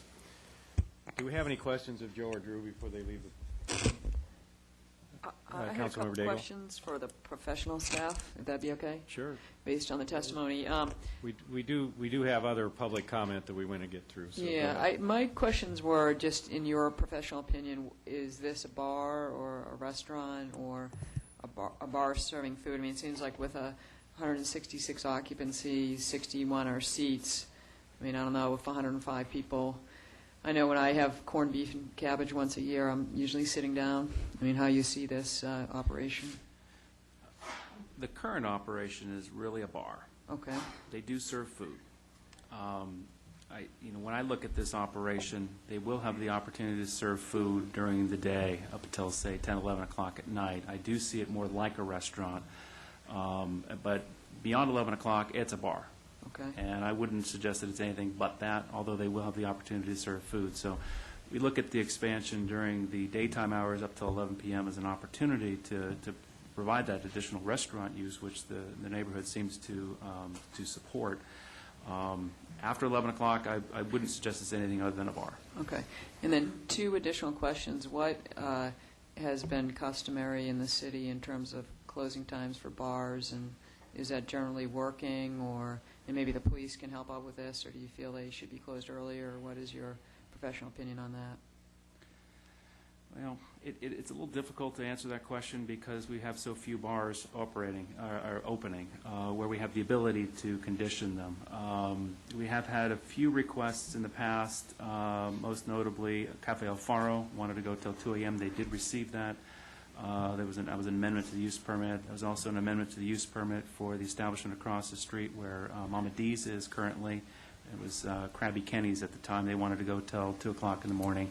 The Planning Commission did not authorize that because it looked like a bar. And I don't believe they're open past 11 o'clock currently.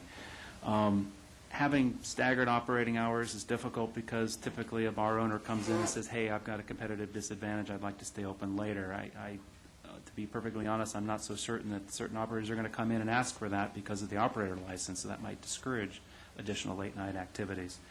We really don't have a problem past 2 o'clock in the morning because alcohol sales are prohibited by state law, and so most of our use permits have a 2 o'clock closing period, and so a lot of the existing establishments, Commonwealth and Woody's, have a 2 o'clock closing, as well as Cassidy's and others. The brew company has a slightly earlier closing time during the week and 1 o'clock during the weekend. But clearly there's an issue in this particular area. There's a high concentration of crime. Again, we were supportive of the police department in terms of adding additional people there. It's a cumulative effect.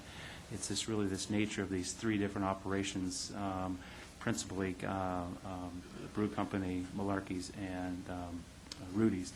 Although there are other operations in the area, it's just a fairly sizable issue for the police to deal with. And I might want to turn it over to Captain Fox to address any other comments he wanted to make on closing hours. No, I agree. And per state statute, they can only go to 2 o'clock, obviously. The staggered hours on the peninsula, as Jim has said, is pretty much standard, the 2 o'clock. I think the brew co had some issues at one point, was reduced down to 1 o'clock. Our staffing levels come around 3:30. Obviously, we are in a shift change and we downsize. So after 2 o'clock and between 2 and 3:30, it gets very busy, and the other shift is now going home. So obviously, anything prior to 2 o'clock would be better for us. We'd have higher staffing levels, but we've been able to accommodate the 2 o'clock, and should you go ahead with this, we'll do our very best to police it the best we can. We're just trying to voice our concerns up front that we foresee a problem. Okay, thank you. Okay. All right. Let's continue with public comment. Let me ask, how many people still want to make comments here? Raise your hands high. I can't see them all. All right. With council's indulgence, can we limit the remaining public comment to 3 minutes? We really need to get through this item. We have other items tonight, so we'll use a 3-minute limit then for further public comment. All right. Anybody wanting to make comment, come on down, and why don't you line up so we get through this as quick as we can. Mr. Mayor and Councilman, my name is Craig Batley. I live on the peninsula. I've lived on the peninsula for the last 10 years. I've been quoted already in the paper, and as the president of the West Newport Beach Association, and I was quoted twice. And on February 28th, I said, "You already have a saturation of drinking establishments on the peninsula," said Craig Batley, president of the West Newport Beach Association, which represents homeowners. "To have further concentration does not really add to the residential character of the neighborhood." And this planning commission approval is problematic. But one of the things I think that's been missed here is this is the first time I understand that this particular new, what do you call it? The occupancy license. Operator license. The operator license has been enforced. Is this the first time that this has been enforced with an operator? Now, is it true that this particular operator license goes with the operator himself? Yes. It does not go with the property. So if Mario was to sell this property, this particular operator license does not go with the new owner. My understanding, the city attorney can confirm this, but a new owner would have to apply for a new operator license. Yes, each operator needs to have an operator license in order to fulfill the terms of the use permit. Okay, so now I understand that this approval by the Planning Commission goes from 91 to 166, and at 11 o'clock, the only condition that I think is being appealed here, if you will, is the condition to drop down to 46 at 11 o'clock. Is that correct? I'm a little bit confused because it's kind of complicated, all these numbers around. The Planning Commission approved this full application, except for at 11 o'clock, the operator has to drop down to 46. It has to go from 166 to 120. Okay, so the 46 people have to leave at 11 o'clock.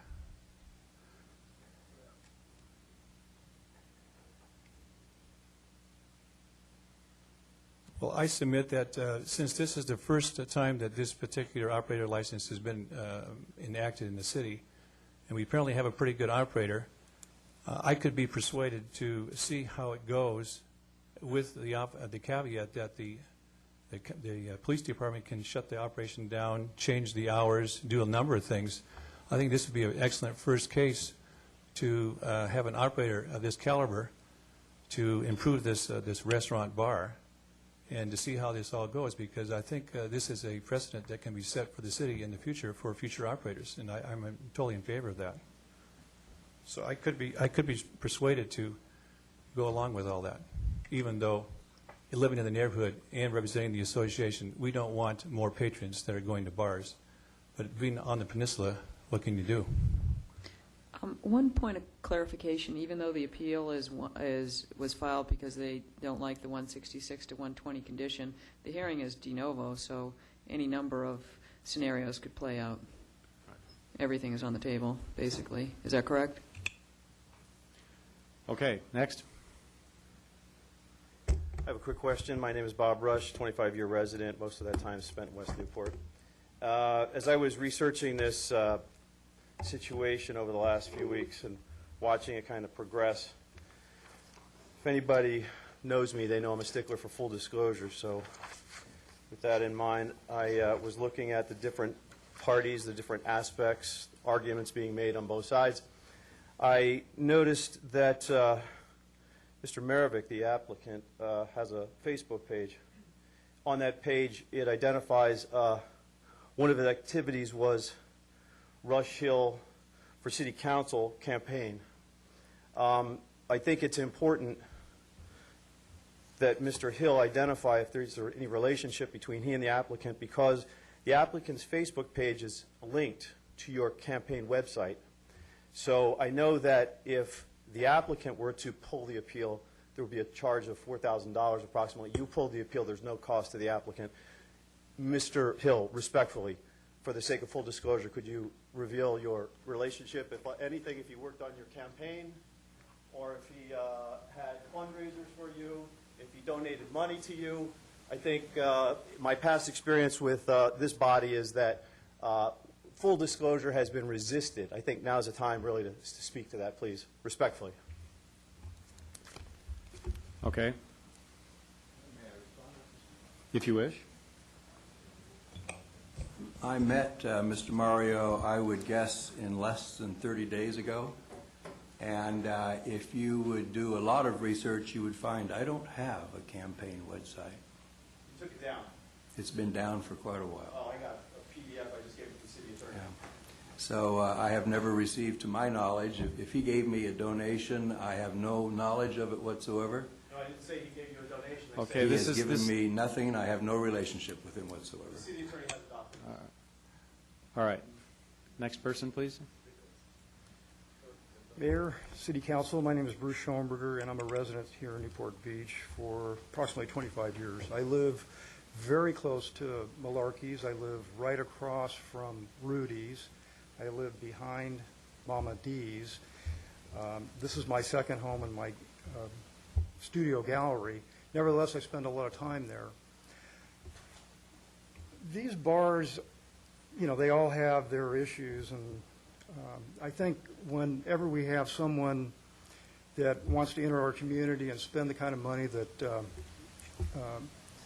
Mario is spending and operating, you know, to the constraints that he's willing to operate, you know, I think it would be a tragedy to tie his hands when we're talking about 40 people from the hours of 11 to 2 o'clock. He's already stipulated that he would accept not allowing people in after 1 o'clock. He's got security. A lot of these pictures I see here are prior to him instituting some of the things that I know he has instituted. A couple other things. You know, the two gentlemen that are against it, I mean, I have a establishment closer to either one of them. And Malarkey's is not the problem. The problem that we have when we have a good warm summer night is we have people that come from out of our area. They bring their packaged liquor They go on the beach, maybe they're there for the day, they come out. I can tell you, I pick up packaged liquor constantly. And it's not from the bars, because these bars don't have liquor, they don't sell liquor. You can't take a beer bottle. So I would suggest a lot of the stuff that happens in the neighborhoods and a lot of the trash that we have to pick up and deal with, could be traced, because each of these bottles has a number. In fact, they can be traced back to the distributor. So maybe we could get to the bottom of some of what happens in Newport Beach, as opposed to trying to eliminate someone that's made a substantial investment and is a proven quality operator. And food is the key. And I think Mario would stipulate to be open even later to serve food, if that's the issue. So that's all I have to say. Thank you.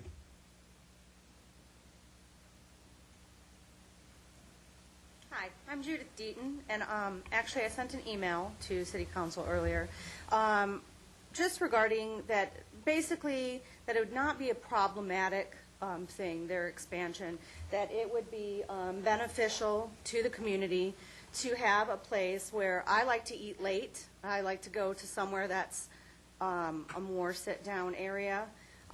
Sometimes I'm working late, and I don't want to go get fast food for dinner. I want to sit down somewhere they have great food.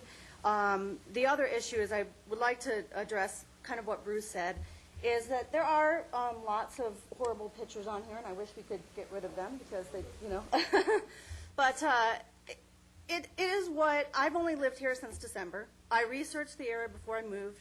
I knew I was moving into the war zone, which is what it is called. Everybody knows that. I do agree with Bruce that it not necessarily is the bar scene. I live on the 100 block of 30th Street, and within just the past couple weeks during the spring break week, we had a 5 group of girls that were driving a car. Apparently they were underage drinking, a DUI, and stealing a surfboard at 12 o'clock in the afternoon. If they had been allowed to keep drinking, then they would be the ones causing trouble in the evening. We also had a underage girl overdose on the beach, right in front of the bench on 30th Street. And this is all within the last 2 to 3 weeks. We had a drunk that was drunk on the beach, somehow with his, taking the alcohol, putting into something separate that he could be drinking on the beach without being seen, and was basically passed out on the sidewalk of a neighbor's house. So this is what we deal with on a regular basis. It's not necessarily blamed on the bars. Obviously, there are people that are wandering the streets at night, but I think that's part of one of the things, like Bruce said, of living on the peninsula that we deal with on a regular basis. I also believe that with those numbers, the 1 in 38 numbers, is because we also have a bunch of college population or rentals. We might have one property owner that has 4, like where I live, there's 4 apartments. And who knows how many people you could cram into those 4 apartments. So it's like that all down the peninsula. There may be a 2-bedroom apartment. You may have a 2-bedroom flat on the bottom, a 2-bedroom flat on the top, and you have 4 college students in each. So that's where this, kind of the numbers come into play. That's really all I wanted to say to address the council. Thank you. I do want to let you know that it's not necessary that you use the full 3 minutes. You don't need to. Hello, my name is Margot Leonard, and I live in Corona Del Mar. I actually live about a block from Landmark, on the street that Landmark's located on. And Mario does such a great job operating Landmark that I'm glad that he's the person that owns that restaurant, to the point that in February I threw a fundraiser for an orphanage in Mexico, and I'm blessed that I know a lot of people in the area, and I could have thrown it at a lot of places. And I asked Mario if I could throw it at Landmark because of the kind of clientele that Landmark brings in. I knew that it would be great for the fundraiser. And when Mario makes the improvements to Malarkey's, should he do so, what's going to happen is the clientele is going to be upgraded, I can guarantee it. And you're going to get a more mature crowd coming in. There's people in their 30s and 40s that still like to go out, and they like to go out late, and they need a place to go. And living on Orchid, I can tell you there aren't any problems at night, late at night, with people leaving the bar. And having seen the pictures of what's going on right now, I think it would be really beneficial to this area to go ahead and approve everything that's on the table. Thank you.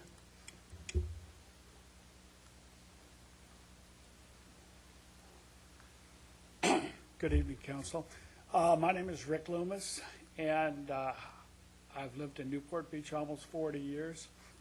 Currently, I live on 30th Street, right down the street from Malarkey's.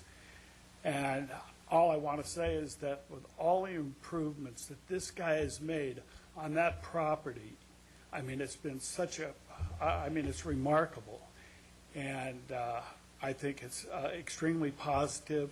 And the people that were referring to Malarkey's as a bar, I totally disagree, being an ex-restaurateur for 40 years.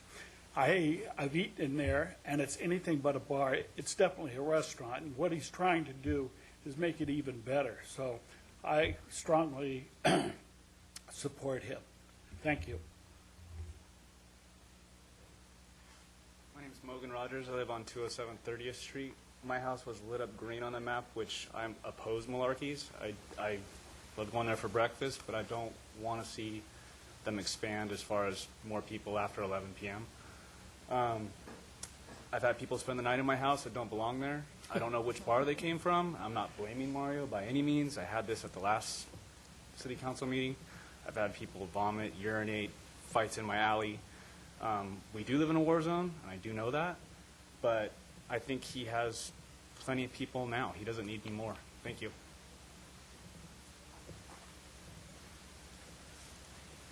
Denise Oberman. I do not live in the war zone, but I do live on the Balboa Peninsula. And I think the council, I think what Mario is attempting to do is great in terms of improving the property, improving the facility. However, what the council and the city really has before it as a matter of public safety is the issue of concentration. And we've now gotten to the point, and it's been this way for a number of years, that we have over-concentration of uses that are creating a public safety risk. And they're creating nuisances. And the city, for whatever the reasons that I don't completely understand, maybe it's staff shortages, it's policy, the city has been unable to control those. Now, I happen to live within a block of Newport Elementary School, and I can tell you, year-round, there are people going by my house between 2 and 3:30 in the morning that are heavily intoxicated. I've had people fall off their bikes. They've broken open their teeth. I have had, and the city has been understaffed to respond in a timely manner. I've had people come into my property on a regular basis. And again, not specifically relative to Mario, but relative to the responsibility to control the conditions, the over-concentration. So I just ask the council to do the right thing. I mean, let's not kid ourselves about these operating conditions. Mario legitimately wants to maximize his profit. And he's a smart guy and obviously a great marketeer. And he should be able to do so, but within guidelines of sound public policy. So let's not try to create conditions that aren't implementable. We've already gotten stuck as a city numerous times with this. So my suggestion is limit the number of people to 120 total. I mean, he does need to be able to operate. It gives him some increase in the current occupancy. It fuels the overconcentration, but it puts a limit on this.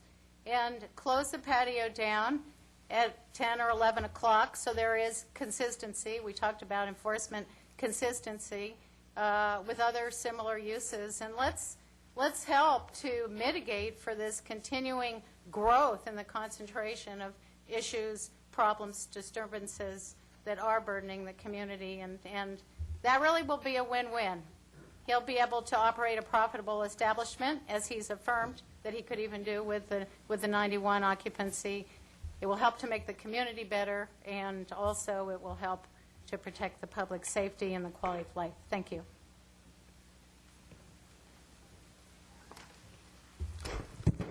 Good evening. My name is George Schroeder, and I live on the 100 block of 35th Street for 23 years now. I really appreciated the videotape that Mario played for us. If I could have actually have been in that tape because I support all the improvements he wants to make. And those people in that tape, it looked like it was about 10 a.m. They were as sober as a church mouse, reasonable people. Some of them I actually know. I've known for several years. But that isn't the concern that the residents and, more importantly, the police department have. The concern isn't what happens at 10 a.m. when people are eating their breakfast or their lunch. The concern is what happens after 11 p.m. when we're going to add more young people drinking hard liquor in an area that has an overconcentration right now. If Mario came to my house and said, do you support me making these improvements, putting additions on, cleaning it up, putting lights outside, I would have said yes. I do know for a fact quite a few of those green homes, just like the young man said, my home should be red. They don't support the part of his improvement of adding more hard drinkers after 11 p.m. at night. I mean, so just looking at the file here that was left on the table out front on page 87, there were 80 DUIs and 281 plain drunk arrests in this area in the last year. I'll tell you for a fact, the 281 plain drunk arrests, they're very difficult to get. The police don't arrest you when you're drunk walking down the street. You have to be falling down drunk and a danger to yourself. I've seen people falling down drunk. I've seen police talking to them. I thought the police were going to take them away. A person goes by in a cab and says, hey, I'll give you a ride. The police let them go. Okay, so, and then also on the,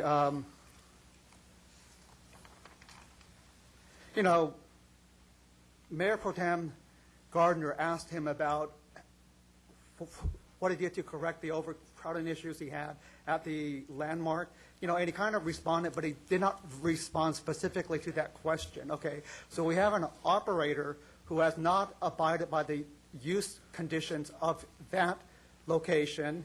And then also, aside from that recent article in the newspaper, there is a petition that says the rear doors of the facility shall remain closed at all times. The use of the rear door shall be limited to deliveries and employee use only. Well, we have a signed sworn statement and remarks by the employee that they were sneaking a patron into the back door so they wouldn't have to wait. Okay, so to me, this isn't a model operator. He already is not complying with his use permits. Lastly, and most importantly, okay, this site here belongs to the residents of Newport Beach. The city is going to do something here in the next year or two or three. Okay, and what has been determined is they're going to build residential here. I've been a real estate broker now for 32 years. There are 6 beautiful condos across the street. They've been for sale for years. They've ratcheted the prices down. I've taken buyers to them. They've looked at them. They love them. They go in the alley in the back. They look and they see the parking lot to Rudy's, and they say, George, we love this. We love what the builder did, but we're not sure we want to live this close to bars. We've heard there's a problem here. Okay, well, we're doing everything we can in West Newport Beach to improve the area, to get the 4th of July under control. The last thing we need to do is to ignore the very reasonable request of your police department and not add more problems by increasing the drinking in the area. And I think closing George, out the doors. I need to ask you to wrap up here. Okay, I'm going to wrap it up. I mean, basically, I support the improvements, and I will go there. I've gone there in the past. I leave with wait staff 30% tips. I want to see them do well. But I can't support more people being drunk outside of my house at 12 o'clock at night even.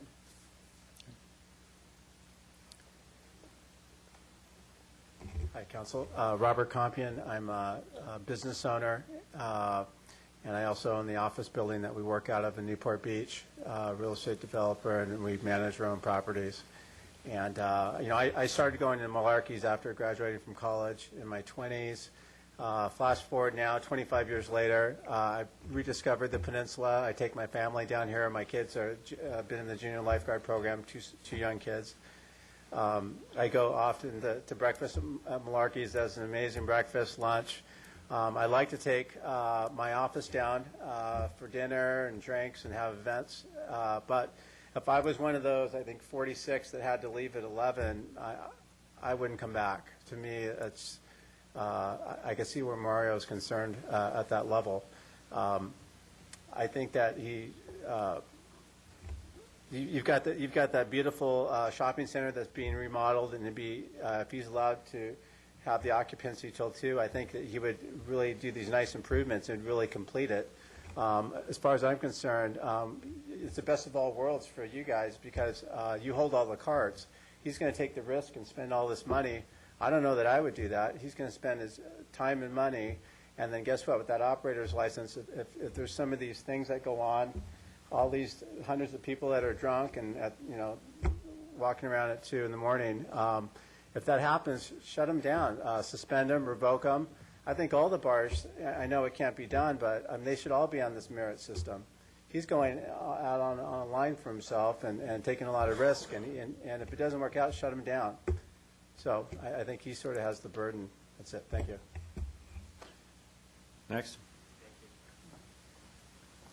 My name is Richard Glassman. I own property on 30th Street. My house was marked green. It should be red. I am actually going to make it a point to go to Mario's and have lunch and dinner there, since it sounds great.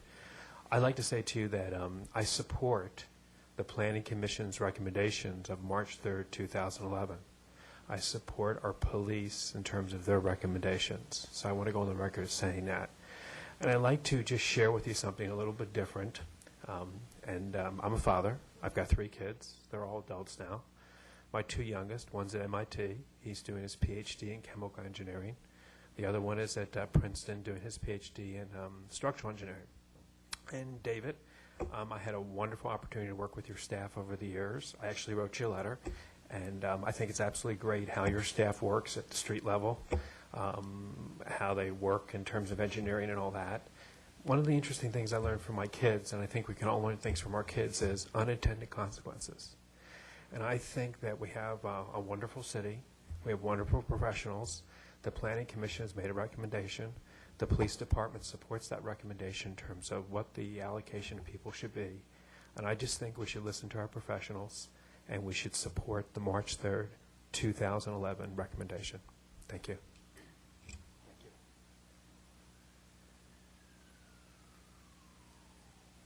Good evening. My name is Frank Vassell. I'm an attorney. I'm a business owner. I live on 29th Street, stone throws from Malarkey's.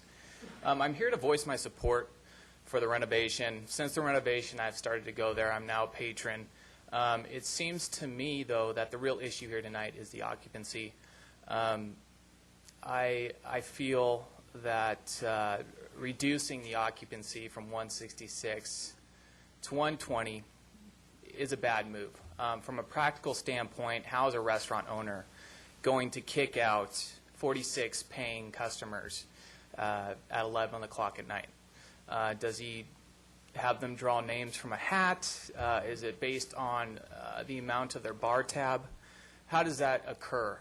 And I would like to actually put maybe a different spin on I know, with all due respect to the police department, kicking 46 people out of a bar at 11 o'clock, we all know what they're going to do. They're going to go on to the next bar, which is right across the street. So you have these 46 people making noise at 11 o'clock, finding the next bar they're going to go to. They're going to drink till 2 o'clock in the morning, and then they're going to leave that bar and make more noise. So really, the net effect is the same, if not worse. So I would ask that you let Mario operate his restaurant in a reasonable manner, give him the 166 till 2 in the morning. Thanks.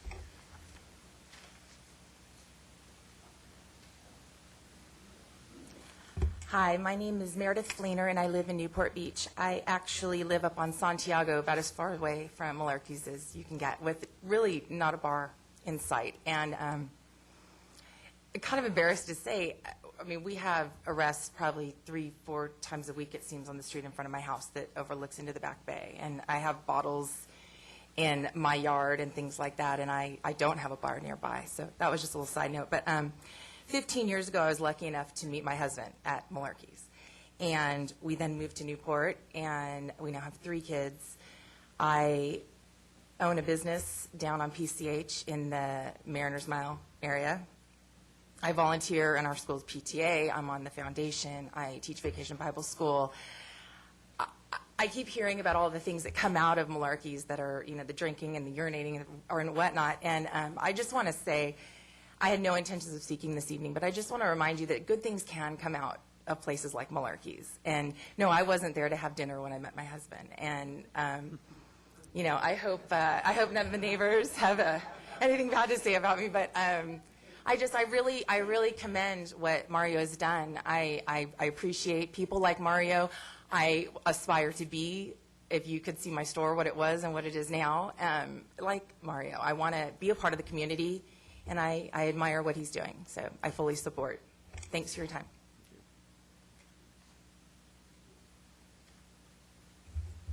My name is Gordon Berrien Brock. I live at 3000 West Oceanfront, the other end of 30th Street from Malarkey's. I've lived there for 32 years. Prior to that, I lived on the end of 34th Street.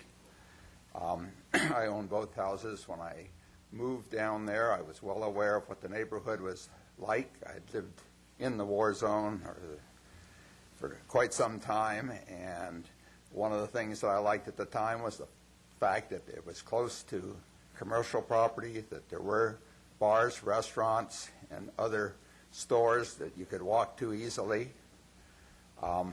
I enjoy going to the various restaurants around. I've been going to Malarkey's for years. I haven't been a real regular customer, but I eat there on Sunday mornings and occasionally drink there.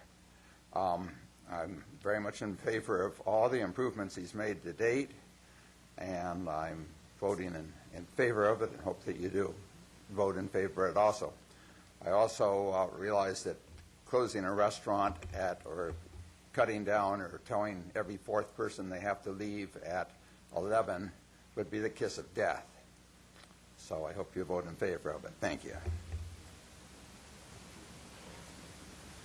Good evening. My name is Doug Cianfrocca. I live on Oceanfront by 26th Street. I've lived on the peninsula for 20 years. Rarely have I had the opportunity to see a bright young man invest that much money in a building on this peninsula, a commercial building that we need so severely. Frankly, we need to encourage people that are willing to make that kind of investment and improve in our neighborhood, in our commercial buildings, in our restaurants, in our businesses. Much more can be done down on 21st and 22nd as well. It is very difficult for a business owner to invest that kind of money and ask people to leave after a certain time, 11 o'clock at night. It's very, very difficult. Let's encourage young entrepreneurs that are willing to make this kind of investment in our community, and it'll increase the age in those bars and the sense of responsibility for the people that drink in them. And I applaud your efforts in your considerations. Thank you.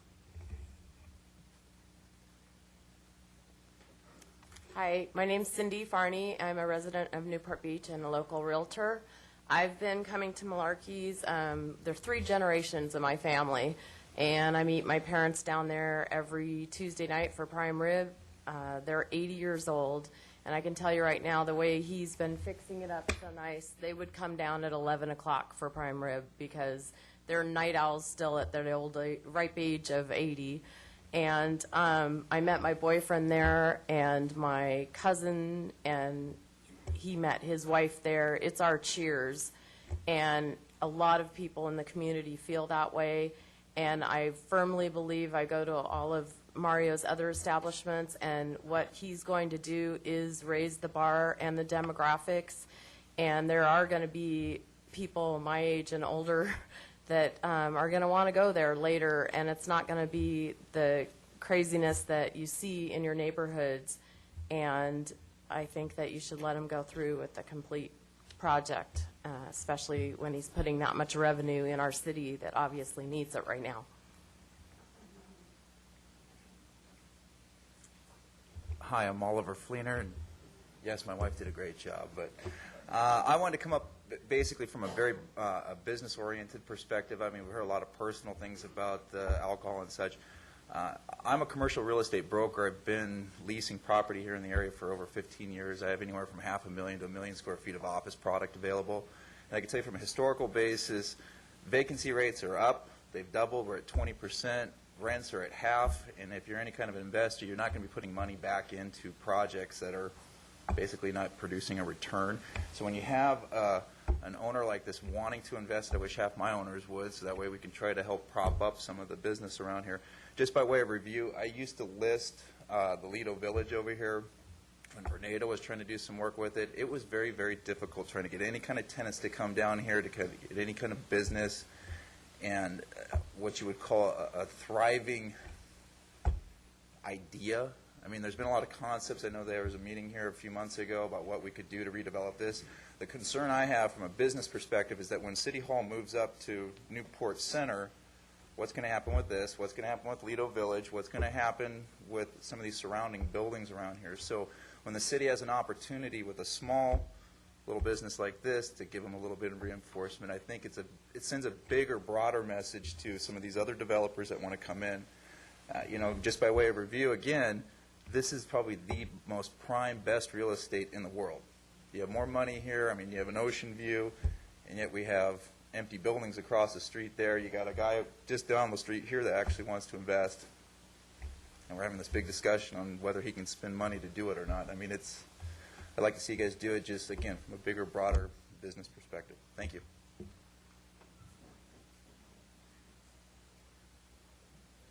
Hello, my name is Frank Cozy. I live across the street from Malarkey's, and I can't thank Mario and the Catalysis company enough for making that eyesore of a shopping center nicer, and also the eyesore of a lot that was a trash collector, and turning that project around. And both groups have done a fantastic job. So, we got to really encourage people to spend their own dollars instead of the city of Newport Beach having to spend dollars. And I'm grateful for them putting on their hard dollars in here, and we should encourage that. And I think also with the development of the project, it's going to bring in a higher clientele into the project, something along the lines of Banderas, Gulfstream, R&D, Cannery, where you get a more mature sort of clientele in there that's less inclined to be doing, dubious activities at the close of the operation. So I'm for this project, and that's about it. Thank you. Good evening. My name is Tony Pacheco. I'm the business consultant who helped Mario with the transfer of the ABC license at Malarkey's. I worked as an investigator for the Department of Alcoholic Beverage Control for over 17 years, and I retired in 2003. Based upon my experience, the Department of Alcoholic Beverage Control would discourage any type of condition limiting the patron capacity in any business, because that would open up the business owner to serious issues of discrimination. For example, how do you choose who to actually kick out of the business? As I see it, a conditioning limiting the patron capacity would be a burden for Mario. Any complaints that ABC receives regarding discrimination are investigated and could possibly lead to disciplinary action. Thank you.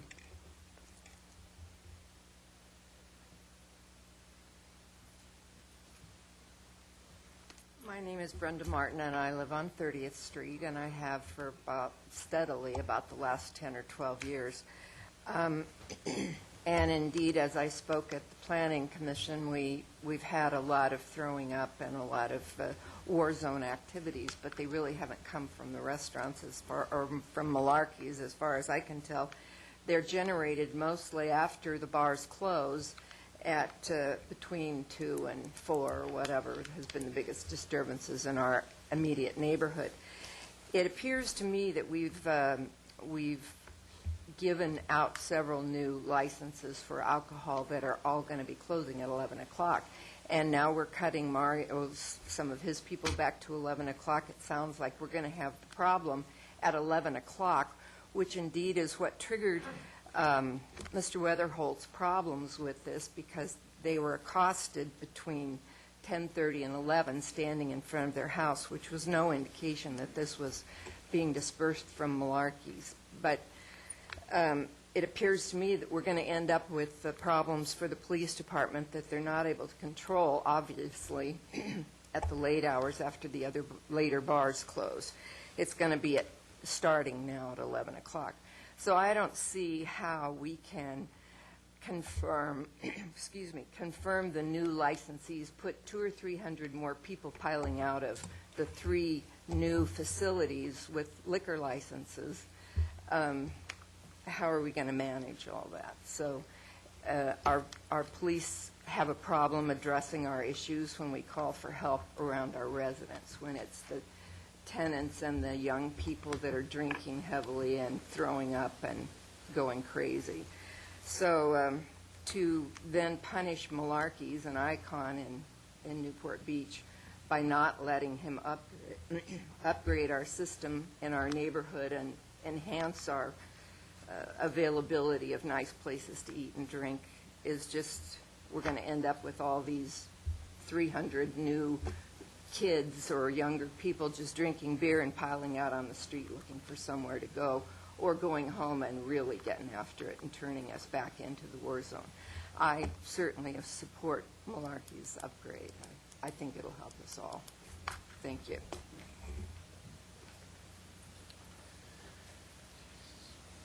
Hello, my name is Hugo Aviles. I'm a resident of Corona Del Mar and a business owner here at Newport Beach. I moved to Newport Beach about 13 years ago because of the upscale beach lifestyle. And I'll tell you, I would never come to the peninsula, to the Malarkey's or any of these places, because it was just kind of a pigsty, kind of a rundown, almost like a red light district environment. But I have seen this area really improve in the 13 years that I've been here, and I continue to see these bars be upgraded and attracting a responsible partier, if you will.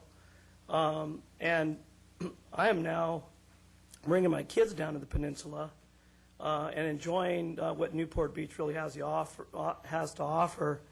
And I think that Malarkey's, with the improvements that Mario's making, are exceptional. I think that it continues to upgrade this city, this wonderful city that I've come to love. And I think that Mario should be allowed to run his business with all the restrictions that you guys have imposed on him, and let him run it and demonstrate to us his responsibility and his capability to honor the community's requests and not provide any further restrictions on him. And I also want to just say that when I did move to Newport Beach, I was lucky enough to meet Mario, and this is a man of great integrity, has a great family, really prides himself in doing what he says, and he just has a lot of integrity.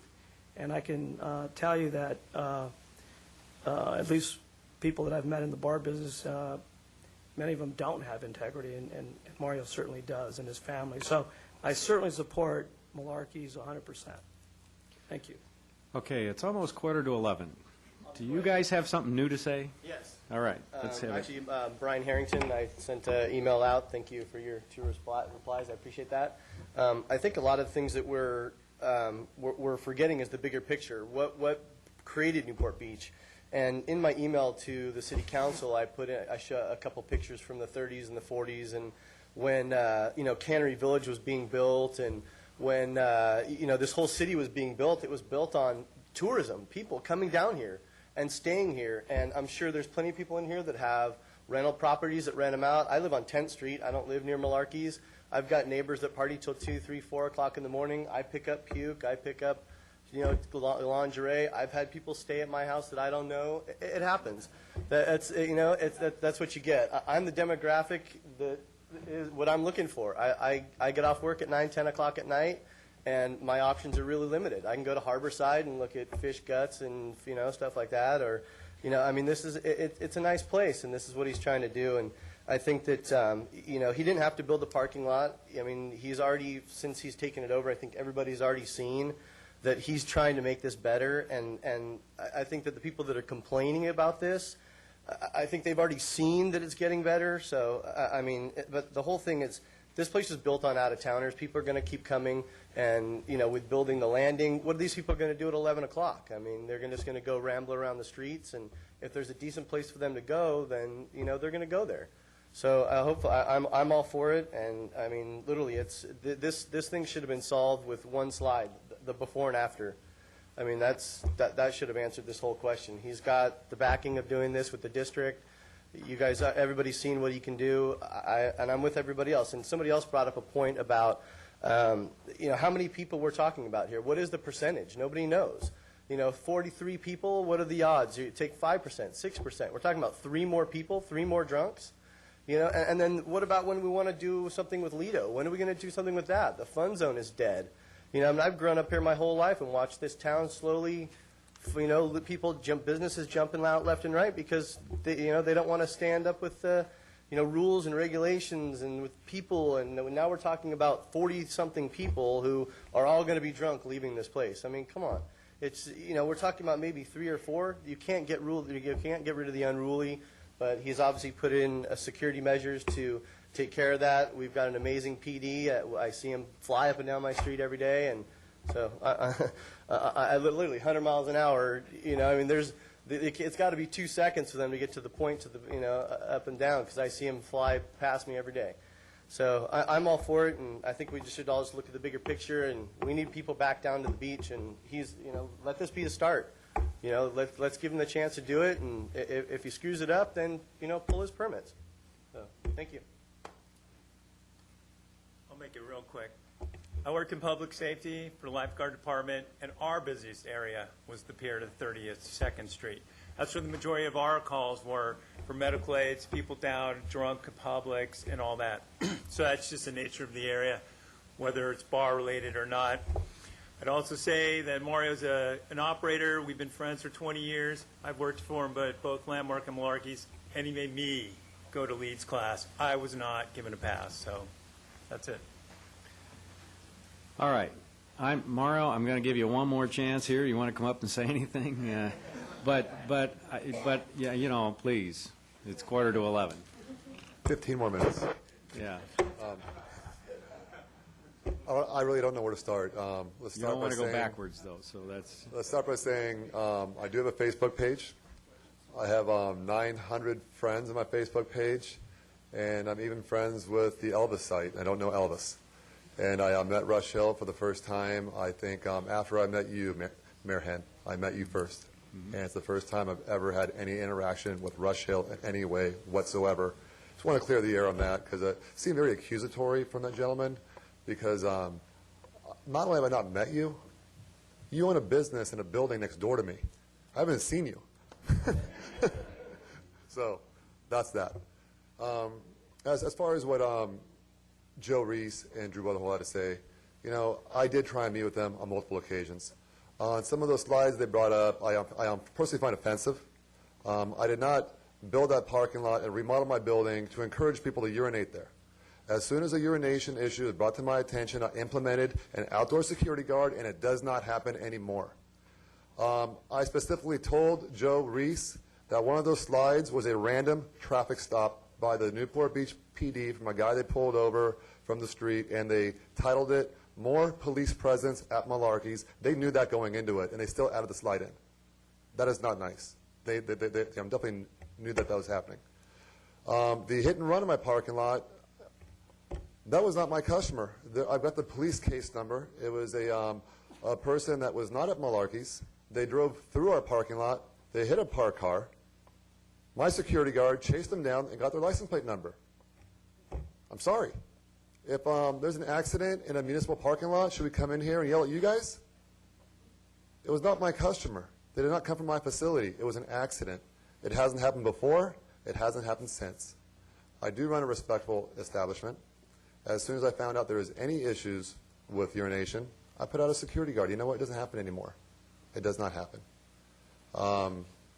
As far as me trying to create a compromise with the neighbors, the one gentleman said his house was green, his house was yellow.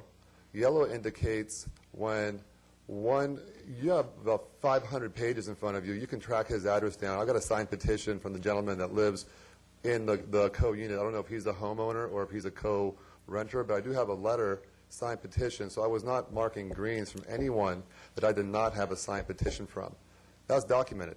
In addition to the 300-plus signed petitions, I printed out a database for you, itemized by street name and street number and address and first name and last name and phone number and email address of every single person that signed a petition, easy to verify. There is not one mark on that map that is not correct. Other than that, I cannot ask 46 people to leave my establishment. I'm opening myself up to, quite frankly, pissing off a lot of people. I'll be out of business in a year, so there won't be any need for a one-year review. If I kick out 46 people every single night, assuming, let's say, 2 nights a week plus holidays, I'm not going to be in business anymore. That's why I can't accept that. I'm going to open myself up to a lot of unhappy customers, a lot of people that are going to feel offended, a lot of girls are going to say, why me? Because you don't think I'm pretty enough, or, why? Because I didn't spend enough money here, or I'm not a regular, or you just don't like me. How do you pick out arbitrarily 46 people? I want to cut admission at 1 a.m.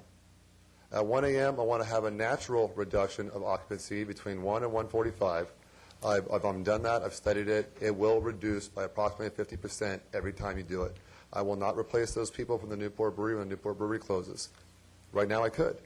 There's a lot of conditions we put in place, we're proposing to put in place that are going to stay with the operation, hopefully as long as I'm there, and hopefully I'm going to be there as long as I can physically be at that location. But there's one thing that nobody brought up. Leaving things the way they are is not the solution. You don't like the way it's going? Let's not touch it. Let's leave it alone. Put a condition in place that makes it unfeasible for me to accept, that's leaving it alone. I want to improve it. Oh, we can't do that because we got to put this condition in place. I met with Joe Reese. I met with Drew Weatherholt on a multitude of occasions. I sat in my office the first weekday after New Year's Eve, closed my door with Mr. Reese and said, let's not leave this room until we come to an agreement. Let's start the new year off right. Let's start with a clean slate. The answer was, there's nothing that we're going to agree upon today. He wants to find out from the city what you're willing to give me, and then he'll agree to that. I tried. And the green dots say it all. I reached out to the community. I knocked on every door. I showed them my plans. We talked about being open till 2 o'clock in the morning. I showed them the occupancy. There's a lot of supporters in the community. Usually you would say it's the non-vocal minority. Today it's the vocal majority. People want this plan approved. It's a good plan. I would not take on the additional restrictions if I did not plan on complying with them. And hopefully we can approve it. And I don't think we've heard enough from everybody. You know my stance. But thank you very much. All right. Thanks, Mark. All right. So we're going to bring it back to council here for further discussion and action. Does anybody have any comments to make?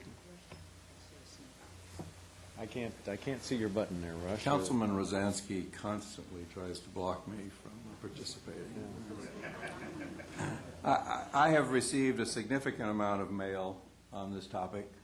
I would say it clearly runs 10 to 1 in support. All due respect to you, Mr. Mayor, the piece that I liked the most began Mayor Hill.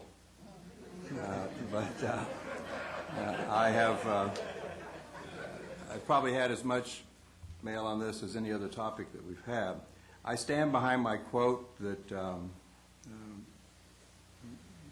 Joe I apologize, I don't know your last name, provided. I do recognize there's a significant problem.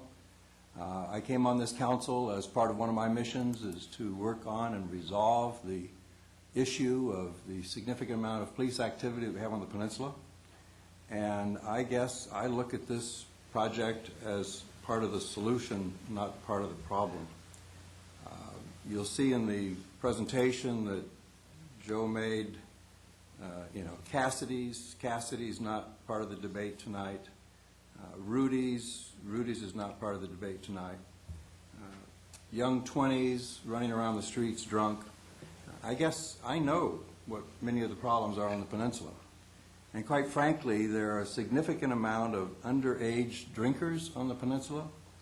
There's a significant amount of drugs on the peninsula. It's absolutely amazing the number of people that have medical marijuana prescriptions on the peninsula.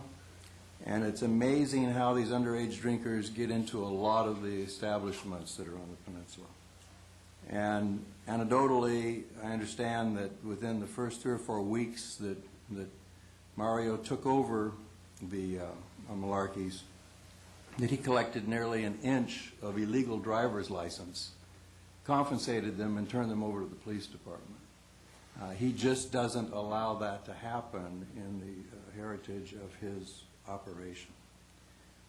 This is the type of operator that we need down there to begin to change the demographics, to improve the area. He's willing to spend some serious money, but he needs to be able to operate and get a return on that money. Are we at risk if he doesn't do what he says he's going to do?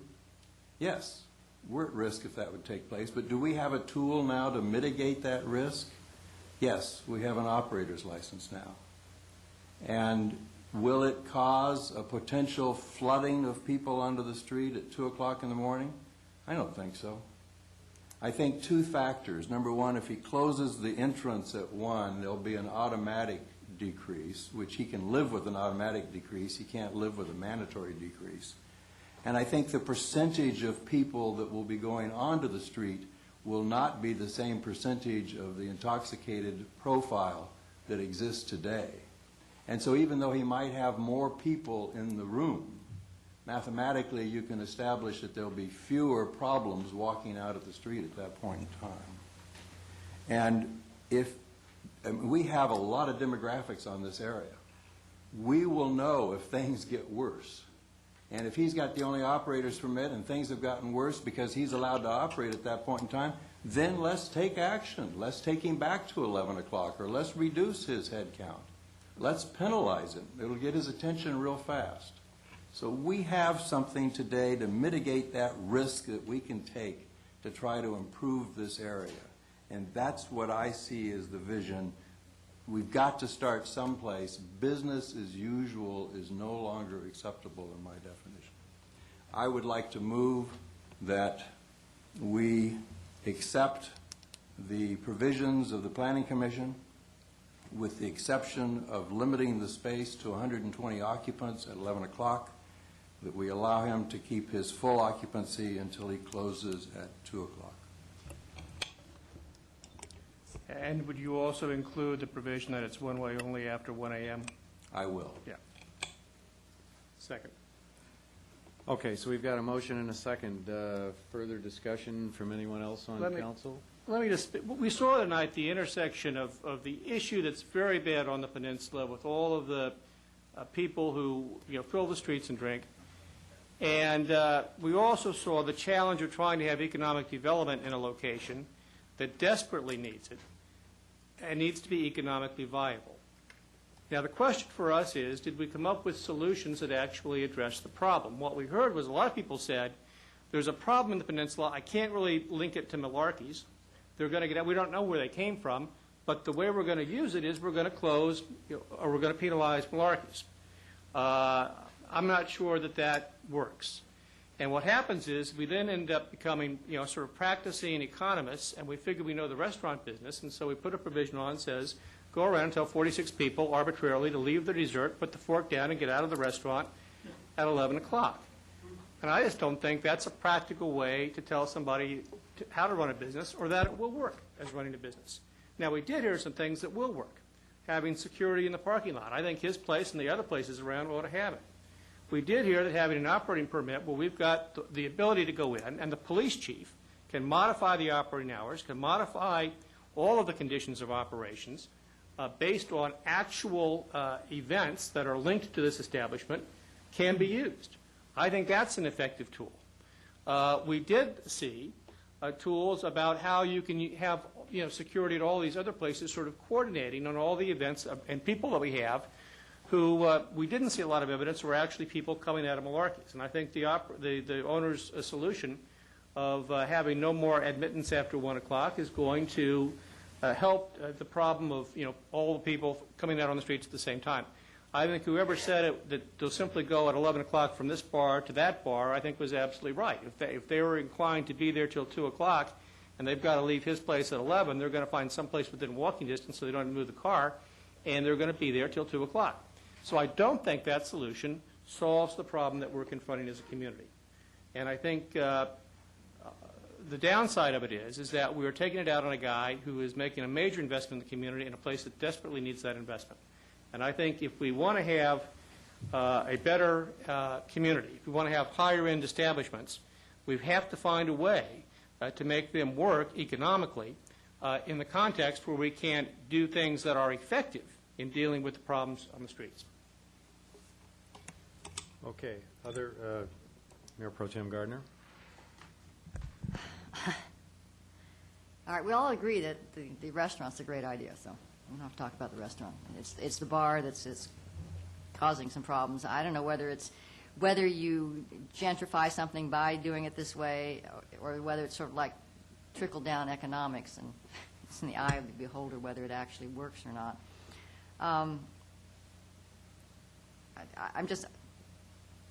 We seem to have an issue there, and by prolonging the issue, by saying, okay, we have another group coming out, we're not taking, are we solving the problem? Is there another way? Are we just continuing the problem? I mean, I would imagine if you don't just serve food, but if you have very expensive drinks, that will solve the problem.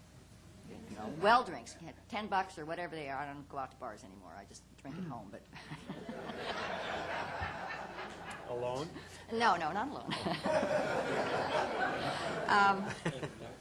Yeah. So I'm really wrestling with this. I do think, though, that when I saw what the Planning Commission did, I mean, I understood what they're trying to do, but even I mean, I'm not a restaurant person. I was going, how does this work? That does seem difficult. I can see as with the patio, you go, okay, at 10 o'clock, I mean, at 11 o'clock, you start, at a certain point, you say, okay, no, I can't seat you on the patio because it has to be closing. And it's a general rule. It's not going in and saying, eeny, meeny, miny, mo, you get to stay, you get to go. I just did that. That was great, wasn't it? Jeez, at 11 o'clock. I know. Well, yeah, it is. I know. It's late. I'm really torn on. I'd love to hear some more discussion on this, but I do have a couple of things that I would want to say that if we are going to do it, I have to agree that why would we allow the TVs on the patio when we're not allowing it with the other ones and things? Well, just because you serve hard liquor, does that mean you get big screen TVs or something? I mean, that seems to me we should have some consistency here. And the stopping of the serving of food, we have insisted on so many other places serving food until they close, and we're saying you can stop serving food. So we do seem to have some real inconsistencies in the way we apply these things. But as I say, I'm looking forward to some further discussion because I'm still torn. Okay, Councilmember Selledge. Well, after being on the Planning Commission and the City Council now for 16 years, I can't tell you how many situations like this I've seen. Probably had my hand in one form or another in almost all of the restaurants out on the peninsula. And for 16 years, I've been trying to get a procedure where we separated the land use issues from the operator issues. And so here we have the first opportunity to use the new ordinance, and we're getting recommendations from our police department to not use the operator's permit. And I find that really disturbing. particularly when the police chief was one of the big supporters of having the operator's permit. One of the things we've tried to do over the years is give good businesses a chance to operate and improve themselves. And during the 16 years I've been involved in the city, I've been rewarded and I've been burned by different operators, but because it was tied to land use, really had no control over it. So here we have an opportunity to use the operator's permit. I won't repeat the things that Councilman Hill and Councilman Curry said. I concur with their comments, but I think that, as imperfect as some may feel that the operator's permit is, it's a tool that we have, and this is the type of operation it was designed for, and I think we should move ahead and approve the project. Okay. Councilmember Daigle? Yeah, I think I'm okay with the full occupancy. I agree that would be sort of an unworkable procedure to ask some folks to leave and not others, and how you do that. So I agree with that part. The concern that I have, and maybe that's something that is regulated through an operator's permit, is, what we're hearing from public safety is they do a major shift change between 2 and 3:30. So to have a lot of activity in the streets, we're really unable to get at it till, close to 4 by the time the new shift is out. So the concern that I have is that closing hour, and I don't know if the operator would be amenable to just closing at 1, how he would feel about that. But it seems to me that or through your operator's license, that you would address that. I don't know. Do you have a recommendation on a close time? Just one correction. The shift change actually is one shift going home, and they're not replaced till 6 a.m. Okay, so the number of officers decreases at 3:30 in the morning. Okay, so you've got people going out on the street at 2 just when you have a decrease in manpower. That shift is beginning to wind down, yes. Okay. Well, I'm sorry, what was your other question, ma'am? Do you have a recommendation on a close time? I don't think the close time was the issue. I think it was merely the number of people inside the location. Okay, so you're okay with the 2 o'clock? Yes. Okay. My concern with the operator's license is how it's being administered in terms of the appeal body and the decision-making body and how they interact. And, Costa Mesa open meeting laws are becoming a hot issue, and I don't want us to have comparisons with them drawn to us. And what I'm simply saying is there should not be ex parte communication between a hearing officer and an appeal body. And I would be more comfortable, I think the community would, when there is an appeal, that there be some type of an agenda, that the community have the opportunity, and the community, I mean the business and the residents, to provide testimony, because it's an appeal based on something not working by someone. So my concerns with that is how the appeal and the communication is being handled. So, and thank you for your recommendation. That I appreciate that and have a lot of respect for your for law enforcement's opinion about this. So, thank you. Okay, I think it's time for me to chime in a little bit. It's my district here, and I live there. I'd have to tell you that we have a serious problem as things exist today on the peninsula. We have too many bars and too many people flowing out into the streets late at night with not very much to do other than be drunk and get into trouble.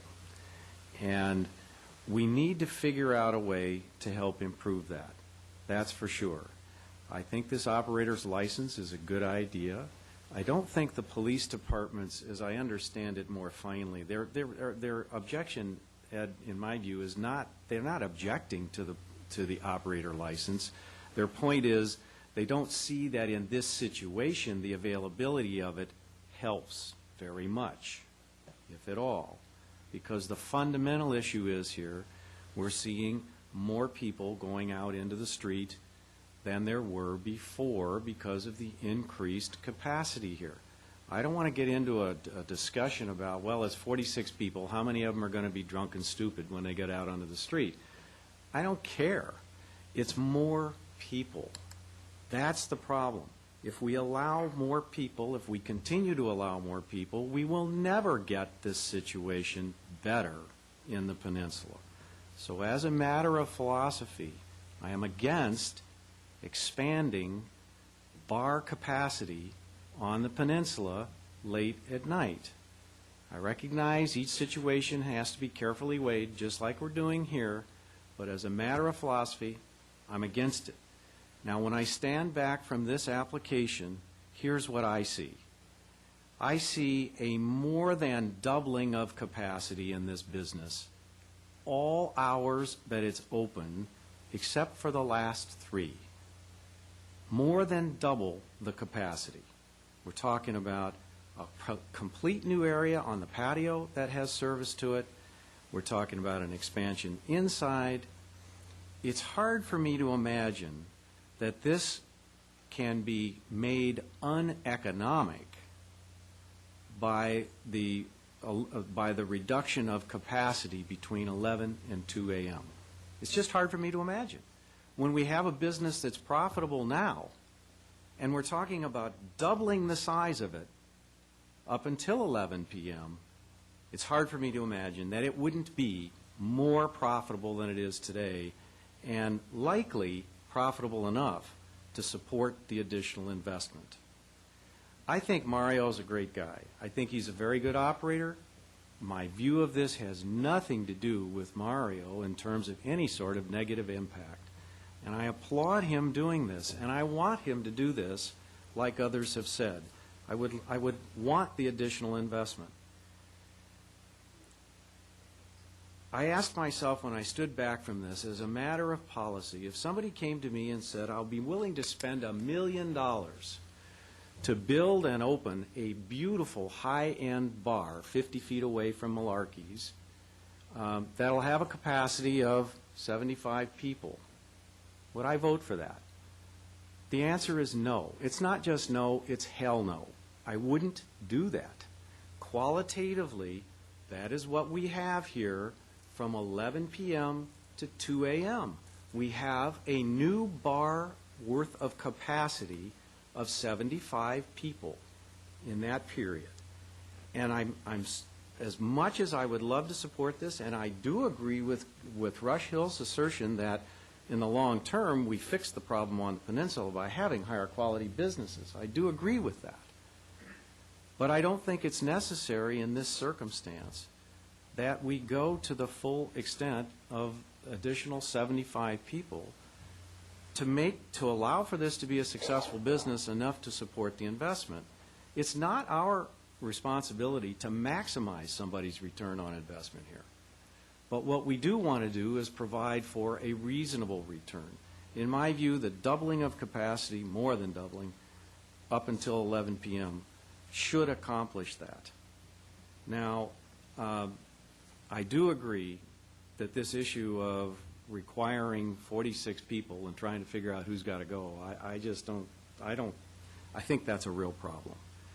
And so, in light of my very big concern about adding to the problem on the peninsula and running that up against the difficulty of what's been already agreed by the Planning Commission to try and address that, and also trying to come to a conclusion here that is workable, that Mario will want to invest additional money in the business, I want to offer a substitute motion here.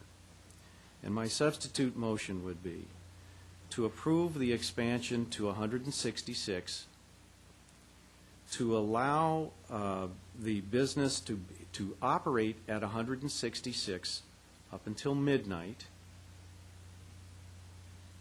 and actually up until 2 a.m. However, that at midnight, that's the time at which entry is shut off, new entry, so that we now have a 2-hour window for reduction in occupancy that will get us something closer to the original 91 occupancy by the time of 2 a.m. to help the police department, et cetera. Furthermore, that we require full food service up until midnight,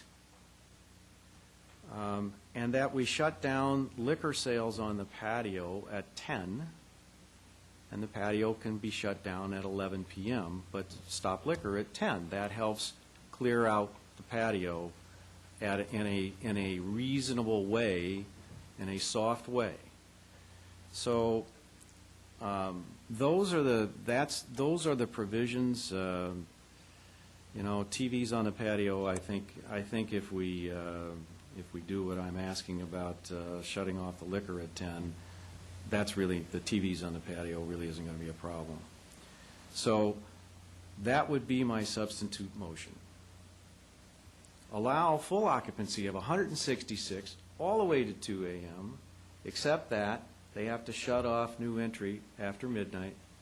They have to offer full food service to midnight. They have to shut off alcohol on the patio at 10, and then the patio would still close at 11.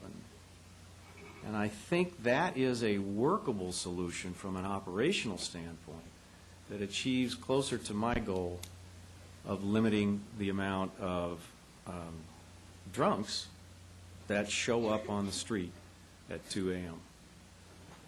That's my substitute motion. Does that need a second, or does they have to approve it? How does that work? I can never remember which one it was. I think you have to second. All right, I'll second it. Okay, so we have substitute motion on the table. Do we have comment on that? Well, I'd be interested in what the operator thinks about those conditions. That's what I was going to say. All right. Mario?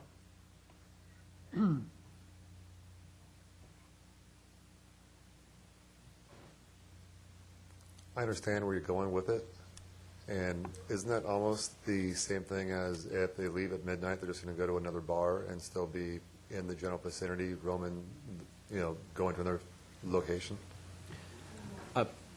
Whether it is or not, I'm trying to reach a compromise that I hope will work for you. Mm-hmm. The other answer for me is to just limit occupancy to 91 after midnight, or after 11 p.m. I am serious about this. I'm just trying to soak it up because it's a lot of information, and I've spent a lot of time to get to this podium and spent a lot of money, and this is something I'm going to live with for the rest of my life, so I'm just trying to, Sure. I'm doing calculations in my head on my investment, my time, my effort.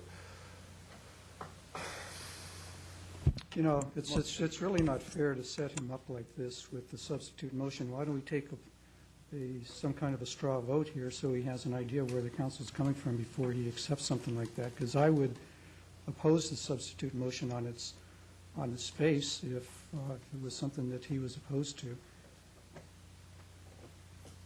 So I think we ought to get some kind of a straw vote up here. What's the council's pleasure? Do you want to straw vote that? I wouldn't mind doing that, but may I make a comment? Sure. I think that one of the issues is that the tendency is to parallel one occupant with one problem. And the whole basis of this is to bring in a qualified operator that's changing the demographics, that's not got the place filled with young college-age kids that have one goal, and that's to come down and to get as drunk as they can get. And I think that's what's missing. The assumption is that there's more people, there's more drunks on the street. And I think the risk I'm willing to go at is that that's a bad assumption. And if I end up being wrong, if that assumption ends up being valid, we have the operator's permit to put every restriction that you just requested in place instantly, not with hearings, not with a month's delay, but the next night. And that's what the operator's permit does. That's why I voted for the operator's permit. Since 1993, we refused to license an individual with a conditional use permit because it would run with the land. And we know you're a good operator, but we don't know who will be coming in next. Today, we don't have that issue anymore.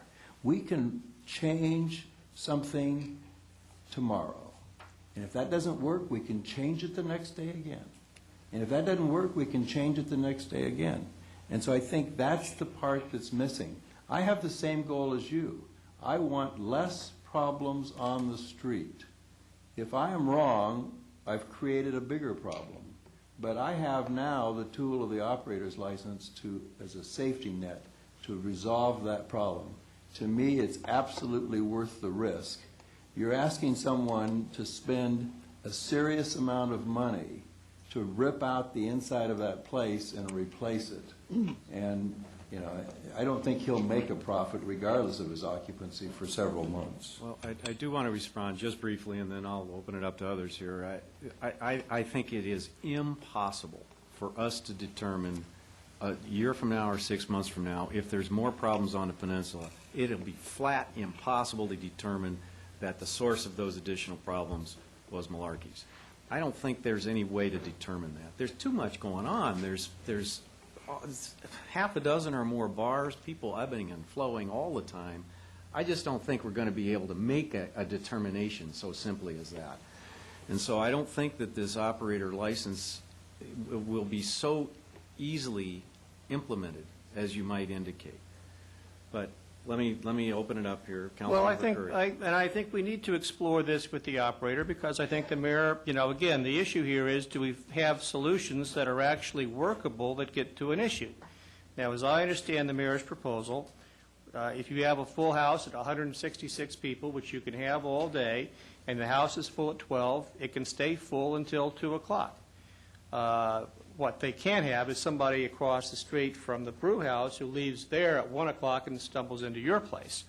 So I think you get the benefit of having the ability to have a full house. You know, they just have to be there by midnight, all the way up to 2 o'clock, right? And I think it plays exactly at the 20-somethings that won't be going into your restaurant. You'll be serving the higher quality patron that's there for the reason that you want to draw them, which is the improved ambience and the food and et cetera. So, Well, didn't the proposal have a provision, though, that you have to stop serving alcohol at a certain hour? Well, on the just deck. on the patio. Just on the patio. And that's probably the more problematic thing, I would think. But again, I think I think we need to think about this, because what we're trying to find here is a solution that deals with these problems we've been talking about all day, that still makes sense economically and operationally from this perspective of not having to get 41 people or 46 people out of their seats in the middle of their dinner. Okay. Councilmember Rosansky, you've been quiet. Yeah, I've been you quiet. usually have something to say. Usually I do, but I've left it to the rest. I think I could support your motion if you were willing to adjust it to 11 o'clock. Just let him serve liquor on the patio till 11. I think that you got a lot of things going on here. He's got to close down his patio. He's got to close down his door. I don't really have a problem with him serving the liquor on the patio till 11 o'clock. I think, you know. I'd agree to amend my motion. Okay. If you would amend your motion, I think I could support it. And I think I could support that as well. Can we go over the elements? Can you identify the elements again, please?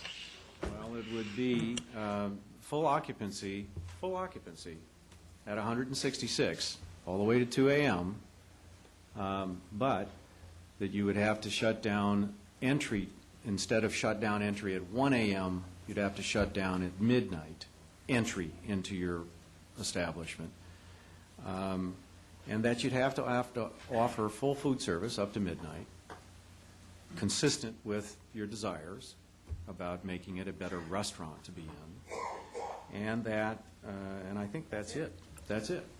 I mean, from the standpoint of your stated objectives, there's nothing to force them to leave, so it's not a matter of them hopping from one place to another. You have the same occupancy. It's just people are kind of winding down, as you yourself had stated with your proposal from closing entry at 1 o'clock. It's really just pushing it back an hour. So it's really. And that question you'd have to ask yourself is, how many new patrons are you going to lose between midnight and 1 o'clock in the morning? Probably a lot. Pardon me? Probably a lot. New patrons, people that are going to show up at 12 o'clock? I think people finish up their, 9 o'clock dinner, bottom of the leave. We have people that want to come in at midnight, and, I'd like to accommodate those people. I don't like what Mrs. Gardner said, Councilwoman Gardner, about expensive drink prices. One thing that we offer at the Matador Canteen in Fullerton is mixology. We do handcrafted cocktails. They're not cheap. They're $10, $11 cocktails for Fullerton, which is considered a lot. And you could deter a lot, put a condition on me to not have inexpensive prices. We're already having a no, I'm not joking. I mean, we already have a happy hour restriction that I think was part of the Planning Commission approval. I had no problem with the happy hour restriction. It's not something that I'm, I don't want to sell cheap drinks because I just don't want to. And The midnight is a little bit early for me, and I mean, like I said, this is a lot to absorb. I've spent a lot of time, and I've negotiated against myself all the way to this podium. I could have made the facility 200 square feet bigger. Could have offered, the patio on the south side of the building. I could have increased the occupancy by 40 people, but I offered a 1 o'clock cutoff. I've offered a lot before I got here, and I was really kind of running on fumes as far as an operator. When I originally applied, it was 198 for the interior. Now it's 166. I want to stop the admission at 1, and I talked to the police chief. He liked the idea of stopping the admission at 1. He thought it was a good idea.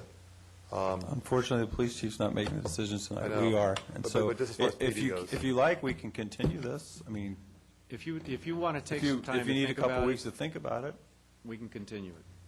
don't have to decide right now. I think now that you see... I'll make a motion to continue if that's what you Now that you see the shape of where there might be a consensus up here, I think it is fair to give you a chance to think about it. It's just a lot of information to absorb. Yeah.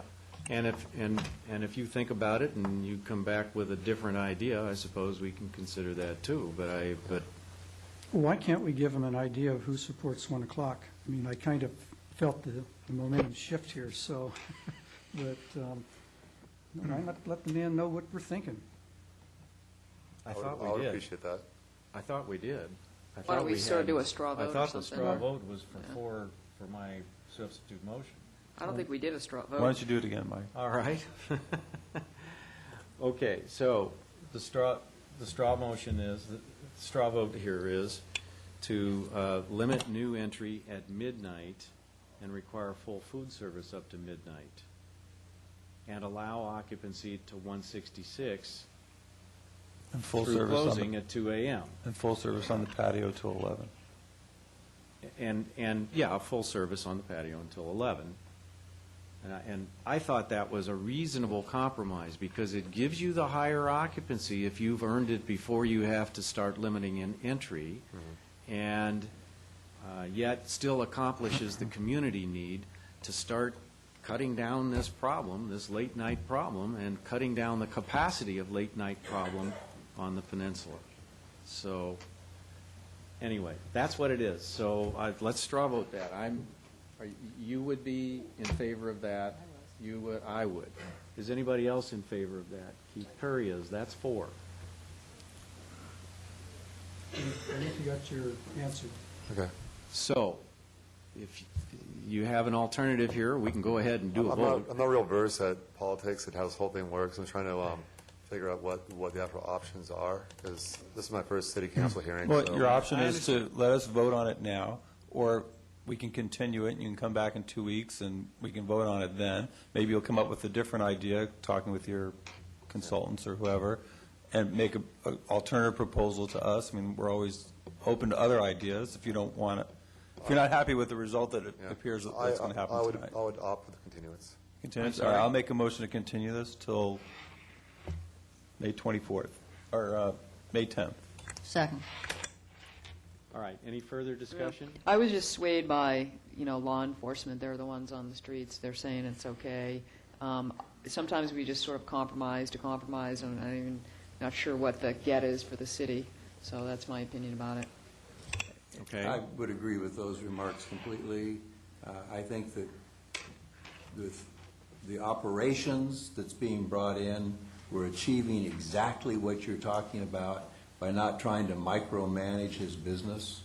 And if we're wrong, we can do exactly what you asked about the next day with the operator's permit. So I don't know why you would put that extra constraint on him to deal with that. And I will stay with food till Actually, midnight. compared to what the Planning Commission approved, I I will think go it's a with far food till midnight. superior solution, because it's a solution that solves itself without having to intervene with customers. But in any event, we have a motion for continuance on the table. Yeah, Any well, just further let me just say that, given the way the straw vote came out, then I would be in support of the substitute motion in the absence of you coming up with some better idea. If you're going to come up with something in a couple of weeks, fine, but in the absence of that, then I would be in support of the substitute motion. And I agree, what you've done, and what he originally did by suggesting 1 o'clock, is take out the unworkability of the Planning Commission condition. So, what's your pleasure? Do you want to continue, or I would do you want- appreciate that. All right. So we have a motion on the table. Let's vote. Motion carries unanimously. All right. Mario, I do want to express to you, I'm sorry this is such a difficult thing for you here, because I think you are trying to do the right thing. And you've sort of come to a confluence of a new ordinance here that we're trying to come to grips with, as well as policy issues. I understand that. So you shouldn't take any of this personally at all, believe And me. I appreciate the opportunity, and it's, like I said, it's a new process for me, and I'm just trying to figure out what's going to be We are trying to feasible. help you get to a successful business here. We are. Thank you. All right, so now, I need to ask the pleasure of council, as my understanding that we are under no obligation to consider an additional agenda item after 11 p.m.? Is that the? It is that the says, rule? council policy, this is A10, it's the intent of the council, that no item will be introduced on a city council agenda after the hour of 11. Okay. That is your policy. That's the policy, but we can waive that policy if council desires. I do have a number of staff here that have been waiting, and actually, there's no new items. These are old items that have come back to you. If I guess you're hearing my preference, because Well, we also have some people who've who've been sitting here for hours through all this other stuff, and make them come back in 2 weeks would be, I think, a disfavor. Yeah. All right. Then what's your pleasure? You want to stick around? All right, let's go. All right, well, I want to show deference to our policy and my fellow council members. So we are now at agenda item number 16, appointment of the mayor of ad hoc appointments. Now, before you do that, I do want to appoint myself, Ed Selich, and Nancy Gardner to this committee to review applications for boards and commissions. And I understand that we have one addition to this. I recommend you add the Building Appeals Board to this for review and appointment, and that we would have no more than 3 open positions. We need to get this on to track with the charter regarding the 4-year limits, and it's our recommendation you simply add that to the list. Okay. Is there any Brown Act issues, because that wasn't on there before? No. Brown Act's Just determined by their anticipating title. Mr. Mosier's No, you're okay. question. Brown Act's determined based upon your title, and this talks about the actual boards and commission vacancies. The fact that the... I'll make the motion that we appoint those 3 to that ad hoc committee. With the amendment of adding the building appeals. Yes. Henn, Gardner, and Selich. All right. Do we have public comment on this item?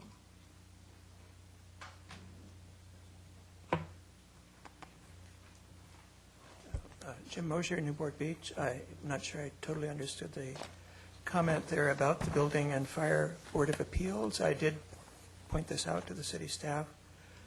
I heard no response. Section 702 of the city charter sets the term of membership on all boards and commissions to 4 years, and your council yourself have a policy A2 that normally limits people to 2 terms.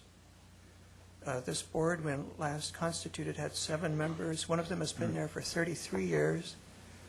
Only one of them has been appointed within the last 4 years. I'm not quite sure I understand the math of how there's only 3 openings at the moment. Thank you. Anybody care to comment on it? Okay. Do we have any other comments on this item? Then, coming back to council, did you have a comment? No. Steve? Did you do the math? Buttons I mean, on. is it 3? Pardon me?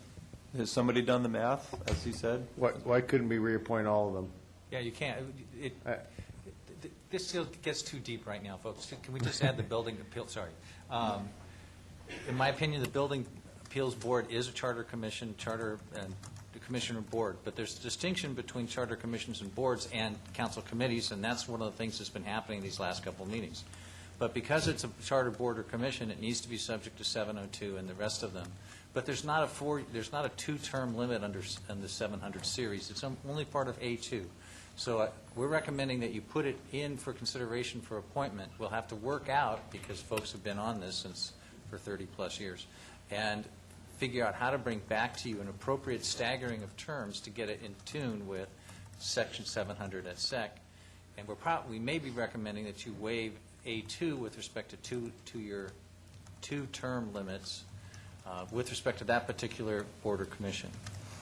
But we'd like to bring all that recommendation back to you along with the appointments, and we think it's appropriate to, this is the first step to bring it into compliance with Charter Section 700 et sec.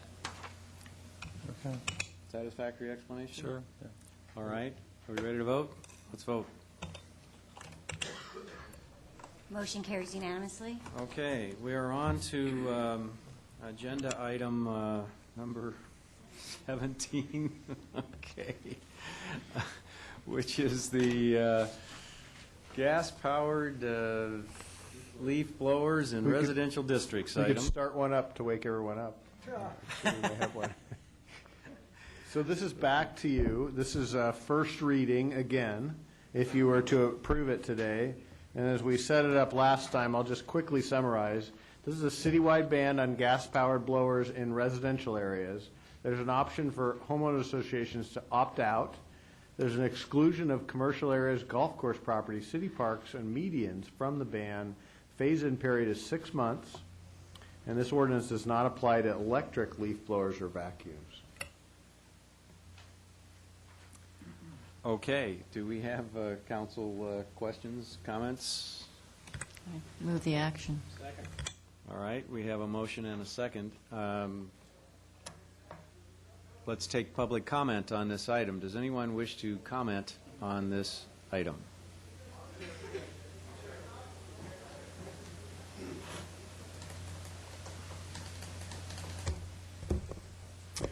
Bill Martin. I wish to express my support for leaving electric leaf blowers out of the ban on leaf blowers. I have rheumatoid arthritis.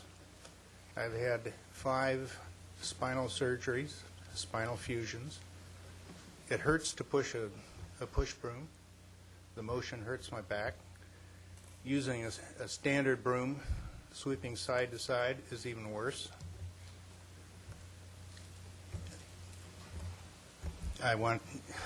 Okay. Because the roughness of the surface in the alleys behind us, it's very difficult to use a broom to sweep the sand that comes from storms like we had in the last few weeks. I have an electric leaf blower, a lightweight electric leaf blower, and I can use that to move the sand from the sidewalks beside the house and from the alley and back. It takes a while, but I can do it.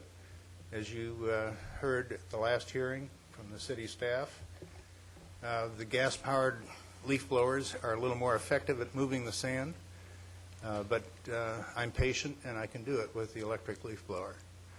So I would request that you maintain the ordinance as you have currently, or as it's currently been proposed, and that you leave the electric leaf blowers out of it. Thanks.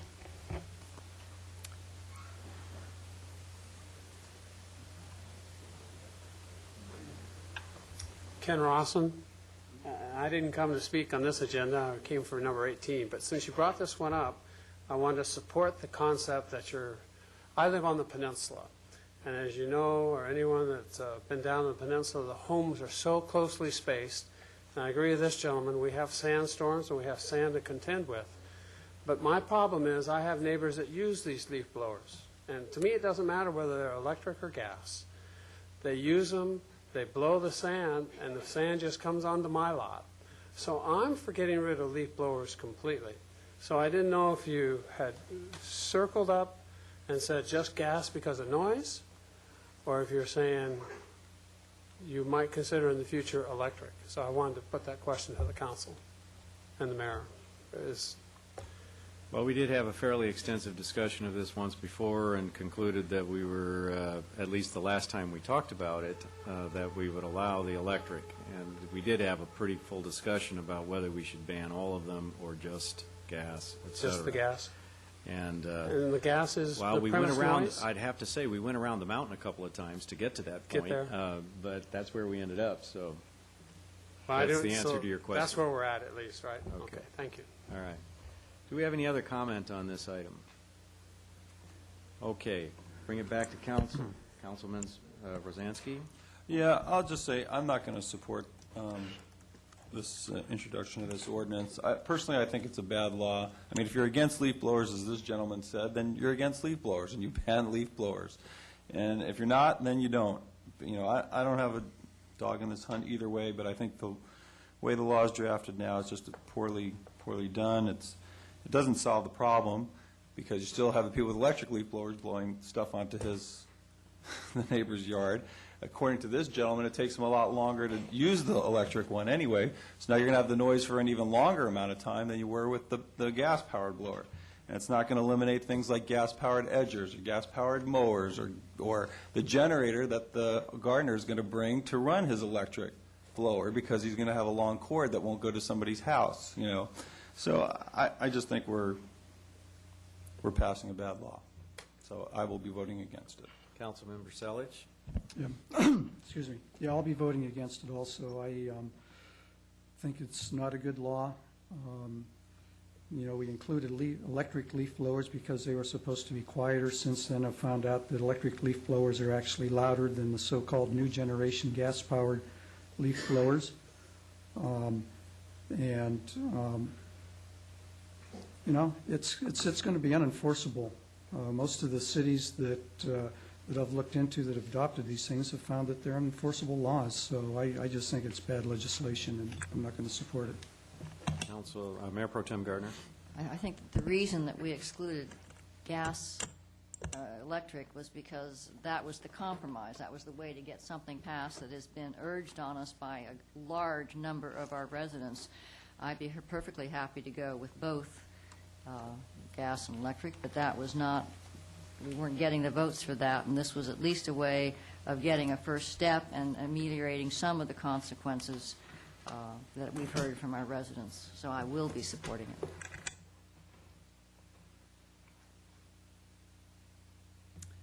Okay.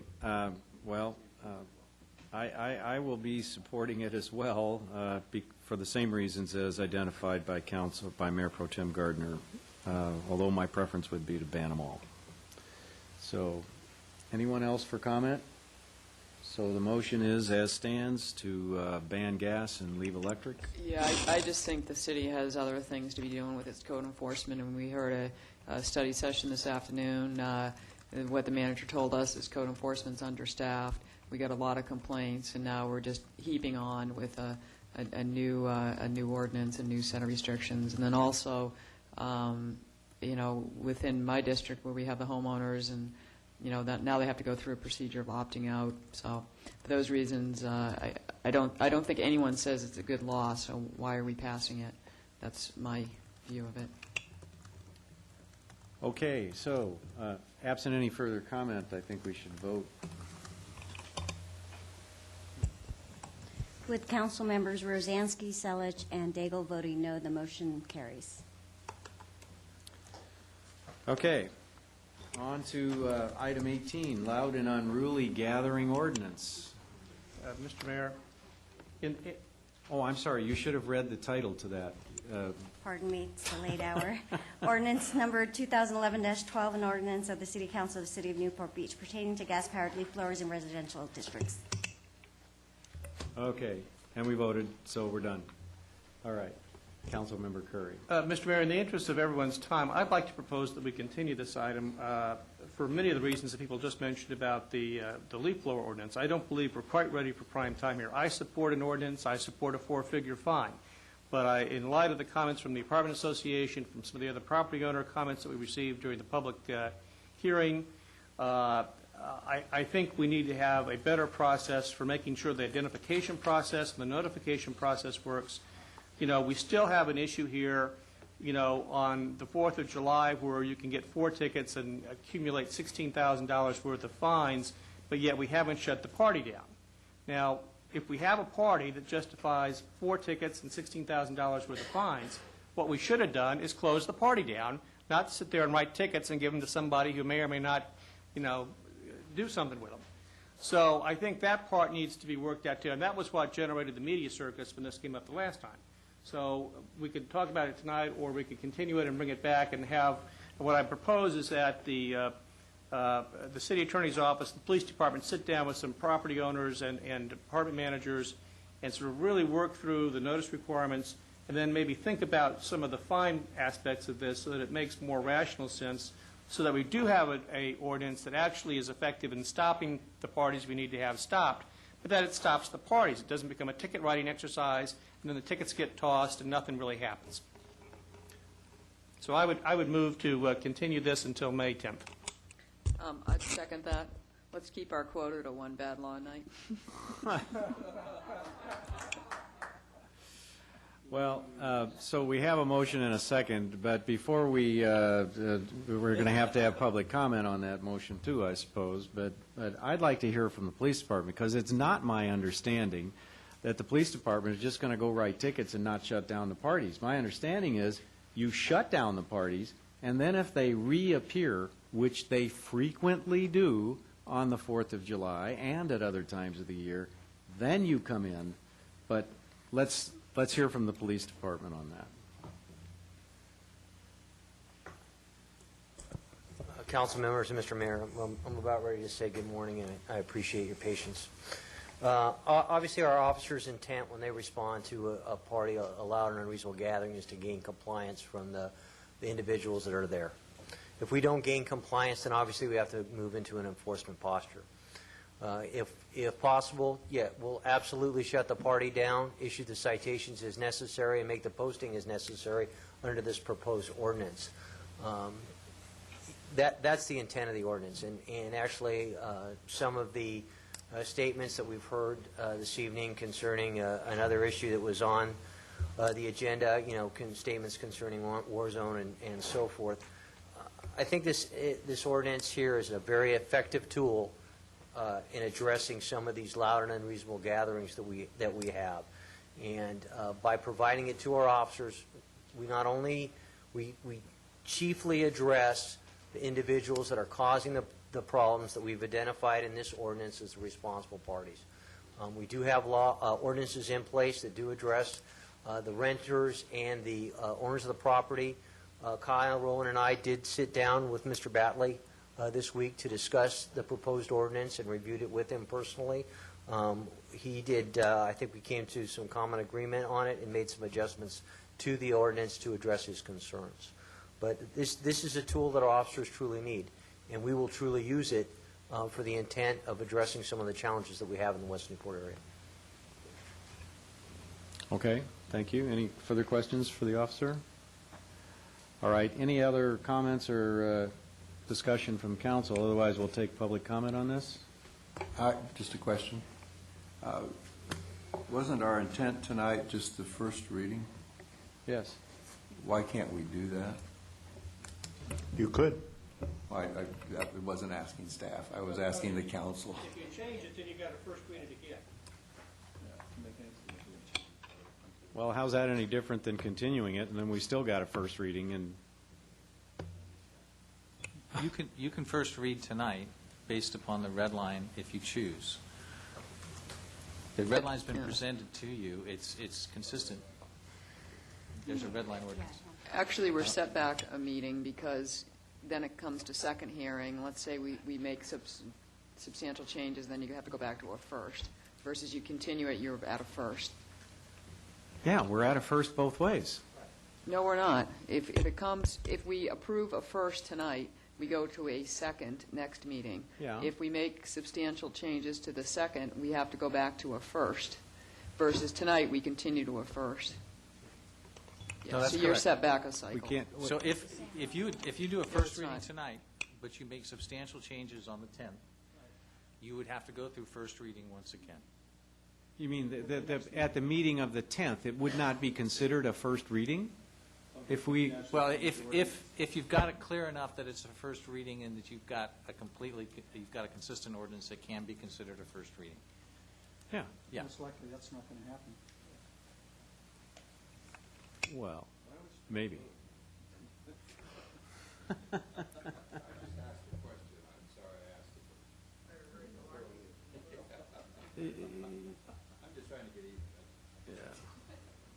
Well, it seems like, I mean, certainly Craig would know I would think, most of the arguments, and I'd like to hear from him as to, are you satisfied with the changes that have been made?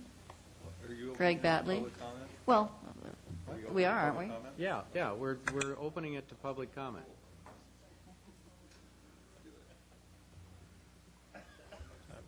Council, I did sit down with the police department. We did go over some changes. I talked to Kyle about this, and it's pretty much the way the officers are trained on site. I asked him what the difference between a DAC would be and, say, an unruly ordinance. And he said it's all about the way the officers are trained. There is some problematic situations here that could come up that the police could, let's say, overstep their authority, and that might occur, but I don't know. It depends how it's all implemented. In concept, I'm in favor of this, and the changes that were made, I'm in favor of that too, and I'm in favor of the unruly ordinance in general. Like everything else, though, it's like the operator's license, so you have to kind of wait to see how this is all going to be implemented.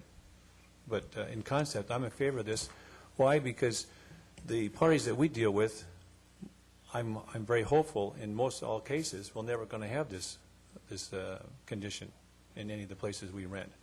And there are a lot of problematic long-term owners who don't care who they rent to, and there's this problem. And I think this ordinance, if I'm not mistaken, was designed pretty much for the 4th of July. And it gives the orders the police power to shut down a lot of the parties. And I don't see this being abused necessarily in other times of the year. Maybe I'm wrong. But as it's written right now, if it's going to stay pretty substantially like it is now, it's not going to get much better.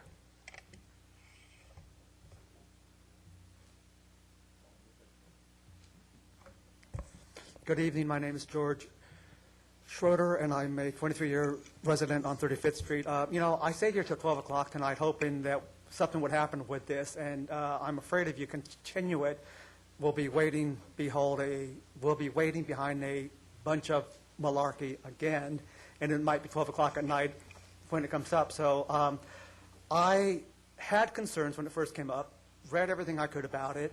I'm a property owner, I'm a landlord, and I'm very much concerned about private property rights.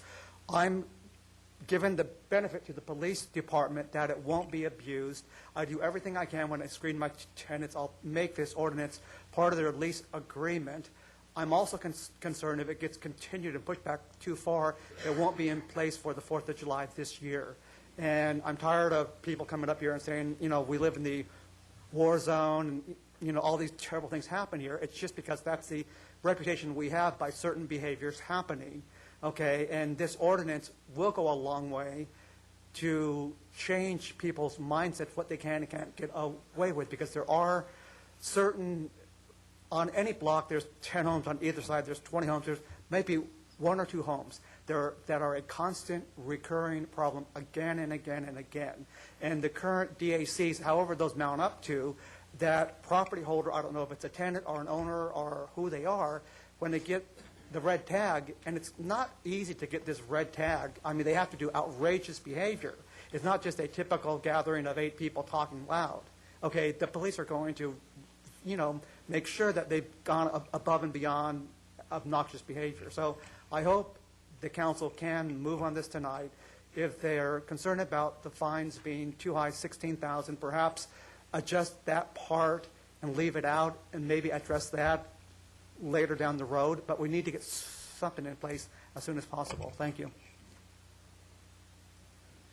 Just to piggyback George's comments, as far as the fines, I brought this up with the police department too. I said, look, why are you going to have 4 fines in a 27-hour period? Just shut the party down totally right there. And the other concern I had with the police department was, well, if you're an owner of a property, you don't even know this is happening. You could have all this happening in 27 hours, and you're in Mississippi somewhere. And he said, well, if the owners take precaution and notify the tenants as part of the lease that this ordinance is in place, the owner's done his due diligence, if you will, to disclose this to the tenants.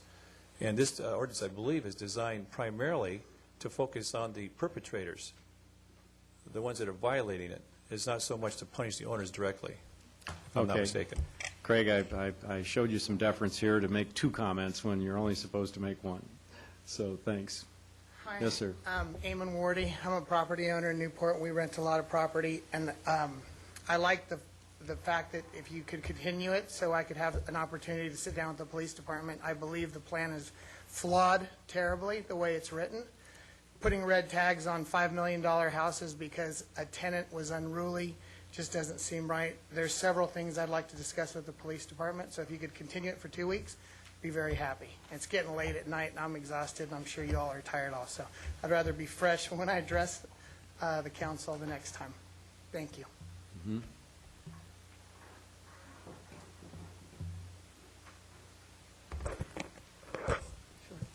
My name is Joe King. I'm a property owner and resident of Newport Beach. I've owned a duplex in West Newport for probably over 30 years. Until last year, I never had to pay a fine. And it was caused by someone who walked into my tenant's patio and was not cooperating with the police, and they left and issued my tenant the fine, which I had to pay. That's beside the point. What I'm concerned about is that even though we landlords put things in our leases saying, you know, you're going to lose your security deposit, we're not going to rent to you again, et cetera, et cetera, et cetera, sometimes you get tenants who disregard that. And this happens, I think, from what I hear, mostly with the students, because they have to have a big party when they arrive here, and then they have a party when they leave. And the one time that it happened to me, I called the parent, and he said, oh, well, you know, boys will be boys. So, and he paid the fine, but it was a winter fine. I think that we really need to figure out what is fair, because I think this $500 up front is really unfair to a lot of people. A lot of us make some of our income and help pay our bills with our rentals, and when these fines get too high and we have to pay them if the tenants can't, then that's just hard on us. Anyway, I think we need a lot more discussion on this, and I would like to talk to the police department, too, about the fine. California's water is seen statewide on California Public Television. Hi, my name is Carmen Roson, and my husband and I, we have owned property in Newport Beach since '89, and we have received several police letters from tenants, but mainly is winter tenants. My concern with the ordinance, the way it is what tools we have as owners to make sure that the people that are organizing the parties are the ones that are paying instead of us. I usually, as soon as I receive a letter, I call the police department, the officer that is in charge of the noise ordinance, and I try to get the details. I sent a strong letter to all the students and their parents. One time, one parent was a lawyer, and sent me a letter saying that, you know, I was harassing his daughter. So we have to deal with things like that. Though I would like to have the opportunity also to talk to the police and see how this procedure can be implemented.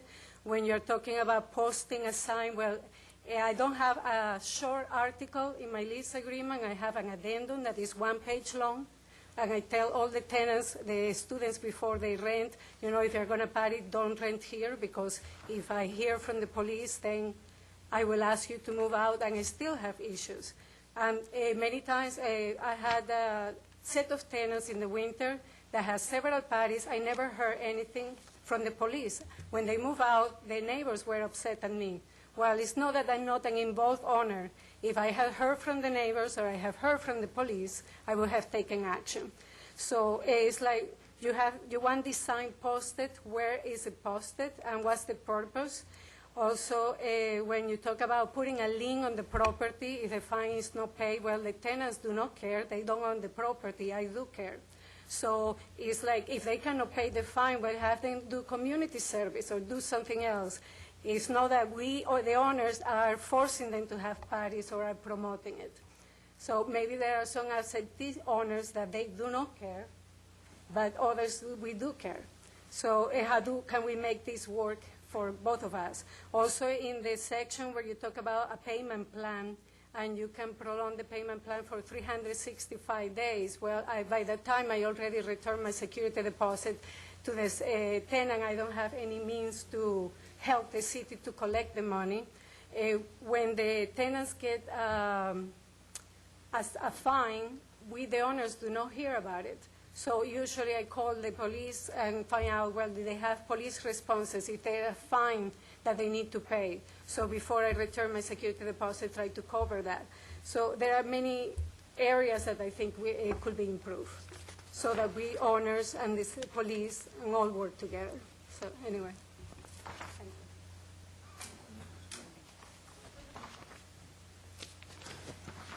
you. Okay, I'll say it again, Ken Rawson, and this is why I came tonight and why I stayed.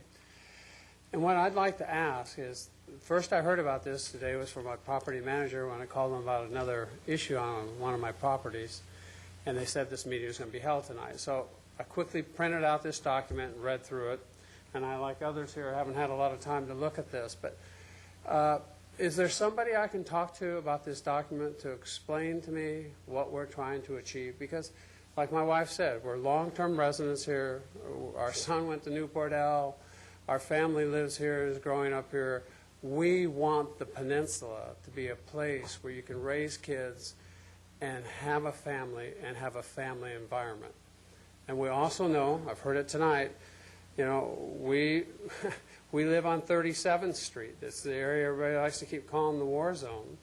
But there's steps that we've got to take on the peninsula to improve the peninsula. So conceptually, I support the idea of what we're doing under Section 1066-060A, where we're going to levy a fine for what I understood in Section A is the periods of the year that is not the 4th of July.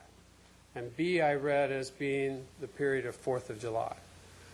And I would respectfully submit to the mayor and our council members, I've lived here 22 years. I've had property for that whole time. It's always been a duplex, and I've always rented one unit. And so and I've always rented it for economics as a summer-winter combination. And I think you know what that means. So I have weekly people that come in the 4th of July. I applaud you being able to leave. I have never left Newport Beach on the 4th of July because I will not leave my property to the people that are going up and down the streets in what we call the war zone. And the police in the past, you've barricaded off the streets, and it turns into a jungle. Now, I sit out on my patio, and I protect my house from water balloons and firecrackers that are being thrown from the other houses on the block. That for some reason, on that day of the year, everybody around me goes crazy, and that's why I stay to protect my house. Now, my tenants that are in the other part of the duplex know that they can't party because I'm there, and I'm telling them, no, you take your party somewhere else.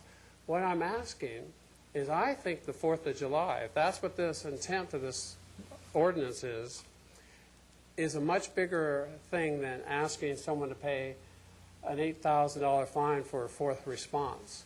It's what do we do to the city? We've got to somehow tell those people that come down and party and go up and down our streets and just go crazy on the 4th of July, don't come to Newport Beach, do not come to the peninsula. And I know I sound like I'm preaching here, but how do we do that? That's what I'm asking. And is that what this is meant to do, is to stop that? My answer is that this ordinance is a part of that solution. Okay. That would be my answer. I like your point. It's part of it. We got to do And we the are other working, we have a full plan that's being assembled. There's a meeting, I guess I got the date wrong. Do you know, what's the date? The 4th of May. It is the 4th of May. Is that an open meeting? It's a publicly accessible meeting. I encourage you to attend. Yes. It'll be here in the council chambers, Dave, or in the fire conference room. Actually, I should take this gentleman's email, and I'll make sure we let him know. You want to write that down for me? I'll gladly do that. So I'll finish with my point. This is a good start, but if we do just this alone, I'll be sitting in my home again on my duplex, and I'll be warding off these people. I actually, on the 4th of July, remember, 22 years, I've gone to officers, and so has my wife, and we've gone to the officer and said, will you please do something about what's going on across the street? And it's not always Newport Beach Police, because you know we bring in Orange County sheriffs, we bring in a lot of part-time support for that day. And they'll say, look, it's the 4th of July.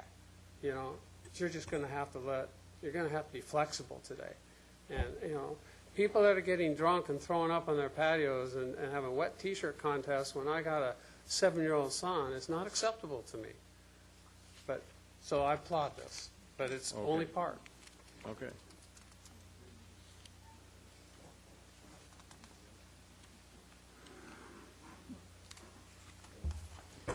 Jim Mosher, not from West Newport.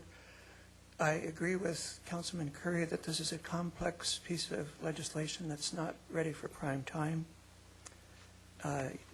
It may be intended to address West Newport, but the way it's written, it is not applied only to that. It's not applied only to the 4th of July. It might be instructive to note that the town of Narragansett, Rhode Island, which is mentioned in the staff report as having had a similar ordinance that passed constitutional muster, managed to say what they wanted to say in approximately 1,000 words. The town of Tucson, Arizona, that this ordinance is supposed to be modeled after, managed to say what they wanted to say in about 1,700 words. We're proposing more than 5,000 words grafted onto Title X, offenses and nuisances, which is already a patchwork of apparently tried and failed attempts to address every single offense that is listed in this new ordinance. At the study session 2 weeks ago, I was probably one of the few people who did not know what a DAC was, but the staff report now tells me it is a disturbance advisement card, and it directs me to yet another section of Title X about police service at large gatherings, which when I read that, I find that it includes a $300 fine for every 10 minutes of unruly behavior. We have all these things. It sounds like perhaps all of Title X needs to be rethought and reorganized, made coherent, and work together with the rest of our municipal codes. And for something as complex and controversial as this, I don't agree with the people who think that there's a real urgency, since we already have all these ordinances in place. It seems to me like the zoning code is something that complex. It should be referred to a committee where it can be discussed with noticed public input from the entire city, not just a few selected residents from West Newport. And the hour is very late. Thank you. Any further public comment? Okay, bring it back to council. The motion on the table is to continue for 2 weeks. Do we have any further discussion? Councilmember Keith, what do you think is going to happen in the next 2 weeks if we continue it? I mean, I'm not opposed to it. I just want to know, I mean, are you going to work with the staff? Well, we have some comments from the Apartment Association I think need to be addressed in terms of process, in terms of serving. I think there's some property owners in the community that need to have an opportunity to meet with the police and understand the mechanics of this. And I think I would like the police to sort of really think about the whole fine process. I mean, maybe that's where we end up. I just think, particularly the 4th of July fines, are designed to write tickets, or they appear to me to be designed to write more tickets than they are to actually solve problems and shut down parties. And I want to make sure that that's not the case. I think those are the issues we need to address in the next 2 weeks. And I want to support the ordinance. I mean, and I'm fine with 4-figure fines.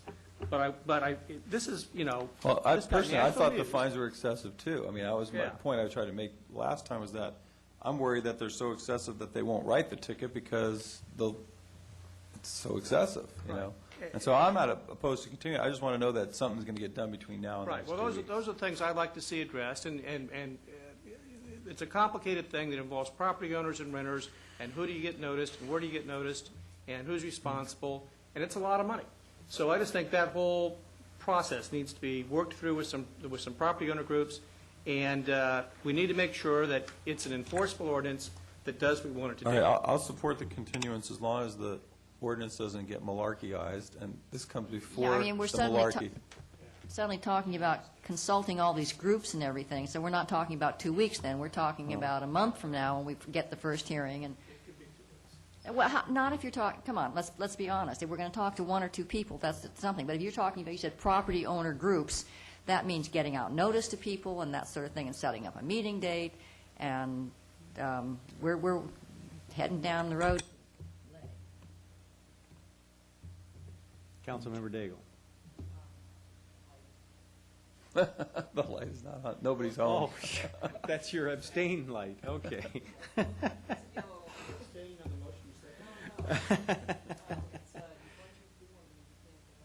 Yeah. Clear out the system for There you Councilwoman go. Daigle, Now please. you're set. Okay. Do we have any other comment on Was there a second on his motion? Oh, okay. Did you want to say something else? No, I just like seeing the white light. Oh, okay.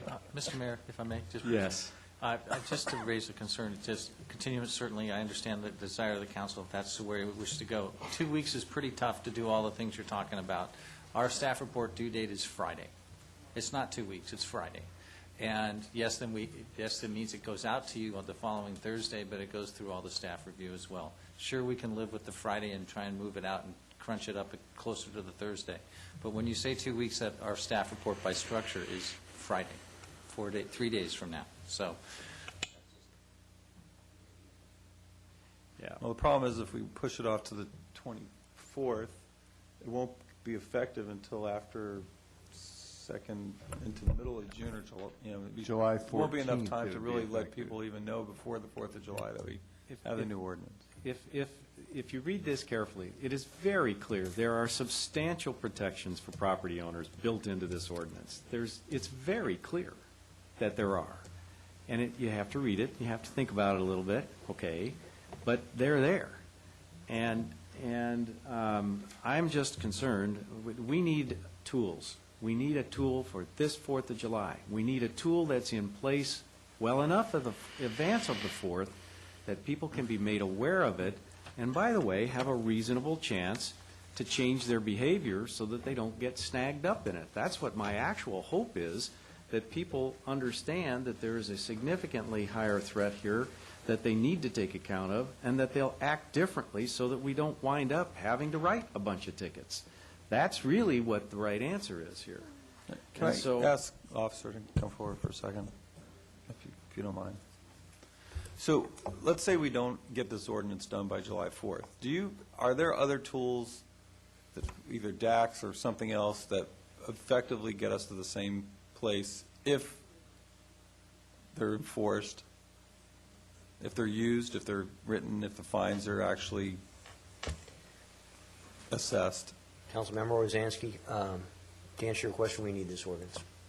And going back to Mayor Henn's comments, there is a number of codicils within this proposed ordinance that provide relief to the property owners concerning our posting of red tag.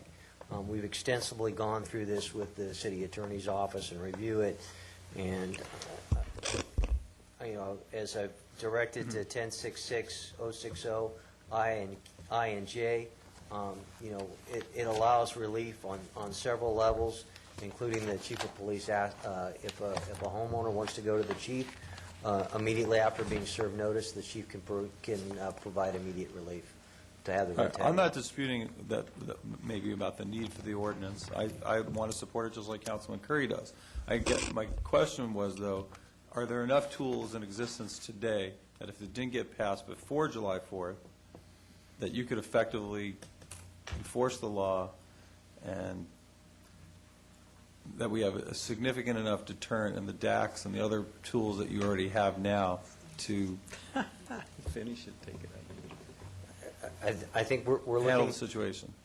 I think we're looking at utilizing this tool to make an effective impact on this 4th of July and future 4th of Julys to address community issues that have been brought to our attention continuously, saying we need the 4th of July, we need that mantra to change. And the way that we're going to start changing that mantra is usually doing several different components, more community involvement, more community events, and bringing this ordinance to effect. To the point of one of your concerns, I guess you've expressed a concern about the size of these fines here on the 4th particularly. I'd be happy to, subject to a vote on the continuance, I'd be happy to move to exclude provision B here, that is 10.66060B, to delete that. Okay. Because I think the fines, the way this is set up, the fines are pretty substantial here, just in the ordinary course under this ordinance.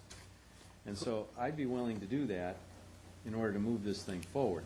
I'm very intent on getting this thing moved forward. Question, Mr. Mayor.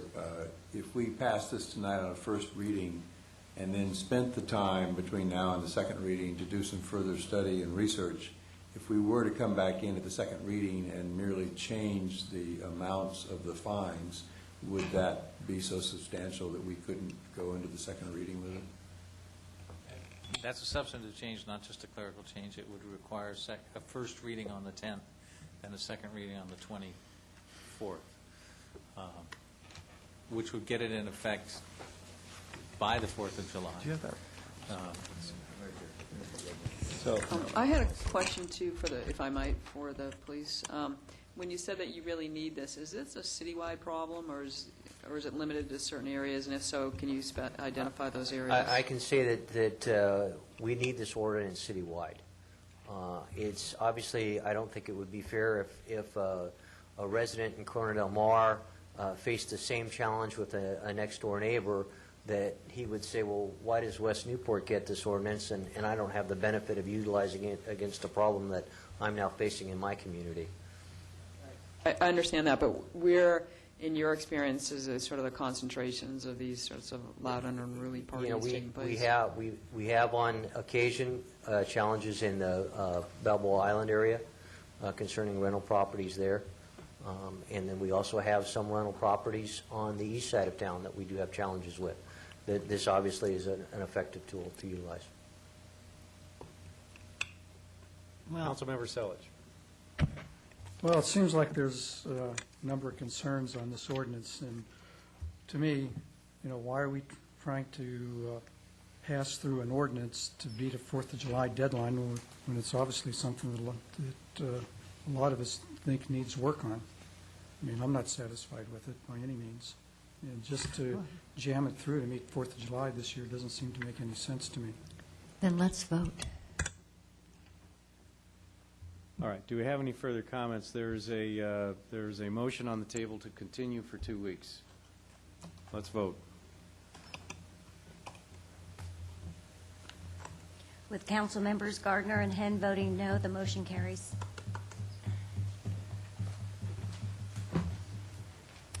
Okay.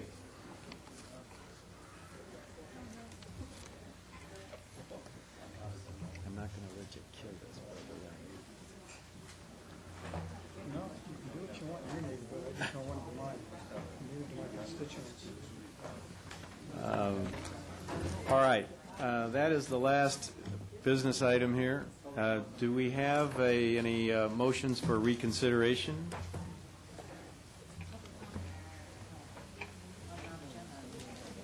No, we already did that. We already did that. So, hearing